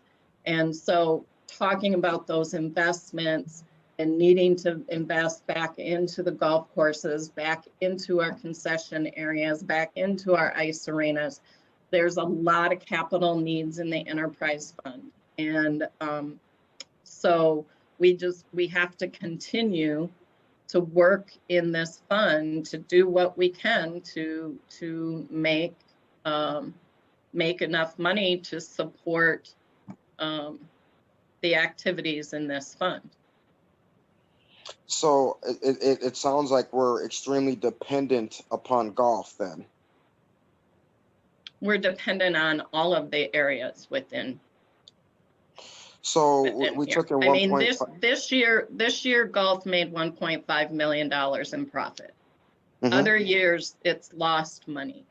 So it's and parking has been the one that has had the largest profit. So all of the areas within the enterprise fund, we need them to make a profit, and we need to. That's why they're in this fund. They're our business ventures. That's good to know. I'm happy you actually mentioned parking, because some of my constituents are highly interested in removing all of the cars off of our roads and also killing our golf courses, which would ultimately be the demise of our enterprise fund. Would you agree? Commissioner Severson, can you wrap up your comments, please? You're in excess of 3 minutes. No, I'm not. I've been keeping my time. No, I'm not. My time stops when Julie starts. So if you want to start your clock, you can do that again. Thanks, Chair Forney. So, so there are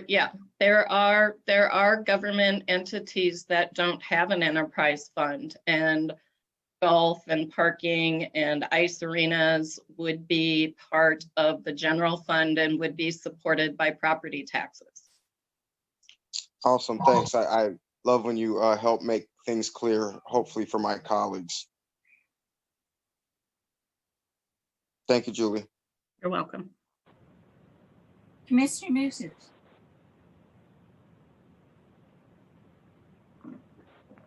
Oh, no, you're mute. Huh? Thank you. Sorry about that. I had taken myself off in preparation and then forgot I put it back on. Can we go back to the slide that talks about where staff suggests we spend the excess fund balance? Mm-hmm. So I find myself agreeing with the commissioner from the 6th district, and I hope it's not the last time this year that we find a point of agreement about the payoffs of mortgages. While in a time of a robust economic environment, I would agree with paying off these mortgages. Right now, the needs of our community are incredibly high. And so I would much rather see us investing these funds into helping close the gaps for residents that are struggling to find ways to pay for things that they need, both to do their work and recharge and participate in programming that helps with their physical and mental well-being. So in talking, as part of my previous experience before serving on the park board, I served on the board of a preschool in North Minneapolis. And what I learned there was that if we were to make our program free, families that had waited years on the waiting list to get assistance from the county would lose their assistance. So rather than making the program free for those families, we provided supplemental scholarships so that they were able to attend the program. And what I would really like to see us do, rather than creating Free Rec Plus in one location, is to dedicate a much larger amount to a scholarship program that focuses on either areas of concentrated poverty or racially concentrated areas of poverty, which includes pretty much all of North Minneapolis, a large portion of the upper South service area, as well as a portion of lower South, close to the Highway 62 crosstown. These areas have a lot of immigrant families of color that are struggling right now and can use the help. Not every impoverished person in the city lives near Weber Park, and I would really like to see us help as many people as we can as we are able to do so. So rather than free Rec Plus in one location, I'd love to see us create a Rec Plus scholarship program that prioritizes residents living in either areas of concentrated poverty or racially concentrated areas of poverty. I'd also like to see us increase the youth violence prevention enhanced programming budget and this expansion of street reach budget along the same lines, and that we really have an intense need for this year, especially with seeing crime spiking to levels we have not seen since the 90s. And we have an opportunity with the excess fund balance to really put more into that. So I would like to see those budgets increase as well. And Commissioner Forney, if you would entertain me just quickly finishing up my comments, I'd appreciate it. I also wanted to briefly touch upon the planning recommendation to add back a planning person. I've recently had conversations with the HPDL Equity Committee. They would really like to work with the Park Board staff on planning to honor and share with the public the legacy of Commissioner Solomon, who was the first African-American president of the Park Board and a huge advocate for recreation with our youth. And they'd love to start that now, but we don't have the ability to support that. I also have residents in my district really fired up about considering renaming Sibley Park. And I know renaming is a heavy lift for our staff. So again, Commissioner Forney, I'd like to see that happen. Consistently watching the clock for speakers? Yes, and I granted Commissioner Musich because she was wrapping up. I appreciate your comments. Commissioner Bourne, we are being sensitive to everybody. Finished? Yes, I'm finished. Thank you very much. Okay. Commissioner Bourne for a second time. Commissioner Forney, Commissioner Vita has not gone for a first time yet. The rules would defer to her.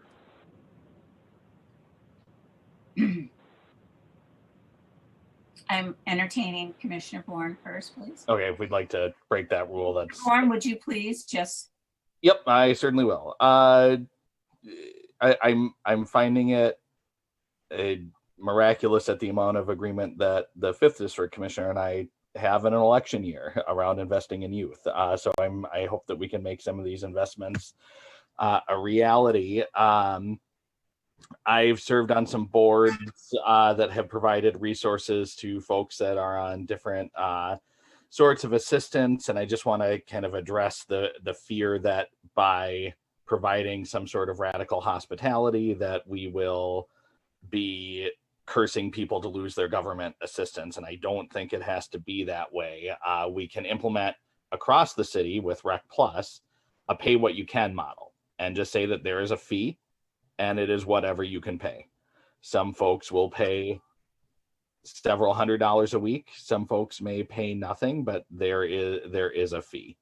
That's a model that works exceedingly well in the arts community, where people that can afford to pay oftentimes pay more than what a suggested fee is, but no one is turned away. Nobody has to present documents that may be embarrassing to them about their income. Again, being the child of a mom that has to bring in a form at a program to get reduced fees. I think every one of us has been in a room and has either been that kid or has seen that kid, and there's a lot of bullying that comes along with that. So just here's an empty envelope, here's your suggested fee, and we're grateful for whatever you can pay, and whatever you can pay is that fee. And I would think that $3 million could cover that, and then that way we don't have to think about the bureaucracy of a scholarship program. We don't have to think about the forms that people pay off. We don't have to worry about how to implement it next year. We're acknowledging that it's a one-time fee change structure. And we might be surprised, the folks in Southwest that may ante up a little bit more with the tax rebate that Jacob gave us. We may pay a little bit more. So I think that there's a way to get this done. Again, I would echo some of Commissioner Severson's concerns about the Parkway closure infrastructure being an exorbitant amount, but I would like to see some infrastructure investment there because the cone rental ended up being just about as much as the infrastructure investment. So it makes sense to have a long-term piece there. But yeah, for as much as I don't like golf and parking, thank God for golf and parking, I guess, in the enterprise fund, to Commissioner Severson's points. Thank you so much. Thank you. Vice President Vito. Thank you, Chair Forney. I thank you, Director Weissman, for this presentation. I want to just say that I know that the Parkway closures, the amount seems to be a lot, but I think that that's very important. I think that in these COVID times, we don't really have other ways for people to enjoy the outdoors sometimes. So to certain parts of the city, the Parkway closures are very important. I definitely think that this youth violence prevention work is a good idea, and we can find ways to put more money in it instead of paying off some of these other bills. I would prefer that we put it in youth violence prevention. Also, the citywide Rec Plus, some type of programming for citywide Rec Plus makes more sense to me, because since our last meeting, I have had a ton of folks reach out and thank me for speaking up for the entire city in regards to the Rec Plus program. So I think we're going to see other parts of our city that need some type of help with funding from Rec Plus or other programs that we have in our park. So I would definitely like for us to come to some type of agreement on how we help folks around families, underserved families around the city with Rec Plus and just youth violence prevention overall. Tonight we got a great presentation, and we don't know financially how we're going to be able to support Assistant Superintendent Cox. But looking at this budget that you presented tonight, and keeping in mind that she may come to us at a later time, needing some financial assistance to help with some of the programs she presented tonight. That's it for me. Thank you. Commissioner French.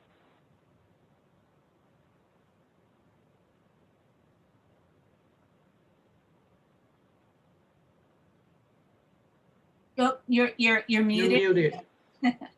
Thanks, Chair Foley, for allowing me to speak.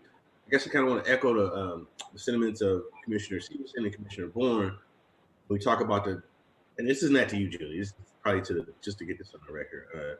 We spent an awful lot of money opening up roads, and parts of our city is in chaos. We rejected an offer a couple of weeks ago where we could have provided childcare for folks at Weber Park on the north side where it's desperately needed. So, I mean, I think our priorities, maybe it's had this dysfunctional, just a little bit. I'd rather, I know folks like to ride their bikes, but there's tons of ways to ride your bikes. There's not tons of places for kids to go play it. And so we decided that we were going to, sacrifice or prioritize a certain group of people over another group of people. And that the group that we prioritized them over is more fluent and more powerful. And so, we talk about what's going on in DC right now. It's going on right here. The rich folks and the powerful folks are doing what they need to do to get the resources they need. So $320,000 for that's. So but I like the investments in youth. Let's keep doing that. Let's double down on that. But we need to do more childcare over the north side. Like that was ridiculous. So I'd like to move a motion to reinstate our childcare, $100,000 for the childcare at Weber Park. That's a motion. Yes. Okay. Second. It doesn't need a second, and you're not on the committee. Anyway, so We're in committee, correct? we're in committee, and Commissioner French is on the committee, and it doesn't need a second. So any discussion on this from the committee members only, I would appreciate. Otherwise, we'll have to take the roll. And Commissioner Musich, is this to the resolution? Yes, it is. Please. Thank you, Chair Forney. I appreciate the resolution from the at-large Commissioner French. I won't be supporting a resolution this evening on any of these items. I think part of this, the reason for this discussion was to give feedback to staff so they can come back with a resolution that reflects what they're hearing from the committee. And at that time, we would try to move forward a full slate. So I will not be voting to support the motion this evening. Thank you. Thank you. Vice President Vito, are you? Yes. Thank you, Chair Forney. I will also not be supporting this. I'm not sure where this, well, first off, when I had conversations with staff about Weber, no one at Weber Park has been turned away from childcare, nor will they be turned away from childcare. This money, I'm sure, will help, but it is my understanding that the most amount of money we will use for 2021, based on previous Rec Plus programming at Weber, would only be $20,000. So I don't even know where this $113,000 number is coming from. The purpose of this presentation tonight is for us to move a slate together, is for us to work together as a board and try to come up with some solutions for this excess fund balance, not to move motions for one specific place. So I don't even understand where this is coming from. For one, again, I was told we wouldn't even spend more than $20,000 for Rec Plus at Weber Park. And so this $113,000 motion just seems like a political stunt to me and not necessarily something that is needed. Again, I was told that no family would be turned away at Weber Park for Rec Plus, nor have there been any families turned away at Weber Park for Rec Plus. So I will be voting against this tonight as well. And thank you. I need to indicate to you that this is out of order for our council, so we will not be voting on it. So this is a discussion item. There are. Could you appeal the ruling of the chair? You're a member of this committee. You're a member of this committee, Commissioner French. You can appeal the ruling of the chair. It's a motion. It doesn't need a second. I like to appeal the ruling. Per our council, it is not. So I thank you. Excuse me? So, point of order, Commissioner Forney, you need to, when your decision is challenged, you need to take a vote on that. Okay. And Commissioner French, could you ask Commissioner Bourne, you're out of order. Commissioner Bourne, you are out of order. That's correct. I am. I think your ruling is also out of order. Commissioner French, during your time on the committee, could you ask Council Rice what makes your resolution out Point of order, Council Rice, is it, can we just ignore the chair on committees? This is just a report. This is not a. Chair Forney. Yes, please, Council Rice. Thank you, Chair Forney. I'm looking at the agenda, and there's no motion that was on the agenda. This was a study report item, and I believe that Commissioner French's, you can't make a motion to a study item. So if the chair has ruled it's out of order, it's out of order. Commissioner Bourne is right. If somebody challenges the ruling of Commissioner Forney, you could take a vote on that, but there is no action was calendared on this, so there can't be a motion to a study item. When this item is done, Council Rice, would a motion from Commissioner French to suspend the rules to add an item to the agenda for the purposes of considering his resolution be in order? The committee voted the agenda at the beginning of the meeting, and that's what the committee said they would address. Let me think about that. I'm just thinking of all the other examples where we have added items to the agenda through a motion to suspend the rules, both in committee and at the full board after an agenda. Yeah, I think that would be a 2/3 motion to amend the agenda would be in order. Okay. Are we done with the study report? Or Councilor Rice, do I have to wait till the study report is over with to make that motion? I believe the appropriate thing to do would be to wait for the study report item is over and ask the chair to recognize you for a motion to suspend the rules to add a new item to her committee. Thank you, Councilor Rice. Speaking to the discussion item, I see numerous hands. I'd like to know, Commissioner French, are you finished with your comments for the discussion item? Well, yeah. Well, no, I was. The reason why I just it befuddles me a little bit by the reason why we decided we're not going to concentrate resources in the place where it desperately needs resources. Saying, the excuse that folks will lose their benefits, that's not an excuse. That's an excuse to do nothing. It's an excuse to do nothing. Right now, we have an opportunity to provide childcare for a lot of folks who really need it. And we've decided to do nothing. We decided to do nothing. We spent $300,000 so rich white folks can ride their bikes around the lake.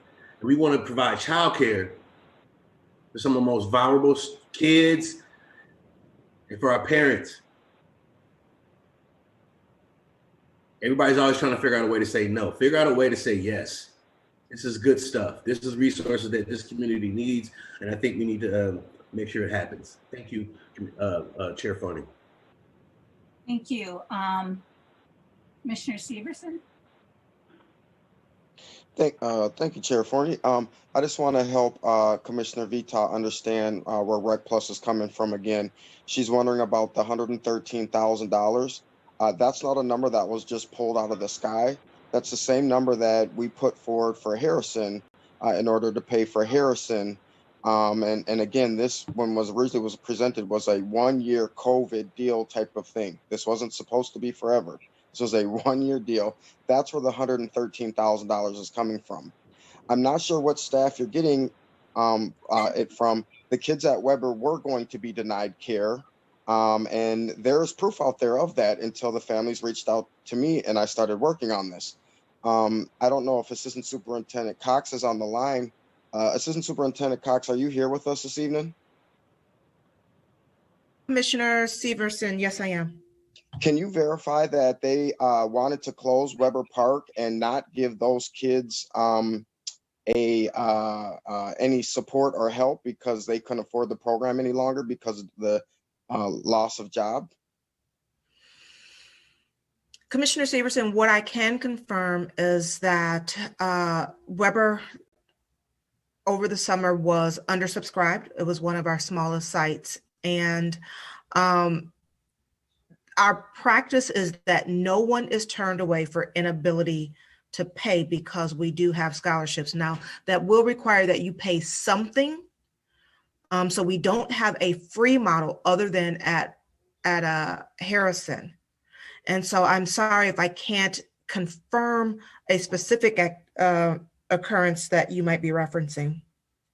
Well, if I can do a Freedom of Information Act request on the emails and from Weber, from the parent, and you can definitely get proof that way, or I'm sure you can reach out to the person who manages your program, Miss Yeager, because she's the one who denied them that care.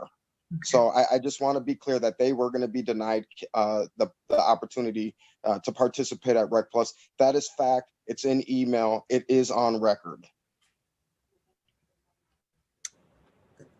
Thank you for that clarification, Commissioner Severson. And That is unfortunate. I absolutely will do research on that because, as I said, it is not our practice to deny anyone for inability to pay because we have scholarships available. Thank you. Moving on to Commissioner Musich. Sorry, I forgot to put my hand down. Oh, okay. Vice President Vita.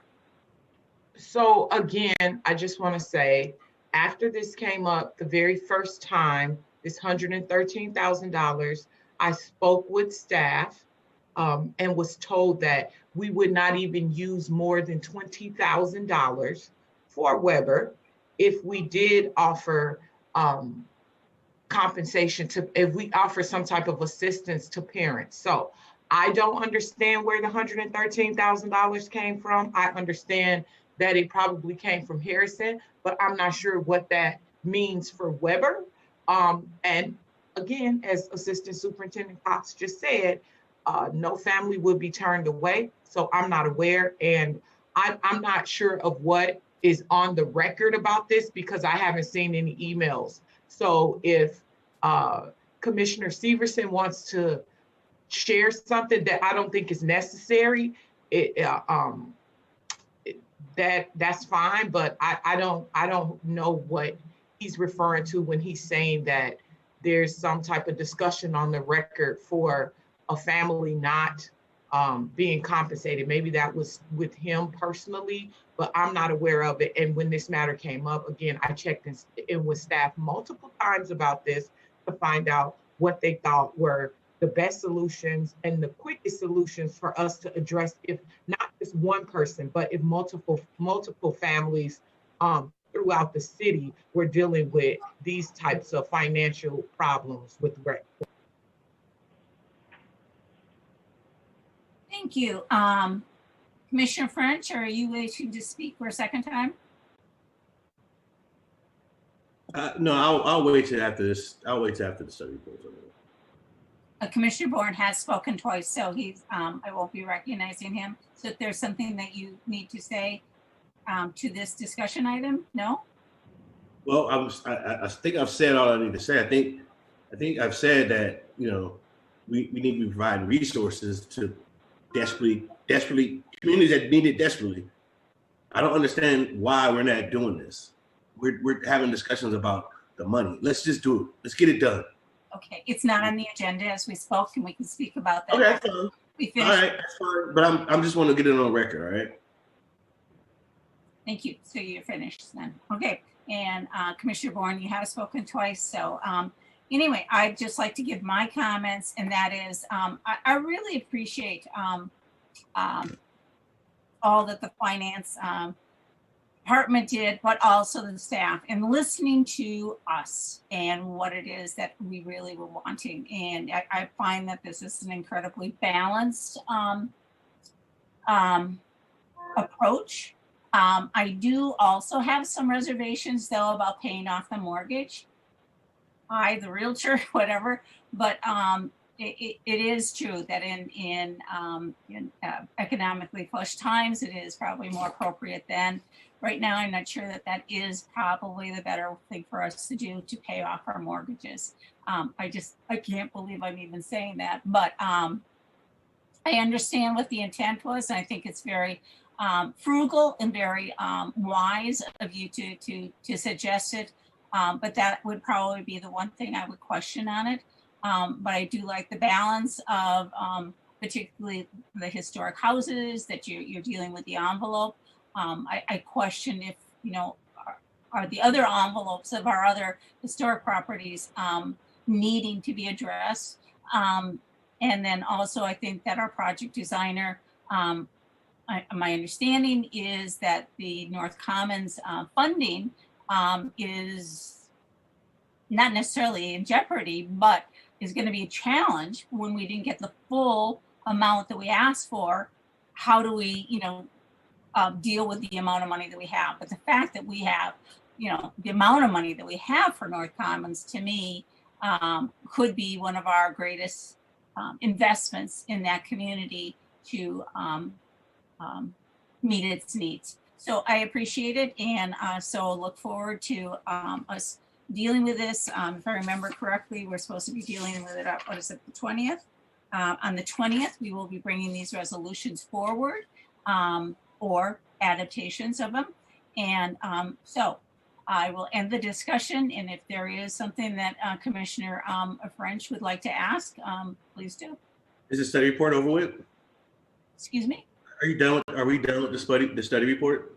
I just said that in that offer, if you'd like to say something. I'd like to make a motion to suspend the rules to add an agenda item, action item, to take $113,000 from excess general fund balance to offset potential losses in revenue from implementing and pay for a Direct Plus program at Weber. Thank you. Any discussion on that item? Not seeing any. Oh, Commissioner Bourne.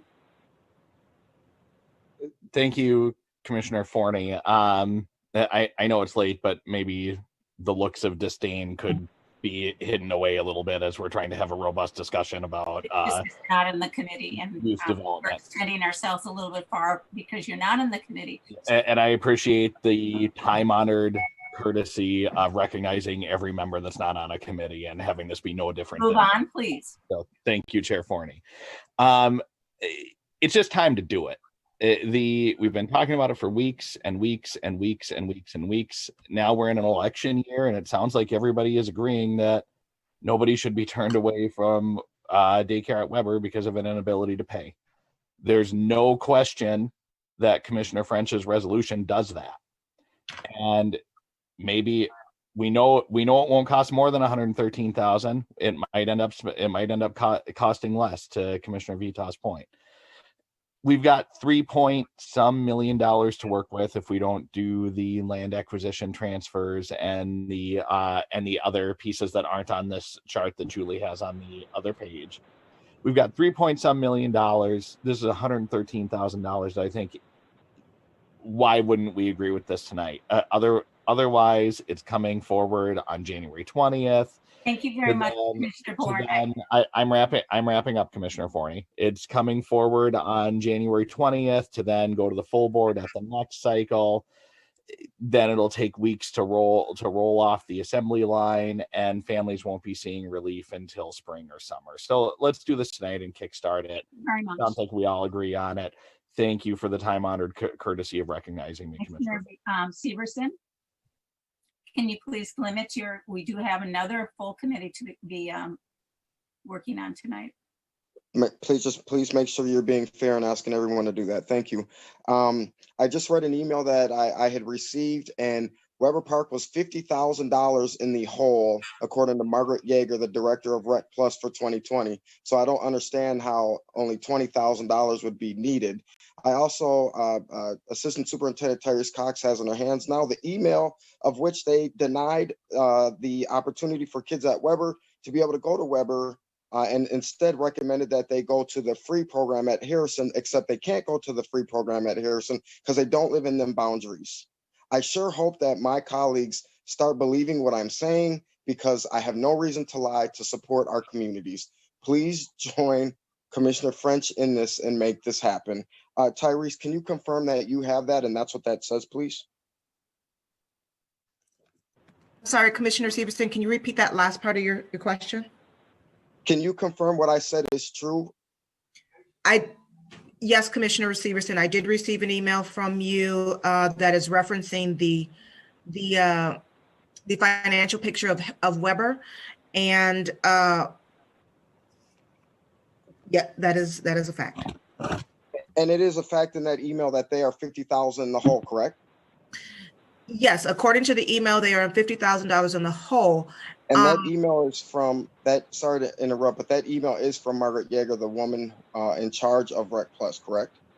That is true. So each of the Rec Plus sites function as an individual business unit. And so while Weber may have been in the red, there are probably some things that we could have done differently to support that family, given the overall department or program budget. And in that email, it says that Weber can't support that family and that they'd have to find another site, correct? That is what it says. Okay, thank you very much. Appreciate you. Commissioner French, is your hand up or were you finished? I think I've said all of it today. I'm sorry. We continue. Would the secretary please call the roll for the committee? Vice President Vita, Yes. Commissioner Musich, Can I clarify that what we're doing is suspending the rules to consider a resolution? Yes. No. Commissioner French, Yes. Yes. Vice Chair Hassan, Chair Forney. No. You have 2 ayes, 2 nays, 1 absent. Well, it doesn't carry. All right.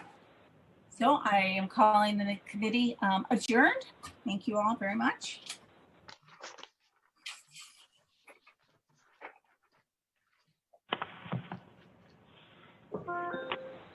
Thank you, Chair Forney. Our last committee this evening is the Legislative and Intergovernmental Committee, Vice President Chair Vita. Thank you, President Cogill. The time being 10:34, I would like to call to order the Wednesday, January 6, 2021 meeting of the Legislative and Intergovernmental Committee. Will the secretary please call the roll? Commissioner Meyer, Here. Commissioner Hassan, Commissioner Forney, Present. Chair Vita. President, I would ask for You a have a motion. quorum. I would ask for a motion for approval of the agenda. So moved. Secretary, will you please take the roll on approval of agenda? Commissioner Meyer, Aye. Commissioner Hassan, Commissioner Forney, Aye. Chair Vita. Aye. You have 3 ayes and 1 absent. I would ask for a motion for approval of the minutes from Wednesday, November 18, 2020. So moved. So moved. Will the secretary please take the roll on approval of the minutes? Commissioner Meyer, Aye. Commissioner Hassan, Commissioner Forney, Aye. Chair Vita. Aye. You have 3 ayes and 1 absent. We have 2 action items. I'll Will- move Resolution 2021-109, a resolution approving 1-year contracts effective January 1st, 2021 with Rice, Walter, and Mosley, LLP, in the amount not to exceed $85,000, and Tom Workman in the amount not to exceed $30,000 for lobbyist services. Is there any discussion? Commissioner Meyer? Thank you. I will be voting against this resolution because I stand by my position on the worst idea Commissioner Bourne has ever heard. And I just wanted to expand a little bit on that position. When I was chair of the IGR committee, I had meetings with legislators about our legislative agenda in 2018. And I had one meeting with a prominent Republican leader where he cut me off as I was explaining the virtues of our various projects. And he said, you know, you don't need to tell me how great your project is. Everyone's project is great. All I need to know is how many votes can you get for the bonding bill if your projects are included. And that to me just really showed you know, how things work and what's important at the legislature for getting our projects funded. And to me, it seems very clear that what matters is the support of our delegation and their willingness to vote for a bonding bill if projects are included. So I feel that the $30,000 for Republican lobbying are just not dollars that are well spent. And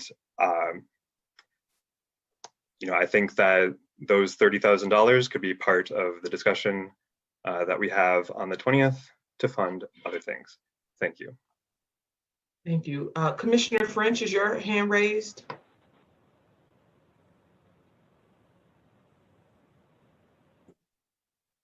Thank you. Can I speak, Vice President? Yes, absolutely. Yeah, originally I was against it, right? But what I really believe is that we need people on both sides of the aisle advocating for us. I think it's very strategic. It may not look good from the outside, but I think it's very strategic to have folks on both sides of the aisle advocating for our park board. I think we'll get the best resources, the best results out of that. And that's why I will be supporting this. Thank you. Well, I'm not even voting. I don't care. Correct.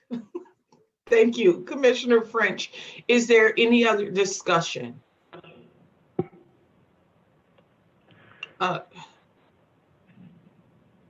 Commissioner Meyer, did you have your hand up for a second time, or is it just? No, sorry.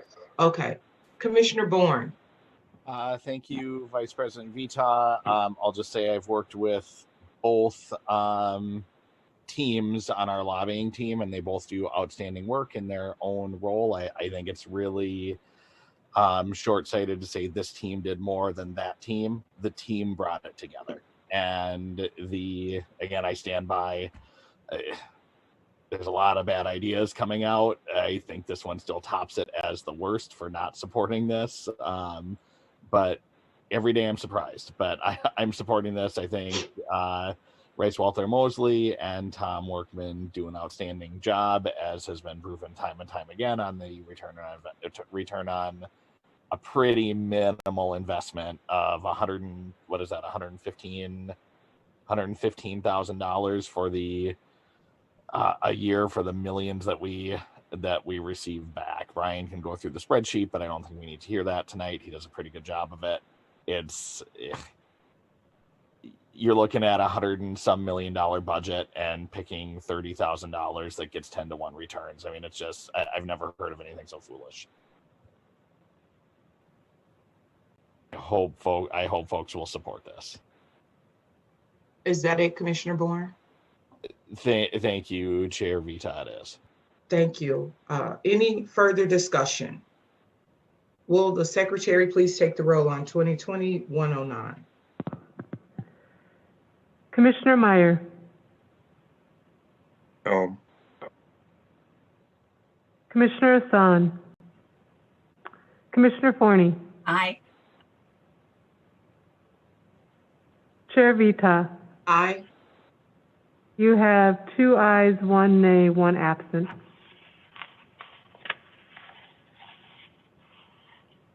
Okay, we have another action item. I'll move resolution 2021-110, a resolution approving the 2021 legislative agenda of the Minneapolis Park and Recreation Board. Is there any discussion? Commissioner Bourne.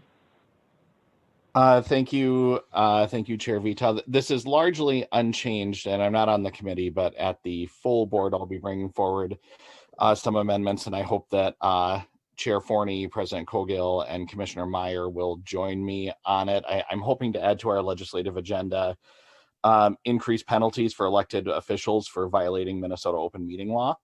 I'm also looking to add increased penalties for elected officials violation of statute 383B041, in specifically failure to file required campaign finance disclosure reports.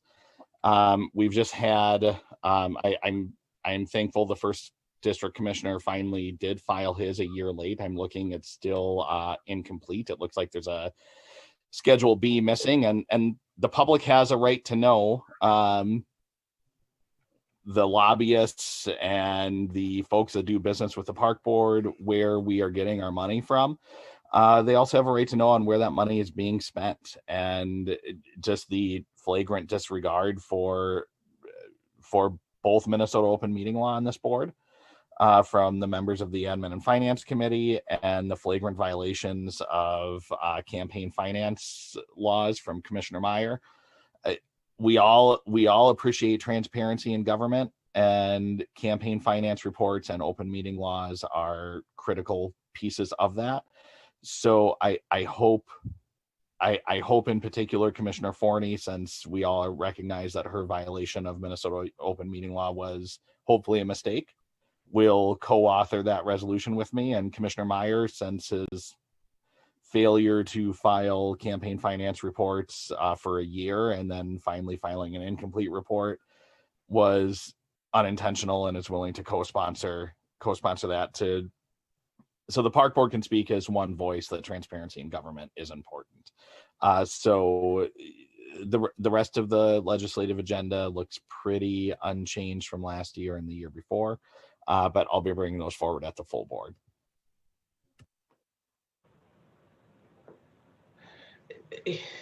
Any further discussion? I will just say I appreciate the legislative agenda, and I'm looking forward to it coming to the full board, and any amendments that may come along with the existing agenda. I would hope that commissioners will get their amendments to us before the day of the board meeting, the full board meeting, so that we can review them and ask questions to commissioners who have amendments if need be. With that being said, and no further discussion, I'd ask for the secretary to take the roll on resolution. Speak super briefly one more time. Absolutely. Thank you. I mean, just, and this is a question to my colleagues that I just referenced.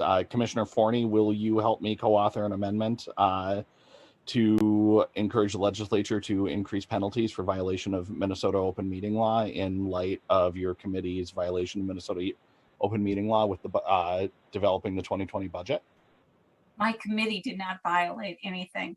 No, three members. Three members. Commissioner Bourne, would you allow me to speak? Okay, sure. Commissioner Bourne, what you are referring to is individuals. Okay, you're not referring to a committee. Okay, and the appropriate action would have been that you would have brought it before Standards and Conduct. I believe that's the only committee you've ever chaired, and you know that that is the appropriate place for this to be brought forward. You did not bring it back forward, and so I would not be co-authoring anything like this, because you're not using the levers that are now presently amongst our governing body. Thank you. Why would we go to another governing body when we have our own governing body that could have been dealing with this, and you did not bring it forward? Well, this would apply to all elected officials in the state of Minnesota. Bourne, Commissioner Meyer, thank you. I would, Commissioner Bourne, thank you for your comments. I would like to also same question to Commissioner Meyer about the if he would co-sponsor an amendment seeking stiffer penalties for all elected officials for violating Minnesota Statute 383B and failing to file required campaign finance forms. I will not. Okay, that's all. Thank you, Commissioner Bourne. I would ask for the secretary to please take the roll on resolution 2021-110, please.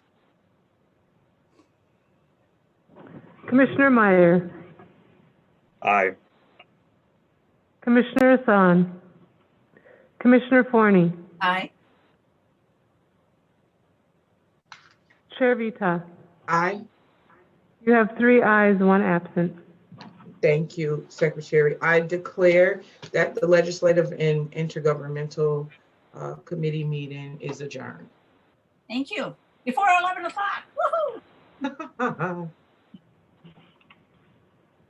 Back to you, President Cogill. Thank you, Chair and Vice President Vita. I'll reconvene the regular meeting of the Minneapolis Park and Recreation Board. At this time, we are in unfinished business. There's a resolution. I'd ask for a motion on resolution 2021-107, which is a resolution extending and revising the direction to the deputy superintendent or their designee to work with tenants that lease Minneapolis Park and Recreation Board property that are experiencing hardship due to COVID-19 pandemic to provide relief from required lease payments. So moved. Second. I have a motion and a second. Is there any discussion or questions from commissioners regarding this item? Commissioner Bourne. Thank you, President Cogill. Is this this is authorizing the deputy superintendent to work with tenants. Is this authorizing the deputy superintendent to change the terms or payment structure of their lease, or would the deputy superintendent or their designee be bringing forward potential amendments to the leases to the board? I'll ask the deputy superintendent to clarify that. President Cogill, Commissioner Bourne, the resolution puts forward a few conditions. One, if an individual, if one of our lessees is needing some level of relief, I would have the authority to give up to a $3,000 relief per unit. So if they might be leasing more than one unit, say they're leasing two, it would be up to $6,000. I would also have the authority to look at it as a proportion. So maybe they only need a 25% relief for up to that amount. So it could be 25% or it could be 100% of a particular payment up to that amount. The resolution requires that the lessee take advantage of or attempt to take advantage of any state or federal relief that is available to them prior to asking us for that relief. That does not allow me to change the terms of their lease. It only allows me to provide relief up to $3,000 per unit. Thank you, Deputy Superintendent. I'm certainly comfortable with this resolution. The only thing I would want to make sure of, and Superintendent, Deputy Superintendent, if you could include a report every board meeting under petitions and communications, just stating when this authority was exercised and to what leases, that would be helpful. Is staff willing to do that as part of passage of this resolution? President Cogill, Commissioner Bourne, I'm happy to do that. Great. Thank you so much, Jennifer. I'm happy to. I'm sad that some of our tenants may need some relief. I'm happy that we're in a financial position this year where we will be able to provide some.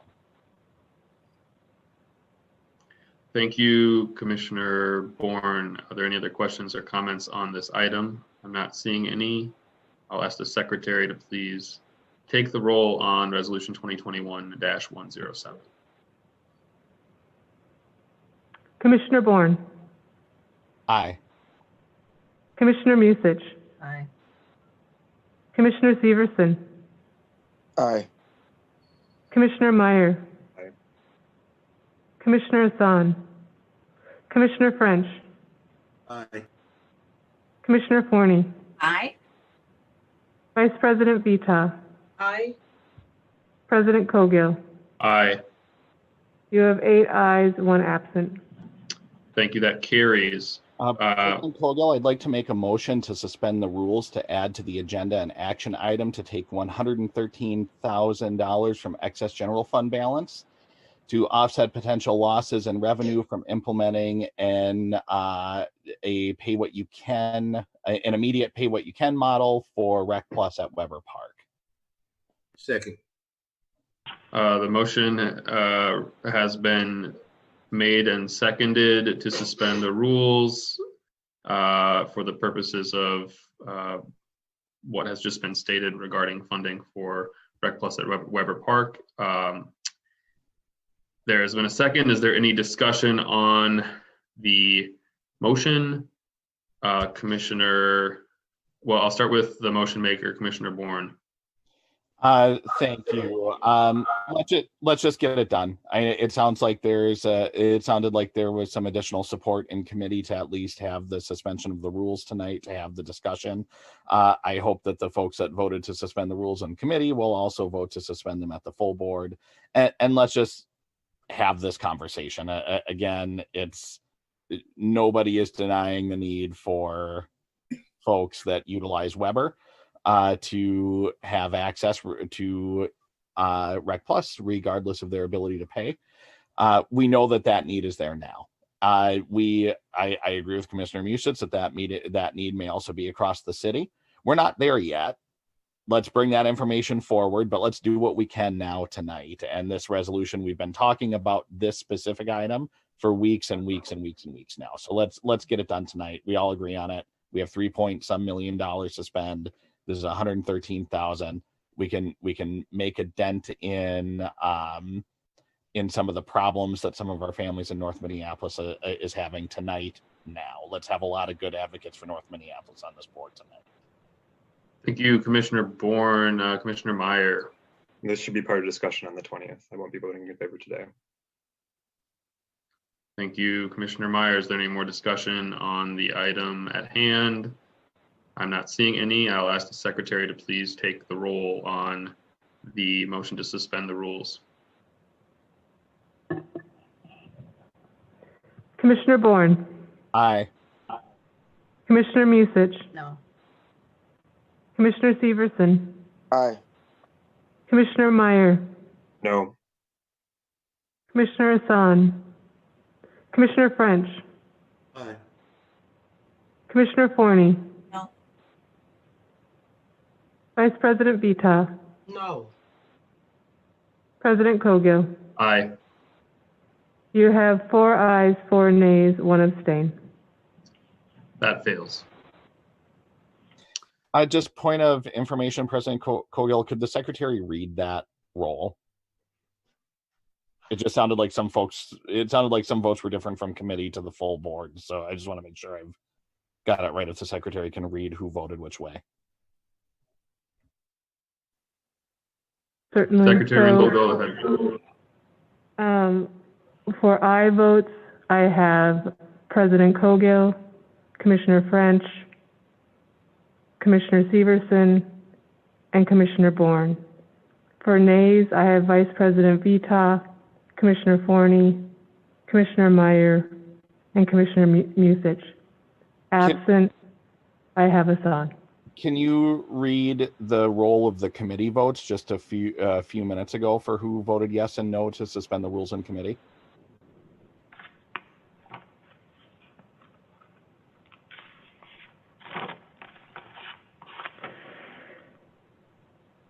President Cogill, for aye votes in committee, I had Commissioner French and Vice President Vita. For nays, I had Chair Forney and Commissioner Musich, and absent, I had Vice Chair Hassan.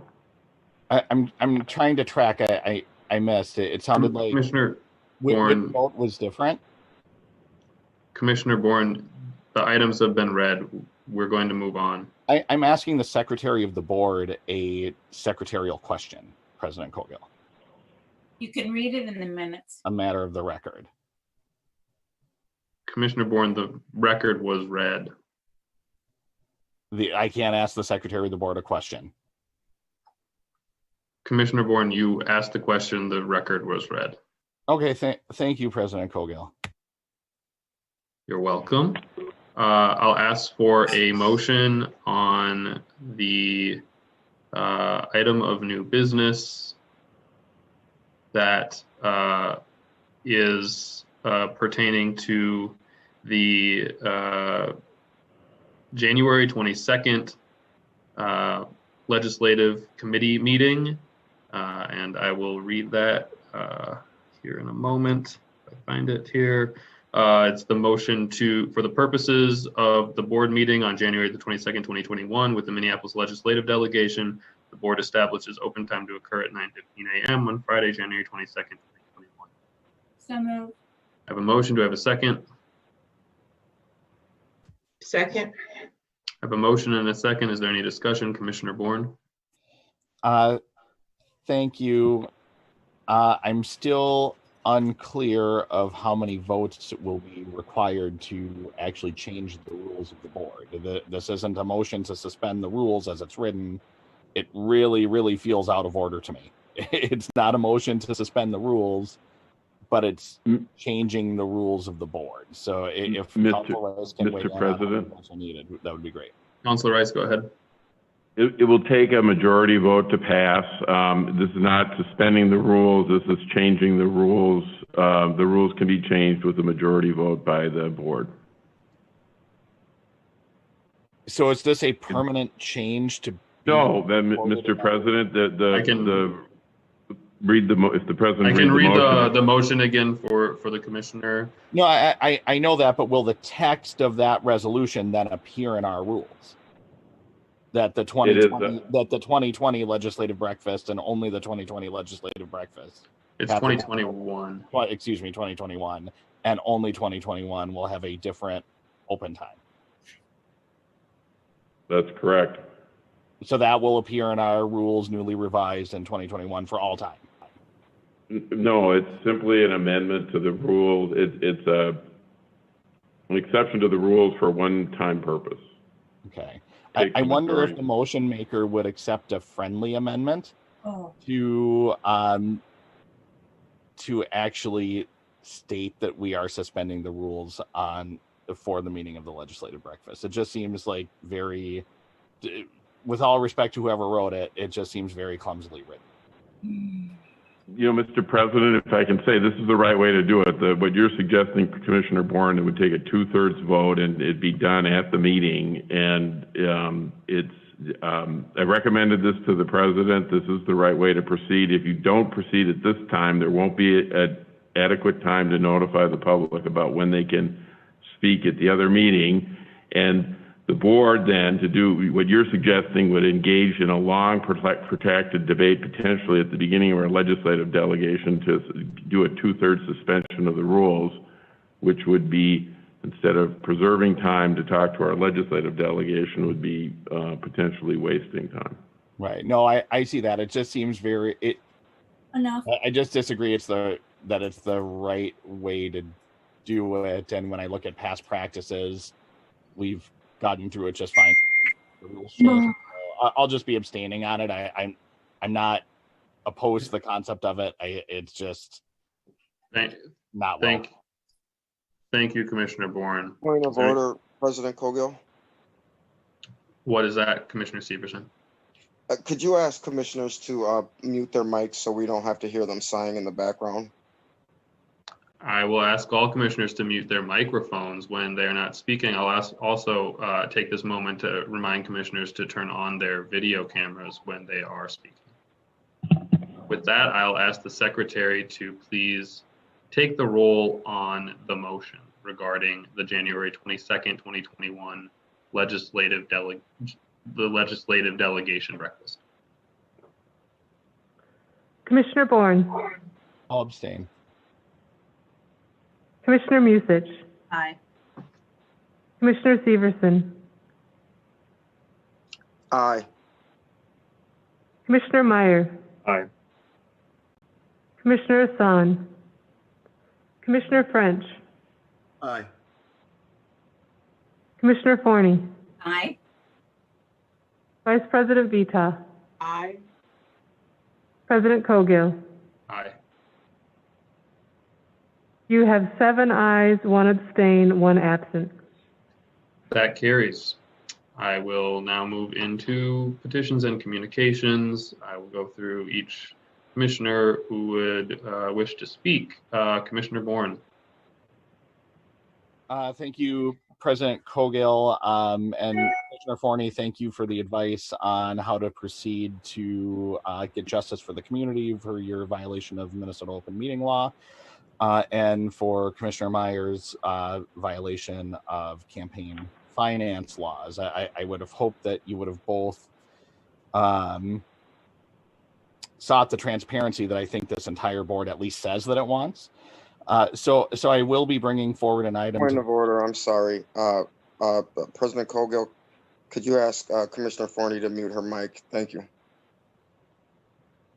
So I will be I will be bringing forward an item to the Standards and Conduct Committee and asking a commissioner on that committee to sponsor it.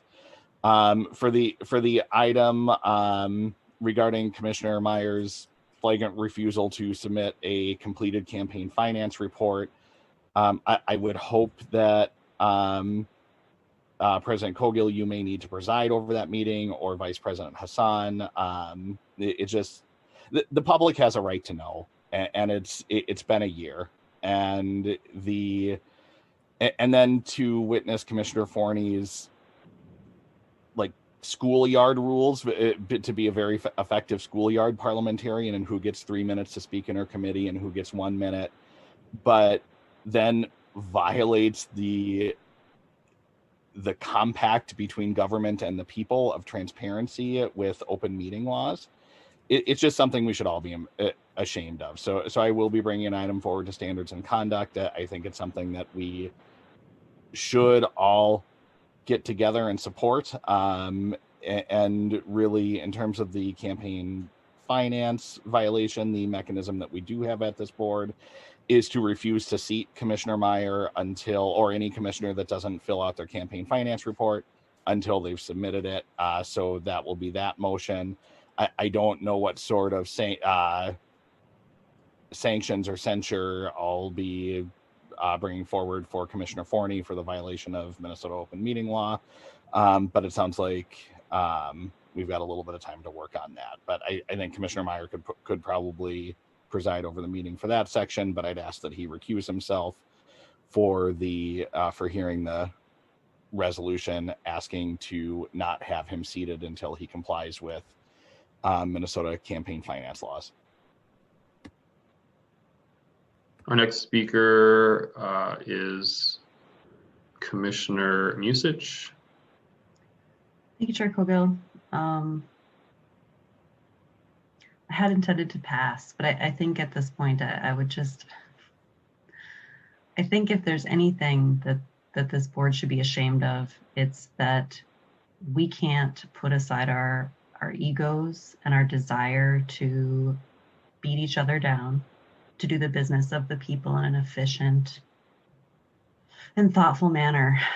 The number of constituents that reach out to me about the horror that they feel when they try to watch our meetings at the way that people treat each other, and the total disregard for how to have conversations with decorum and thoughtfulness, it is really disappointing. And I hope that we can find a way to utilize Robert's Rules of Order to have conversations with each other that do not contain personal attacks, and that try to find common ground amongst us to move forward in a way that allows the organization to function. Happy New Year, everybody. Thank you. Thank you, Commissioner Musich. Commissioner Meyer. Pass. Thank you, Commissioner Meyer. Commissioner Severson. Thank you, Chair Cogill. Am I on camera? Okay. You certainly are. Yeah, good to know. So I appreciate this evening and interesting comments there.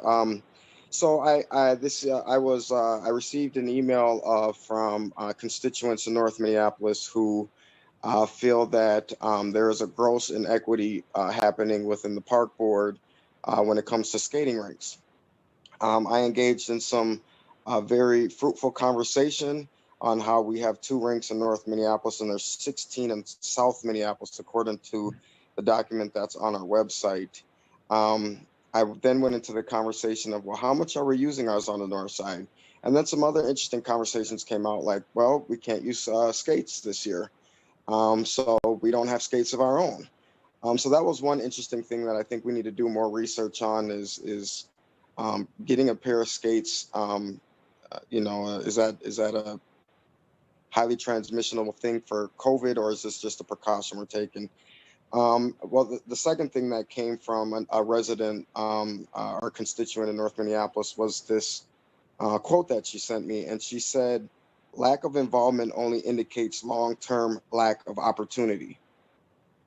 So I hope when we're making decisions about what equity looks like, and how there is 16 rinks in South Minneapolis and only 2 in North Minneapolis, just remember that the lack of involvement only indicates the long-term lack of opportunity.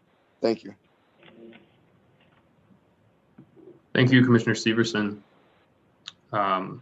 Commissioner Musich, or sorry, Commissioner Forney. Oh, pass. Thank you, Commissioner Forney. Vice President Vita. My apologies. I'm going out of order here. Commissioner French.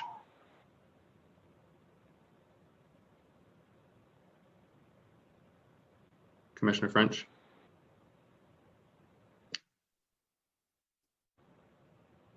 Not hearing anything.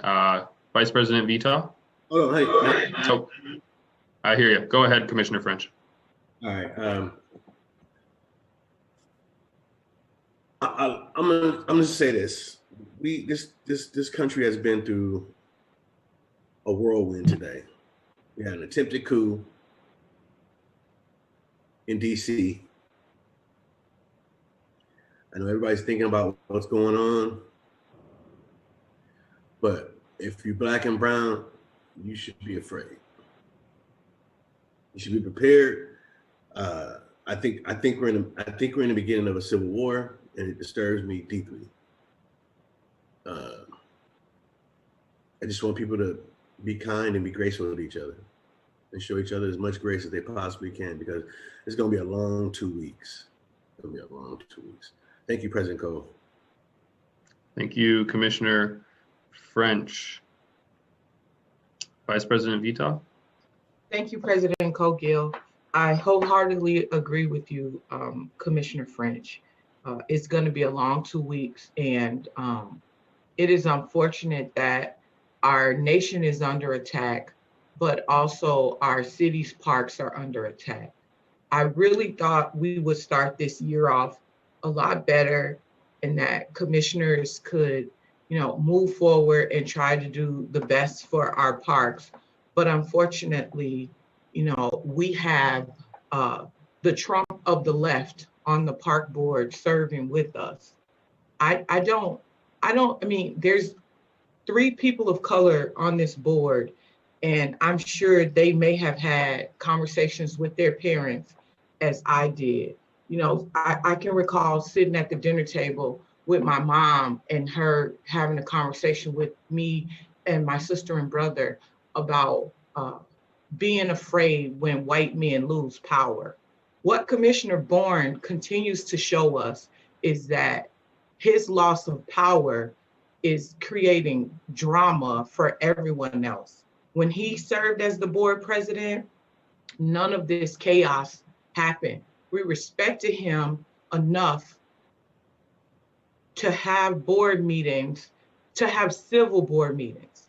Since the day he was not the president, there has just been complete chaos. And he is that white man that my mother warned me about at the dinner table, the one that loses power and has no respect for anyone else and will do any and everything to maintain whatever little bit of power he has. He ran amok over this board in 2020. I was hoping that we could come together and prevent him from doing that. The people of Minneapolis need to pay attention to park board meetings. I don't care how late they go. He grandstands constantly. He's taking no action.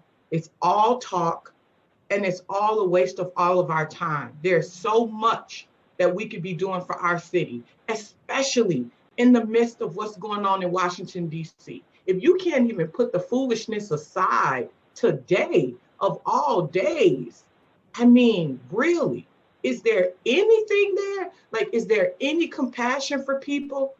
This is just ridiculous. Today of all days is not the day. These people really need us in this city. Parks are everything to people in Minneapolis. Let's do some work.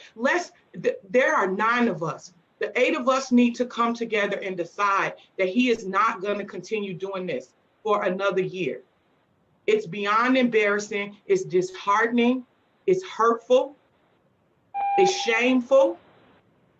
We need to come together, the 8 of us. He is not going to change. He is who he is. Thank you, Vice President. Thank you, commissioners, and especially thank you, staff, for your support this evening. I appreciated everything that was brought forward during the Administration and Finance Committee. There are actionable items that we can move on and scale up for our investment in youth. I'm very excited to do that, and I'm excited to move forward with as much joy as can be mustered in these times for the work of investing in our most vulnerable. And I hope to collaborate with everybody on this board positively in that effort. Thanks so much. And with that, I will call this, I want to make one note. I will call on Council Rice to just note the superintendent's report on his performance is included in petitions and communications. Council Rice, did you want to mention anything regarding that? Just for the record, Mr. President, yes, it's in petitions and communications. I believe it's on 111 of the board agenda packet. It's a 4-page document. It's the summary that was required by law. The evaluation was done in public, but just to be safe, my partner and I and Walter each looked at it. It should be a board document. I think for the purpose of tonight's meeting, if commissioners haven't looked at it, they can, and if they feel like they need to revise the comments, that would certainly be appropriate. Thank you, Mr. President. Thank you, Council. And with that, I will call this meeting adjourned. Thank you all and have a good evening. Good evening.